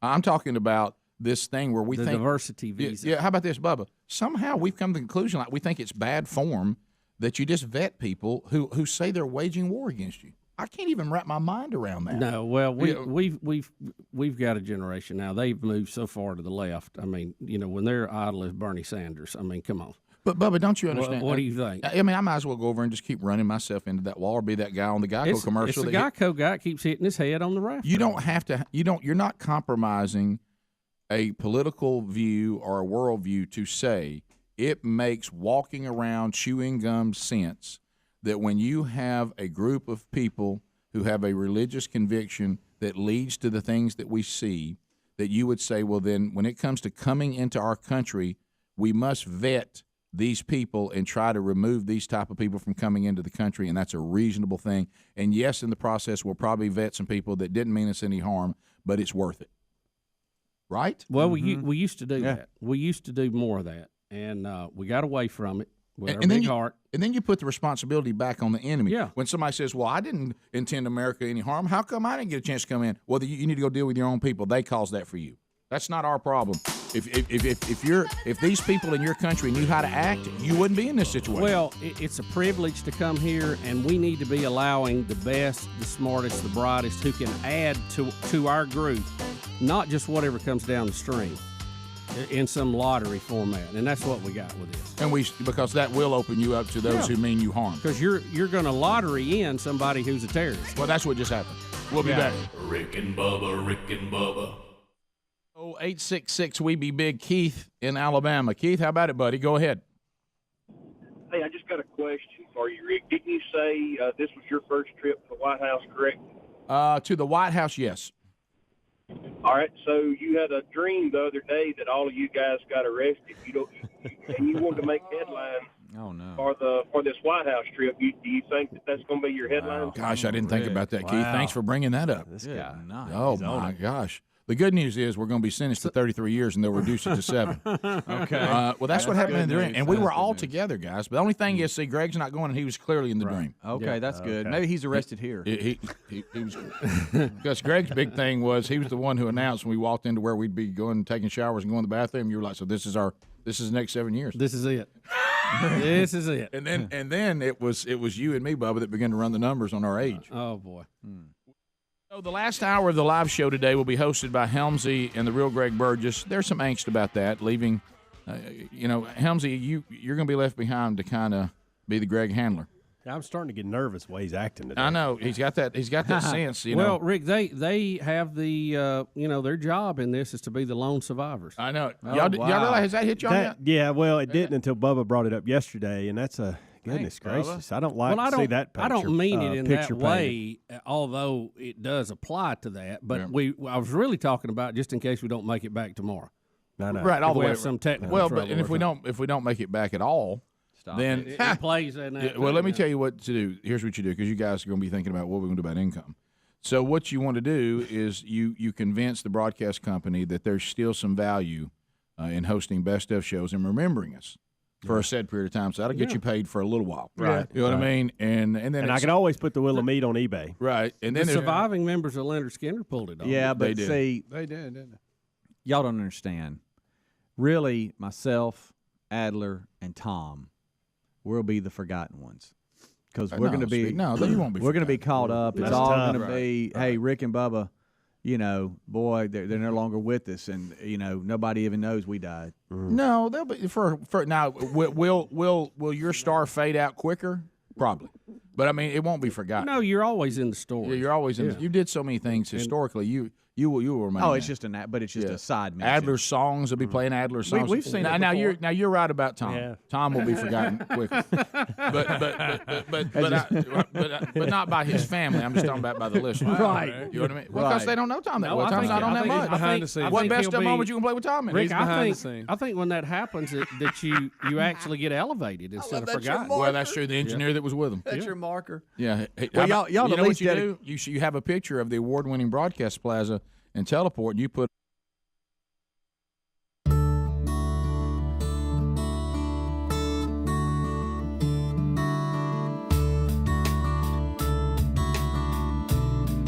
Coming to you from the No Name Studio on the bleeding edge of technology, another hour of Rick and Bubba. Let's go. I was scared of all the things I'd done. Yeah, I know I'm not the only one. It's all right. It's all right. It's all right. It's all right now. Speedy, the real Greg Burgess, Helmsley, Eddie Van Adler, all here. Rick and Bubba intern Blazing Silverman. Rick and Bubba University taking phone calls at the number I just gave you. I'll give it again, 866 We Be Big. And welcome back. The pride of Cedar Springs, Alabama, number 12 on his jersey, but number 1 in your heart. Bill Bubba Bussey. Rick, glad to be here. Thank all of you for joining us again. We only ask for 5 hours each and every day. Doesn't seem like too much. Now hosting on mic number 2 for the Rick and Bubba Show, Bill Bussey, number 12. Did you like when Bob Shepard would give the number twice? Oh yeah, Uh-huh. yeah, I think so. He was legendary. So anyway, I saw 61 Doesn't get last him night. bi- doesn't get him bigger than that. He was all in 61. Now batting for the New York Yankees, right fielder number 9, Roger Maris, number 9. Of course, everybody hated Roger for breaking Babe's record, but anyway. Well, records are made to be broken. I know. I just didn't. I wasn't prepared for what he went through. They wanted old number 7 to break it. They That was did. the problem. They Well, were okay with the record being broken. They just didn't want Maris doing it. Can I tell you though? Really, you look at Not a New York guy. Some things haven't really changed. You had the family man, hard-working, hard-playing, self-disciplined Roger Maris. Yes. Hated. And the partying, adulterer, foul-mouthed, drunk, not take care of himself, Mickey Mantle, and the New Yorkers love Mickey Mantle. They loved it. The Mick. Now, I will tell you this. He's one of those guys, though, that you do wonder, and they bring this up in the movie. Can you imagine what he would have been like, what his numbers would have been like if he did act like Roger Maris? Correct. Yeah. Well, when you look, same thing with the Babe. I mean, the Babe not exactly, there are athletes throughout time that you can go through the list. In that. Well, because the Babe, when Mantle came through, they were the press was just now willing to be negative, and grand, make out these stories, and you saw that in there.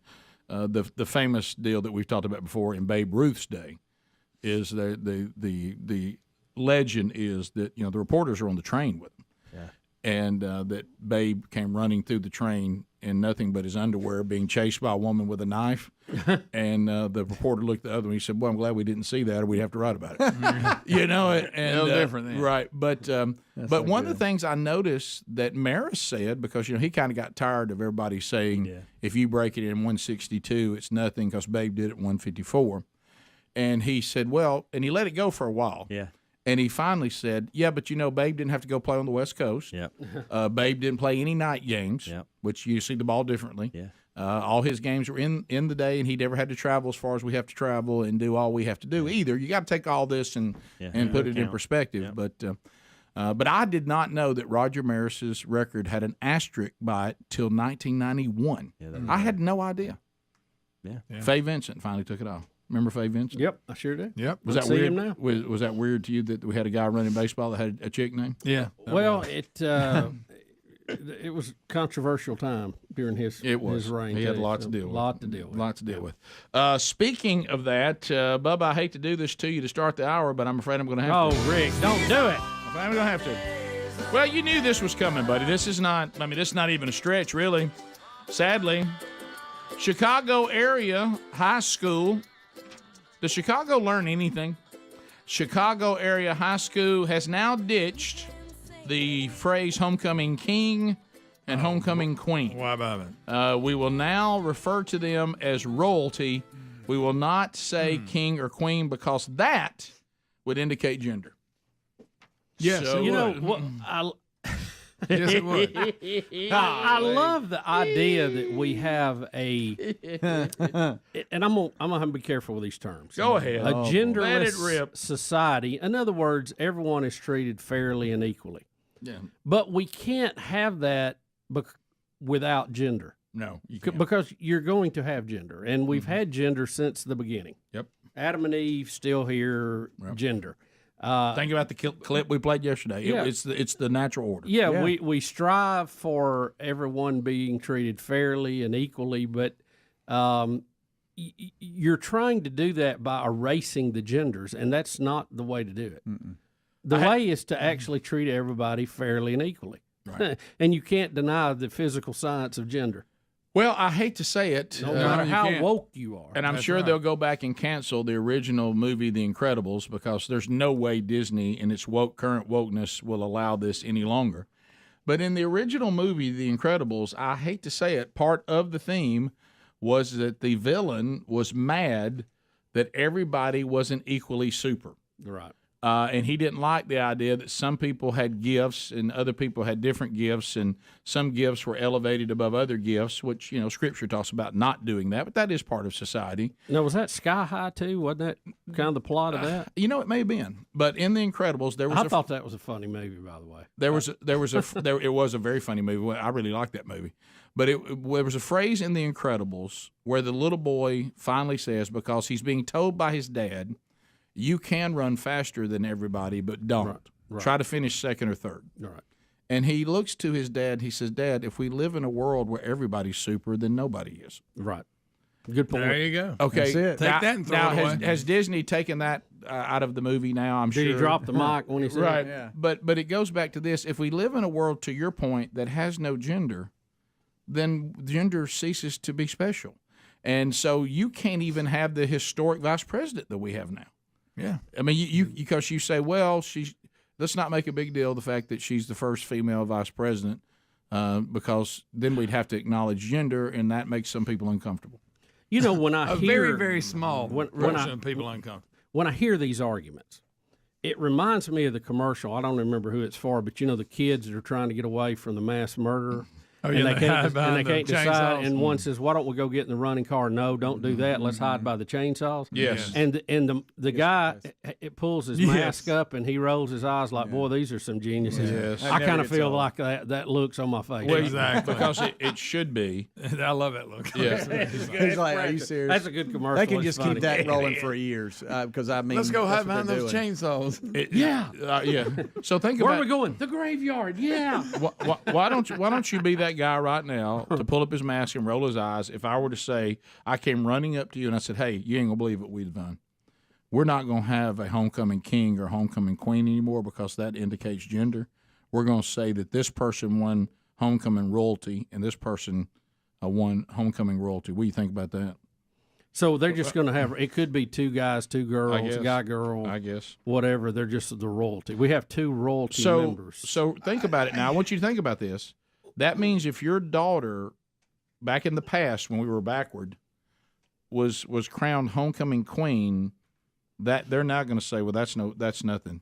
We could have crowned a dude the same thing, and she shouldn't. Only you got it because she should have been called homecoming queen. She should have been called homecoming royalty, and so the dude too. So there's no difference in the two.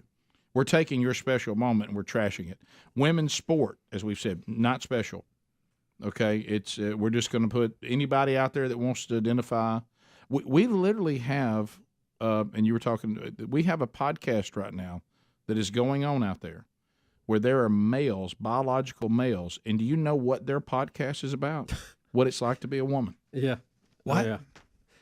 Rick, we Makes sense. only our current society and our current administration could be singing the praises of Title IX and destroying it at the same time. Yeah, and that's something. So they're going to be experts on what it's like to be a woman just because they want to identify as one.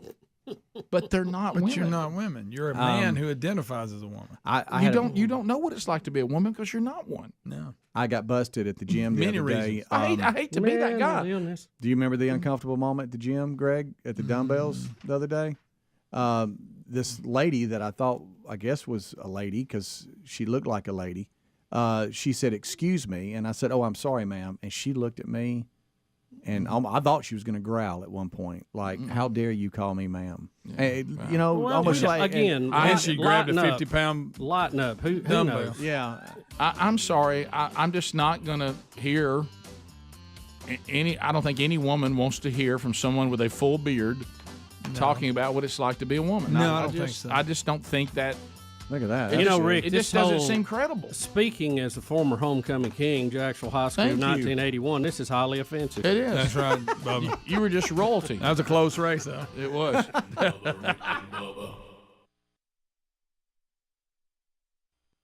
A big memorial up of Tom with the picture of the studio and all the great work he did here. Yeah. Makes you feel better. Well, I'm just trying to help. I'm just giving you a plan because I'm not going to care. I will tell you that. Well, yeah, I will tell right. you this, guys. At least dedicate an hour to Adler songs. At least 1 hour of nothing but songs. Yeah, absolutely. Yeah. That and your misspeaks. Oh, I got misspeaks out the yin yang from you that I can me crapping in my pants, all that. Right. That's good. Yeah.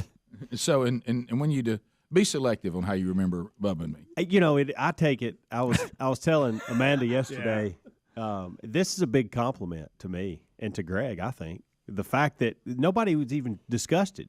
Y'all just said, heck, they got the hour. They got it. 10 years ago, that would have never happened. Well, 5 years ago, probably wouldn't have. Well, the kickoff hour serves many purposes. Yeah. And the kickoff hour was designed to give the Eastern time zone another live hour. Yeah. People wanted to monetize it because they had a hard time monetizing a recorded hour. I mean, I'm just pulling the curtain back. Sure. Sure. And then the other part was It's AAA ball. that you and Speedy and Greg get to do things in the kickoff hour that you don't get to do during the show when we're here. Right. And you get to host and you get your chops and you get better at it. And you guys have all gotten really good at it. So it's really not that big a step since you and Greg with Speedy host an hour every day. Yeah. It's And not there are times when we're out. Yeah. So they may do a show by themselves. Me and Speedy may, and me and Greg may. Right. So, and we've all done host that. best ofs. And to me, that's one of the hardest things to learn because you're timing down and having to, So you guys are savvy now. You're ready to play. It's gonna be fun, actually. That 5th hour. I'm a little jealous. Whoa. That does. Here's what I'm worried about. That's that. I'm worried about if your last hour begins to feels like wane that in and 4 Greg hours. senses the hour's not going well and he starts pressing. Yeah. And that's when Greg could be dangerous. Yeah. Yeah. Yeah, I haven't used my one cuss word that I get every 3 months. I haven't used it yet. Well, today's the day. Yeah. Well, I think one segment, making fun of us and can't believe y'all are here. Right. Second segment, let's go to the people. So Third you segment, you're saying exactly what I've already written down over here. Yeah. I would like to say our before you know it, our- you look up and you saying goodbye to the golden tickets. You know what I always Forgot call about that. I'll have to announce them. the 9 o'clockers. Uh-oh. I'd like to see the 9 about that? o'clockers show off. I mean, I want them to start calling. When Now they be Well, be my careful, wife Greg. did. My wife did. Be careful, Greg. She 9 made it- o'clockers are dangerous. Could this be the day, Greg, you build a bridge back to Jim from Tuscaloosa? Yeah. Boy, I tell you, he's been on a tear lately, hasn't Yeah. he? He got going again yesterday. Terry did say something about that. She said the only problem with them going to phones is that the last hour callers. Oh, I love that. That's I the good mean, part. With That is the Greg, good part. you never know. Stir it That's up. the great Let's go. part. The 9 o'clockers, I mean, they're something else. There's no they're governor just now there. waking Oh, up, no. usually. You know what it's like? The last hour gang. I know for some of y'all that's not 9 o'clock. We call them 9 o'clockers because that's what happens to us on the live show. But Oh, yeah. But those people now, it's almost like, you know how sometimes when a group of people, they're somewhat dangerous, but what you don't want is for them to solidify a leader. Right. You know what I mean? And so we keep Greg kind of at bay because we're all here. Right. You know, so Greg's never solidified himself with them as their leader. Right. But today, Helmsley could. Bring it on, buddy. Could, Yeah. Helmsley, Rick, here- what it you is- got to watch that. Yeah, what it is Don't let him solidify as a leader with them. y'all are the parents and they're the kids, and y'all have gone to the beach. Yeah, No, don't you're get right. Don't Yeah. get us fired so we can't play any of this back. Right. Yeah, that'd be bad. wouldn't it? But here's the good We news. got some great footage. We can listen to it ourselves. How about this? If we all get fired, that's the beauty of the technology Okay. today. We just start the Rick and Bubba podcast, and we lead with a interview of the president. That's a good way to get people listening to it. You know, the that's only- a good that lead would for be your a first day kickoff. in the new show. That would be a kickoff. We can't do anything without any drama. It's always like, why can't we just go somewhere? What will happen today that will be the most drama that we'll face? Is it getting there? Is it getting through Secret Service? Is it us doing something in the I White think House that getting gets from the the boo birds. airport to there is going to be a problem. I'm talking about when you land. Yeah, and now under the new post 9/11 regulations, so we got to land like 45 minutes from D.C. That hurt. Yeah. So you don't want to get delayed or something. And there's going to be the thing about you try, and Bubba and I've tried He to. said that hurt. Yeah, well, Bubba and I've tried to keep our suits from not being all wrinkly and looking bad. So now you're in a car ride, and then all of a sudden it starts hitting you that you're sleepy. You know, and because the ride goes on a little longer than you want. I got a lot for y'all to I read. just did this same schedule a few weeks ago. I want a picture of all y'all in your suits. And the ride in the traffic and all this sometimes is so long, you almost lose sight. You know, it's not that thing where you land and you're right into what you're doing. Yeah. You land and it takes you a while to get to it, so you almost get kind of lulled to sleep a little bit, and you have to come back alive. Rick, you get there. They're sleepy, and then they're sleepy with a suit on. That's two different things. That's two completely different things. Really? And you got to think about this when you get into that car, because you know it's going to be pretty full. There's no hanging of the jacket, so at that point you commit to putting it on. Oh no, you can't ride in a car with a jacket. Where are you going to put it? When you lap, which is terrible. You're not doing that. You got to put it over your lap. Yeah, I won't do it. Ain't nothing good about it. I've already made Laid in the back. Oh. 21 minutes now past the hour of the Rick and Bubba Show. Thank you for being with us. All right, so we continue. We've had one of these stories for all week, but we haven't done it yet. But there's another one that's been added to it now. Now, Bubba, you and I have, 28 years at the end of this year. So we're at 27 years and 10 months. So we have pretty much been in the crosshairs of just about every organization, and we can tell you the ones that are the most wacky. And I'm going to tell you, in the number 2 spot, it's the animal activists. They're a wacky bunch, and they'll really go to extremes. Of course, we kind of revealed PETA years ago that they're not exactly what they portray. No, they're more of a fundraising group. Yeah, they're more of a fundraising group, and they create all sorts of chaos in order to... You remember the North Carolina dumpster incident? My goodness. Oh. So we've got... incident. Spit it out, Woodchuck. But I think now making their way to starting to draft with them, because they in some places they can draft together. It's the environmental whack jobs with the animal activists, and there's a couple of different ones here today. One, the environmental campaign, Just Stop Oil. Yeah, I want to talk about that group. Rick. Yeah, Just Stop Oil, and you're going to really... They just stop their brain. Yeah, you're going to show how stupid they are. But who would have thought? I don't understand how you protest oil by throwing tomato soup over Van Gogh paintings at the UK's National Gallery in London. How does this help me, Adler? How does this equate to oil? Yeah. Well, these two boys explain it in the video. So this is going to be great. These two effeminate-looking boys. Right. Okay, I love the new thing is to glue your hand on stuff too. Oh, I'm sorry. Those are girls. My bad. Oh, they are girls. Security? No, that's my favorite part. All right, so I'm now gonna super glue, but and I you rub know my that other ain't hand. sticking. What is worth more, art or life? Is it worth more than food? Worth more than justice? Are you more concerned about the protection of a painting or the protection of our planet and people? Meanwhile, crops are failing. Millions of people are dying in monsoons, wildfires, and severe drought. Pretty good commercial for Heinz, by the way. We cannot afford new oil and gas. It is going to take everything we know and love. Wow. Do you think they were dropped as children or what? Yes. On their head? Yeah, what do you think? Can I tell you what they were? Let me tell you what they were. They were terrified as children. Yeah. Is what's happening. This is that idiot thing that produced idiot kids, I'm afraid. Rick, we look at a barrel of crude. Let's just say. Here goes Bubba. Go ahead. I'm sorry. No, go ahead. No, go ahead. No, I was gonna say we have more activist stuff, but go ahead. Yeah, well, let's get oil stuff. Let's get the oil out of the way first before we get to animals. Or the tomato soup. 40% of a barrel of oil goes to making gasoline and that kind of thing. The rest goes to making plastics and industrial chemicals. So if you let's just say you're one of these way out left-wing environmentalist. And you want to stop the combustion engine because you think that you're killing Mother Earth, okay, and it must be stopped at all costs. Right. And you are just plumb giddy about the battery movement. You've got to have barrels of oil to build battery cars. Plumb giddy about it. I mean, you can't. Plastic doesn't just come out of thin air. It most of it comes from crude oil. So, you're really you're just factually wrong if you want to stop oil. If you want to get rid of the combustion engine, you still got to have oil. That's the bottom line. Yeah. So I mean, I don't know why they can't understand that. I mean, we can disagree about if the Earth's being destroyed or not, or if we're going to, be able to maintain it. Okay, but let's at least come together on this. I'm anti-pollution. You're anti-combustion engine.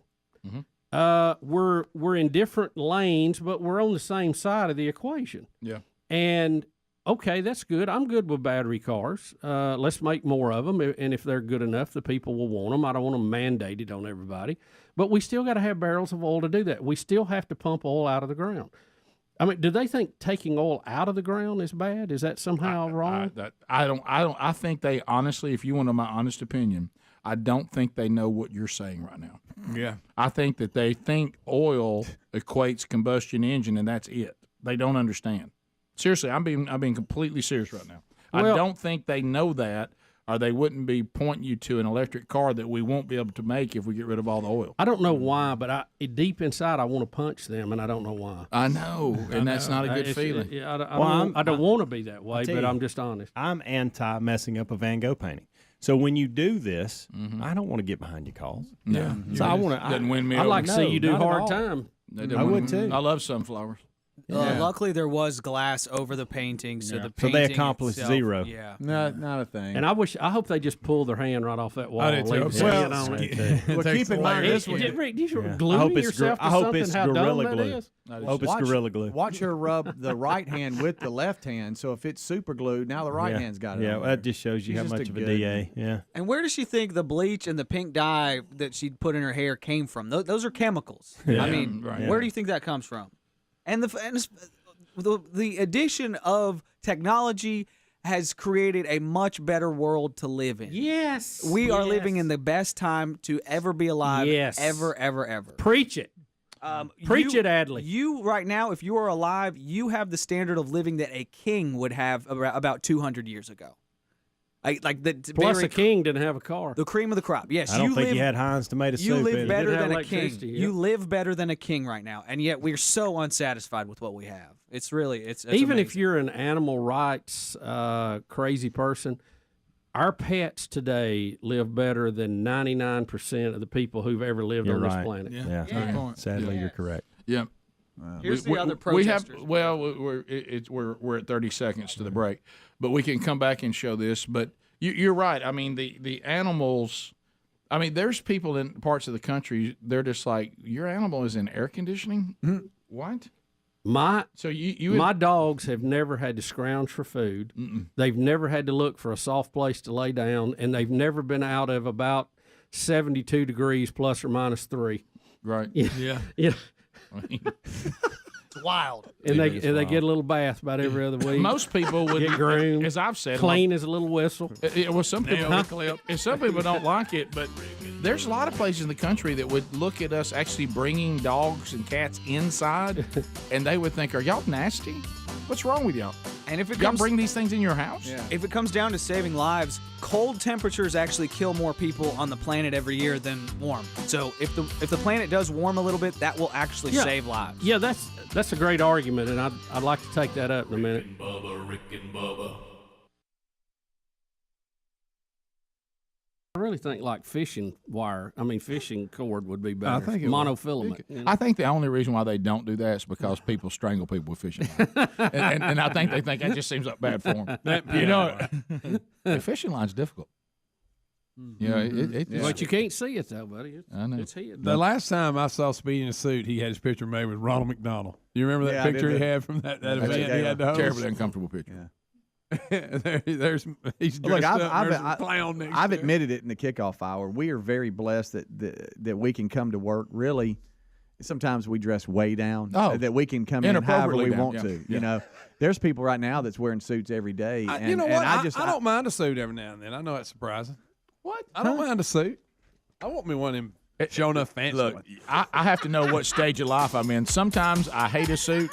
Sometimes it doesn't bother me. You got to have the right one. And it's all about what my current weight is at the time. Yes. Yep. And you know now the style is your suit's a size too small for you. What is that? You notice all these people, the hip people, they got one button, they're doing this. Well, apparently I've been in style for a very long time. Yeah, Rick, it finally came around.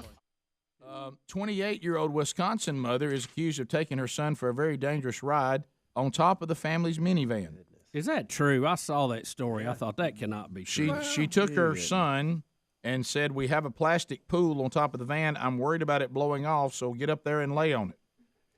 Didn't we have that story like a year ago or something? No, there was a different story. And Sadly, it was actually, But who's buying a pool right now? This It was time somebody of in a year? box on the other. Yeah. That was years like ago. Boaz or up in Gunner. Sand Mountain. Way many years ago. Yeah, a long time ago. It was on a best of. Yeah, Actually. it wasn't last year, but I mean, a That best one of just moment. sounds suspicious. I don't Well, know. it It happened. was 96. They said it happened on September the 9th, so the story's just not coming up. So I guess it was still hot in places. I know it is here in September. It's very hot.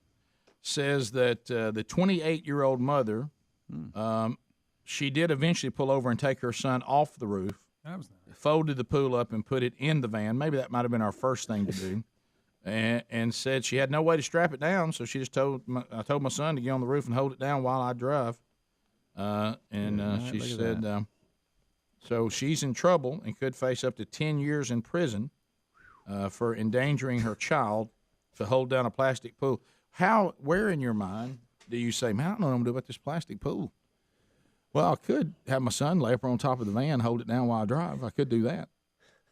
And not How is he immediately go, holding it what with am I the thinking? edges on it? You know, I mean, Is she just using them for weight? Yeah, the To weight. hold Yeah, it that's down? exactly Bubba, but that thing would how's slide. he gonna That thing hang would on? slide off. How's he going to hang on? Well, she didn't think it through.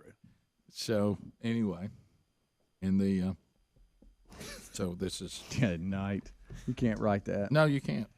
I mean, these stories, y'all, they come. Surely in. there's pictures. Yeah, Right. Yeah, I mean, and that's the other thing. Let's say If that, they'd have just had their clothes off, you'd have pictures. how about this, Bubba? And let's say you can't reason through. You shouldn't do that. Right.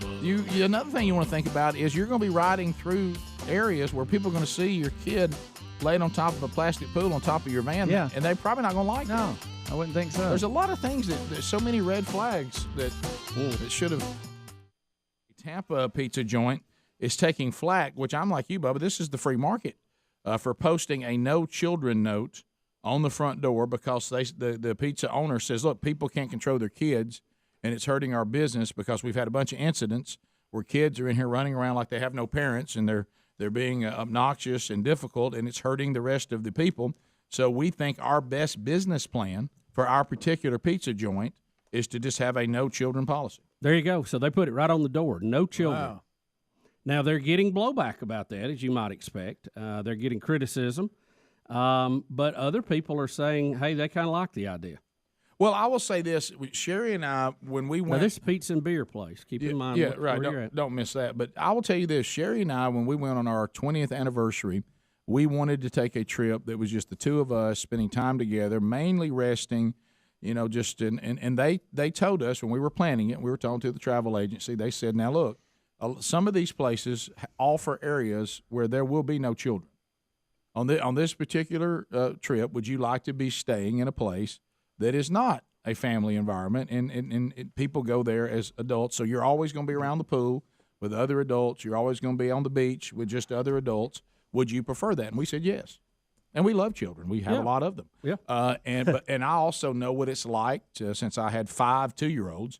I know what it's like to come in a restaurant with little children and the children be disruptive. Yeah. I've been there, and you handle it the best you can as parents. It doesn't mean you're a bad parent if your kid gets a little rowdy. The bottom line is small children are loud, and small children can sometimes be difficult to control. Now, you take that now, add it with the modern-day parent Right. that won't do anything about it.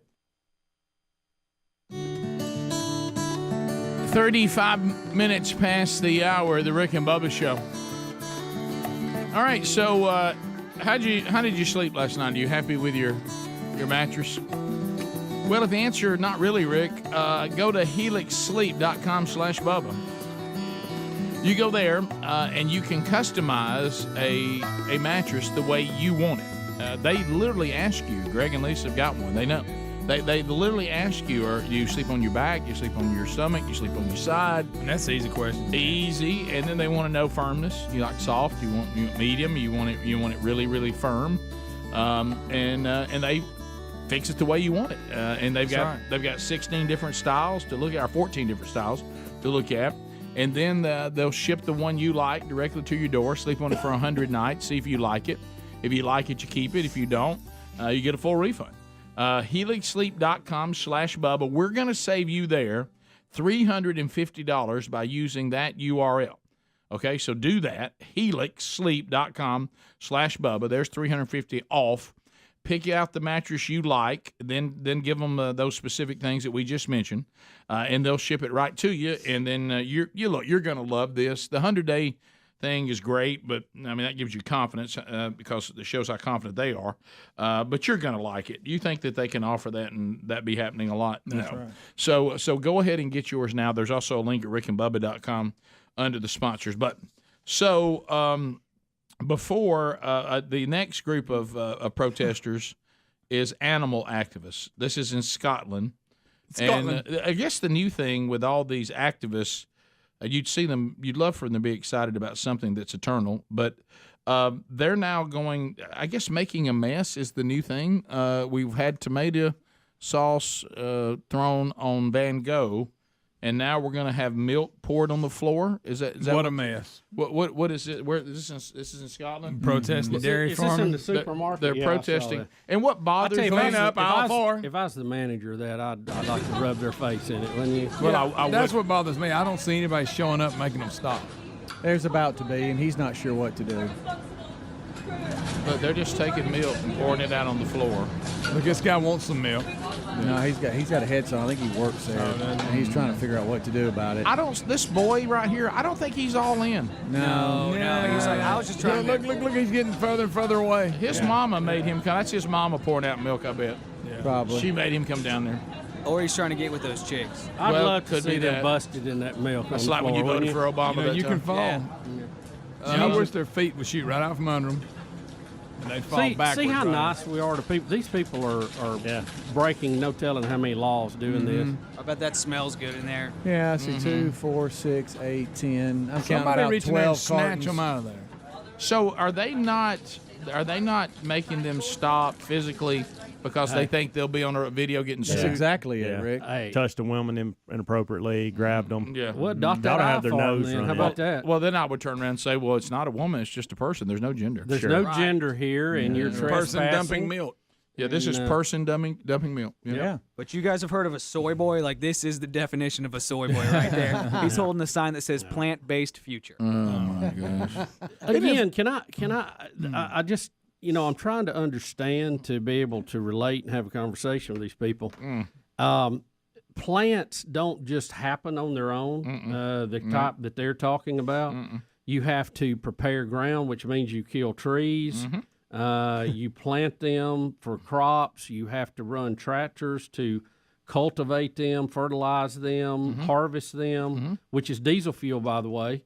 Did they not see this is not a zero-sum deal here? I mean, what is it?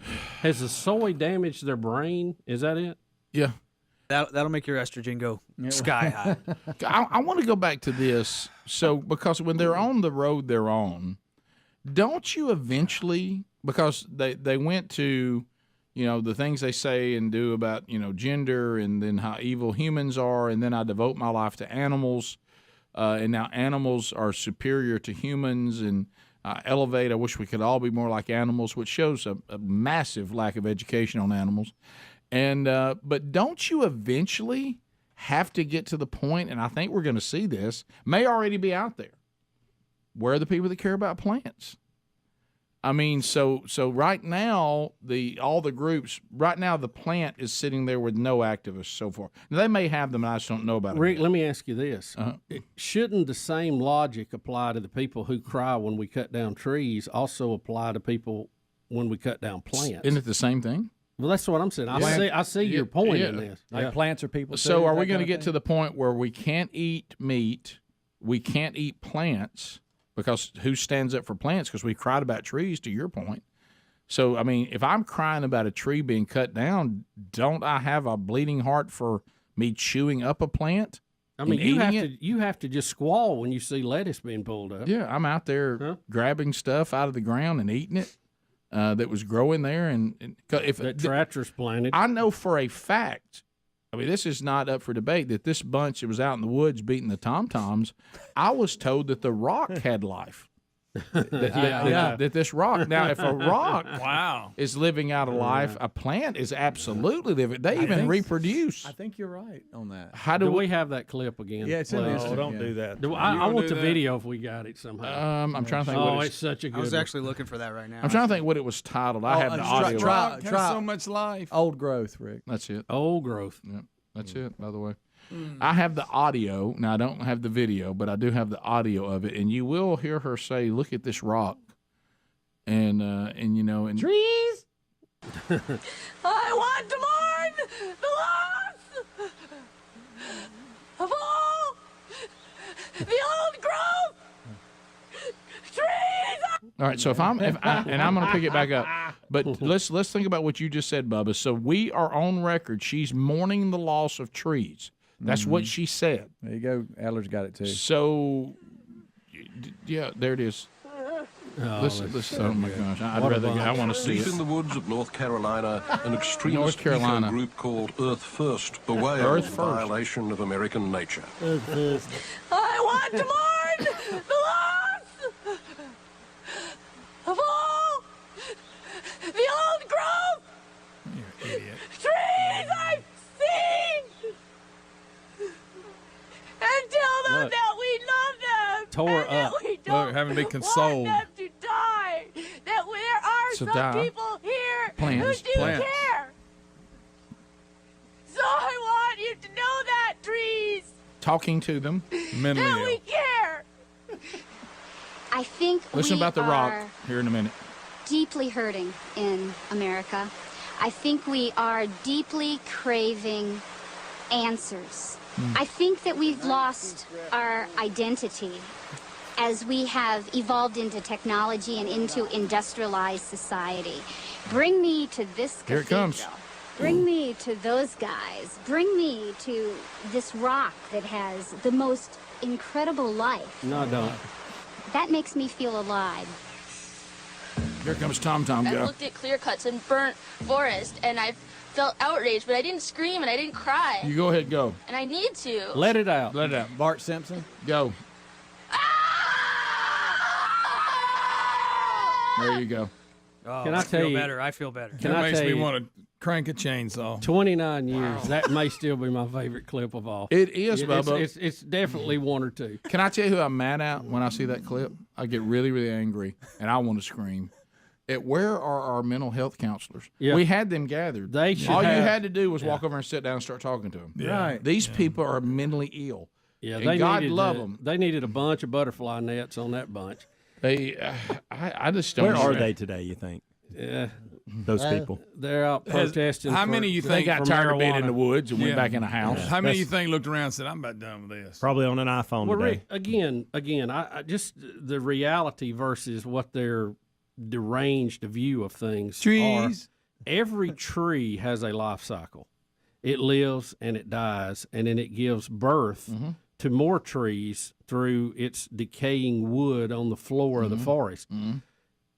People who manage forestry, they plant, they harvest, they replant. It's a crop. It's like a cycle of things that we do, and we get good things out of it, and it grows right back. I mean, our state is just very rich in forestry. Out in the Northwest, it's big. I mean, it's all over the country, but it's just incredible their lack of understanding. If we leave those forests alone, trees still die, fires still happen, and you still have burnt cut over. It's just done by nature, not man. So there's no doubt with just hearing what these people said that we're moving toward people who say, well, why are we saying consume plants? That's what leads to the destruction of all these plants. And they have life. And we mourn the loss of their life. We're going to be down to where there's nothing we can eat. but without being protested. Well, obviously their brain is already eating itself. Yes, it is. But there's nobody there that's mentally stable, right? I mean, that's not possible. I don't think so. But again, I can meet with you. I like trees. I tell you all the time, I go out and look at trees. We enjoy the outdoors. I prefer a hardwood over a pine, frankly, but I like trees. I don't go out there and cry over it. No. Hey, if you guys want to, I'm going to listen to Jackal, the band, the Lumberjack, the song during the break. Yes. Yeah, let's do it. Bubba, Rick and Bubba.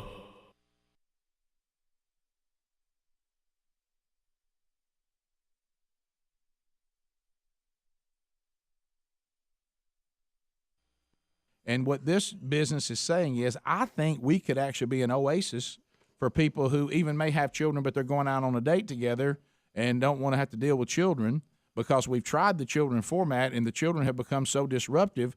We end up with people with disruptive kids, but no other clients. So what they're saying is, I think we can pack the place out and have better business if people know they can come here, and there's not going to be people that can't control their children. And it's a great marketing issue because now they can say, we don't have kids. If you don't want to deal with that during your pizza time, you come here. And you know what? The crosstown people can say children are welcome. Yeah, it's a free market. Come on in, It's one the free and market. all. So everybody wins in that. But this is typical of the complainers. They want to just make somebody do what they want them to do. Well, too bad. Yeah. I mean, if you want to go to a pizza place that has pizza and beer that allows children, then there's other choices. If you would like to go have your pizza and have a cold beer, or just go have pizza and whatever, and you don't want people's rowdy children screaming and hollering, running around, crawling under your table, then you just say, hey, good news, let's go over here to so-and-so's pizza place. You know what we know? We'll go in there, and we won't be in there. It's just like somebody saying, you remember there was a time that's starting to go away, but there still are these places that exist that say, if you want to smoke, come here. Yeah. We haven't kicked all smokers out of restaurants like most of the restaurants have done. And you know what you say? I'm not going to a restaurant that has smokers. Okay, well, that's a great market. You have restaurants that don't have smokers. Let the market decide. Yeah, there's nothing, you're not deemed an evil person if you say on your business plan, our business plan includes no children. Well, then, okay, if that bothers you, then don't eat pizza there. Right. But I really think for them it's probably a pretty good idea because, we've all been in this situation, and I don't understand it. I really don't, because it's back to this logical thing that just, it's just I was made male, so there's some of that was part of our DNA.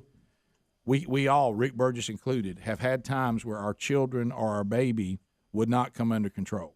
Right. And they're at that age, they're so young, it's not a simple sit down, be quiet, or this is going to happen. Right. They're babies. I don't understand these people when a baby starts getting loud, they won't just simply take the baby and leave. I don't understand that. Either they'll either leave the room, or if it's a bad situation, just leave completely because you said I have a baby, which means my life's different right now. Yep. And it's not. And everybody understands it. It's not everybody else's responsibility to deal with my baby. It's my responsibility. And just like these people and I know it's a much lesser deal, people that force other people to deal with their pets. Well, some people don't want to deal with your pet. You're the one that got the pet. You deal with it. You shouldn't make everybody else deal with it. So this is a situation. See, now no children are allowed. So now even children who behave aren't allowed because people went in there and had children that didn't know how to act, and the family wouldn't do anything to the point it affected the other customers. I particularly don't like to be in a restaurant, especially on a date, and be around children that are not under control. Do you? Oh, yeah. But, I mean, there's a time where you expect that. So yeah, if I go to Chuck E. Cheese, I need to have a Coke and a smile. Yeah, that's what you're going to get. So, but see, this is the beauty of the marketplace. If you want one thing, you go one place. You go one, you want the other. And yeah, I don't know why he's getting like this business being treated like they're bad people. Well, it's their business preference. Yeah, I know. But you got to remember who's complaining. The very people who control their kids. Right. So those are people saying, by golly, we ought to be able to eat pizza and get beer wherever we want to and carry our kids anywhere we want to. And I don't know why you won't let us bring our dog too. Well, right. Because you don't get to do anything you want to do. It's a private business. And they've never been told that, see. No. So you talking about that old word that nobody gets to hear anymore? No. No. You ever been around these people and you think, have you ever been told no your entire life? Has anybody ever said, no, you can't do that? Not going to happen. You can tell. Buddy. I've done it in coaching a lot. I've even took their little precious face in my hands and said, let me tell you something, little sweet precious thing, gift from God. Has anybody ever told you no? But because let me tell you what's about to happen. It's going to happen out here a lot. Yep, the world. Right. And if you don't like that, you and your mama and your daddy, if he's around, y'all can hit the road. Right. Pretty straightforward. What's wrong? But what's wrong with that? Nothing. So, matter of And then fact, have it like they want it. right. You know? I mean, let's face it. If you want to sit down and have a business meeting, or you want to go out with your wife or go out with your husband, I kind of wish this place was available. It really would. There would be it going in. Yeah. You know what you say? Well, no, just like you ever been to the restaurants too sometimes. And again, you got to know what you're dealing with. And this is no different to me. Some of these, we like the music real loud restaurants. Right. Right. Well, see, that drives me crazy because you're sitting there trying to talk and you're talking like this because you got to talk over the music. You know what I mean? I mean, and some people are like, well, I love to go into a loud restaurant. Okay, great. And when There's a time for that. Yeah, when I'm in loud restaurant mood, that's where I'm go. Yep. When I'm in all the family, let's go. 10 minutes to the top of the hour. Phone calls now coming in at 866. We Be Big. If you want to join us, they're filling it pretty quick, but there's a few, and Blazing Silverman is ready. The buzzer sounds when your time is done. Someone else gets a shot. 2 timeouts are available if needed.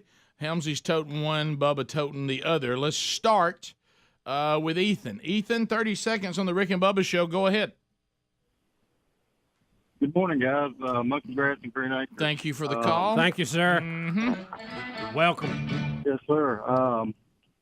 There was a time in this country's history where most of our Coca-Colas, soft drinks, whatever, it either came in a glass bottle or came in metal cans, and we wrapped our groceries in paper bags. So if we want to scream about the use of oil and everything else, why don't we go back in history and start doing what we were doing then? Well, this paper plastic bag thing is funny because we had paper bags. Mm-hmm. And they said, oh, my gosh, we're cutting down trees to make paper. We got to go to plastic. Then we got plastic, and it would not break down in the landfill. Mm-hmm. That stuff lasts for a long, long time. Yep. So they go, oh, my gosh, we can't have that. We're destroying the landfills. Yep. So let's get a tote bag and let people bring them back and forth. Well, guess what? They got dirty, and people started washing them. Yep. And now we're using detergent, getting it into the system. We're using water. There's nowhere to land the plane. When you have an argument, I think the real art of discussing something with somebody is trying to give them a spot to land on that you're trying to convince him to land on. We got to have somewhere to land the plane. We can't carry our groceries home in our pocket. We got to have something to carry it in. No, So right. I don't know what you think is the fun, but it seems like everything we do brings unintended consequences, and that's the same thing we're going to have with battery cars. So every time we make a move, there's always something else we didn't anticipate that has a problem. And you know why? Because we've become short-sighted. Yeah. Everything is emotion-based and short-sighted. No one thinks these things through. Right. It's woke. It's about the mob instead of good, thought-out plans and logic. Tucson, Arizona. Andrew standing by. Andrew, 30 seconds. Go ahead. Hey, guys. So I don't know if you've ever heard of Maslow's hierarchy of needs. It starts off with, shelter and food and needing to feel like you belong and everything. Yep. As we start at a higher and higher level, people have to start moving towards spiritual needs. And unfortunately, a lot of people are not ready for that, so they keep pushing themselves back down, and that's where we start creating problems for ourselves. And I think Yeah, there's no doubt. Yeah, people are searching for something that only God can provide, and you're right. Once they go to where they think they can find it, then they don't find it, then you start going back the other way, and that's a great point.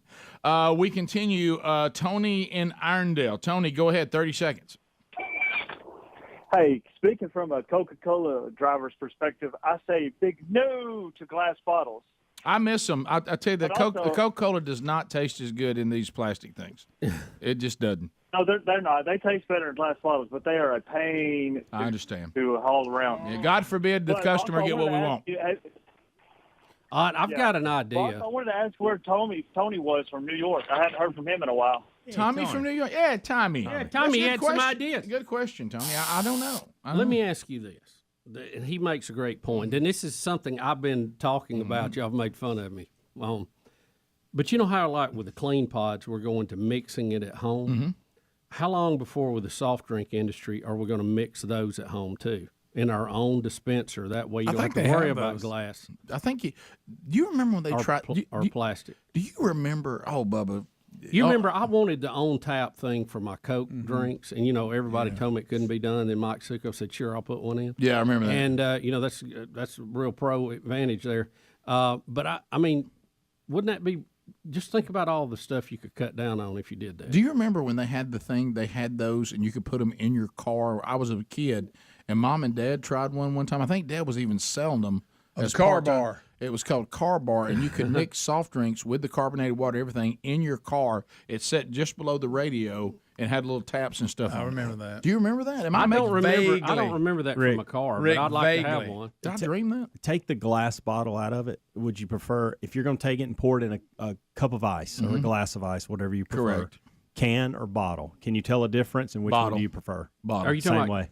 say that one more time. Take the glass bottle out of it. Okay. You got a regular plastic bottle of Coke or whatever your beverage of choice, Right. and a can, and you're going to pour it over ice in a glass or cup. Which one do you prefer, bottle or can?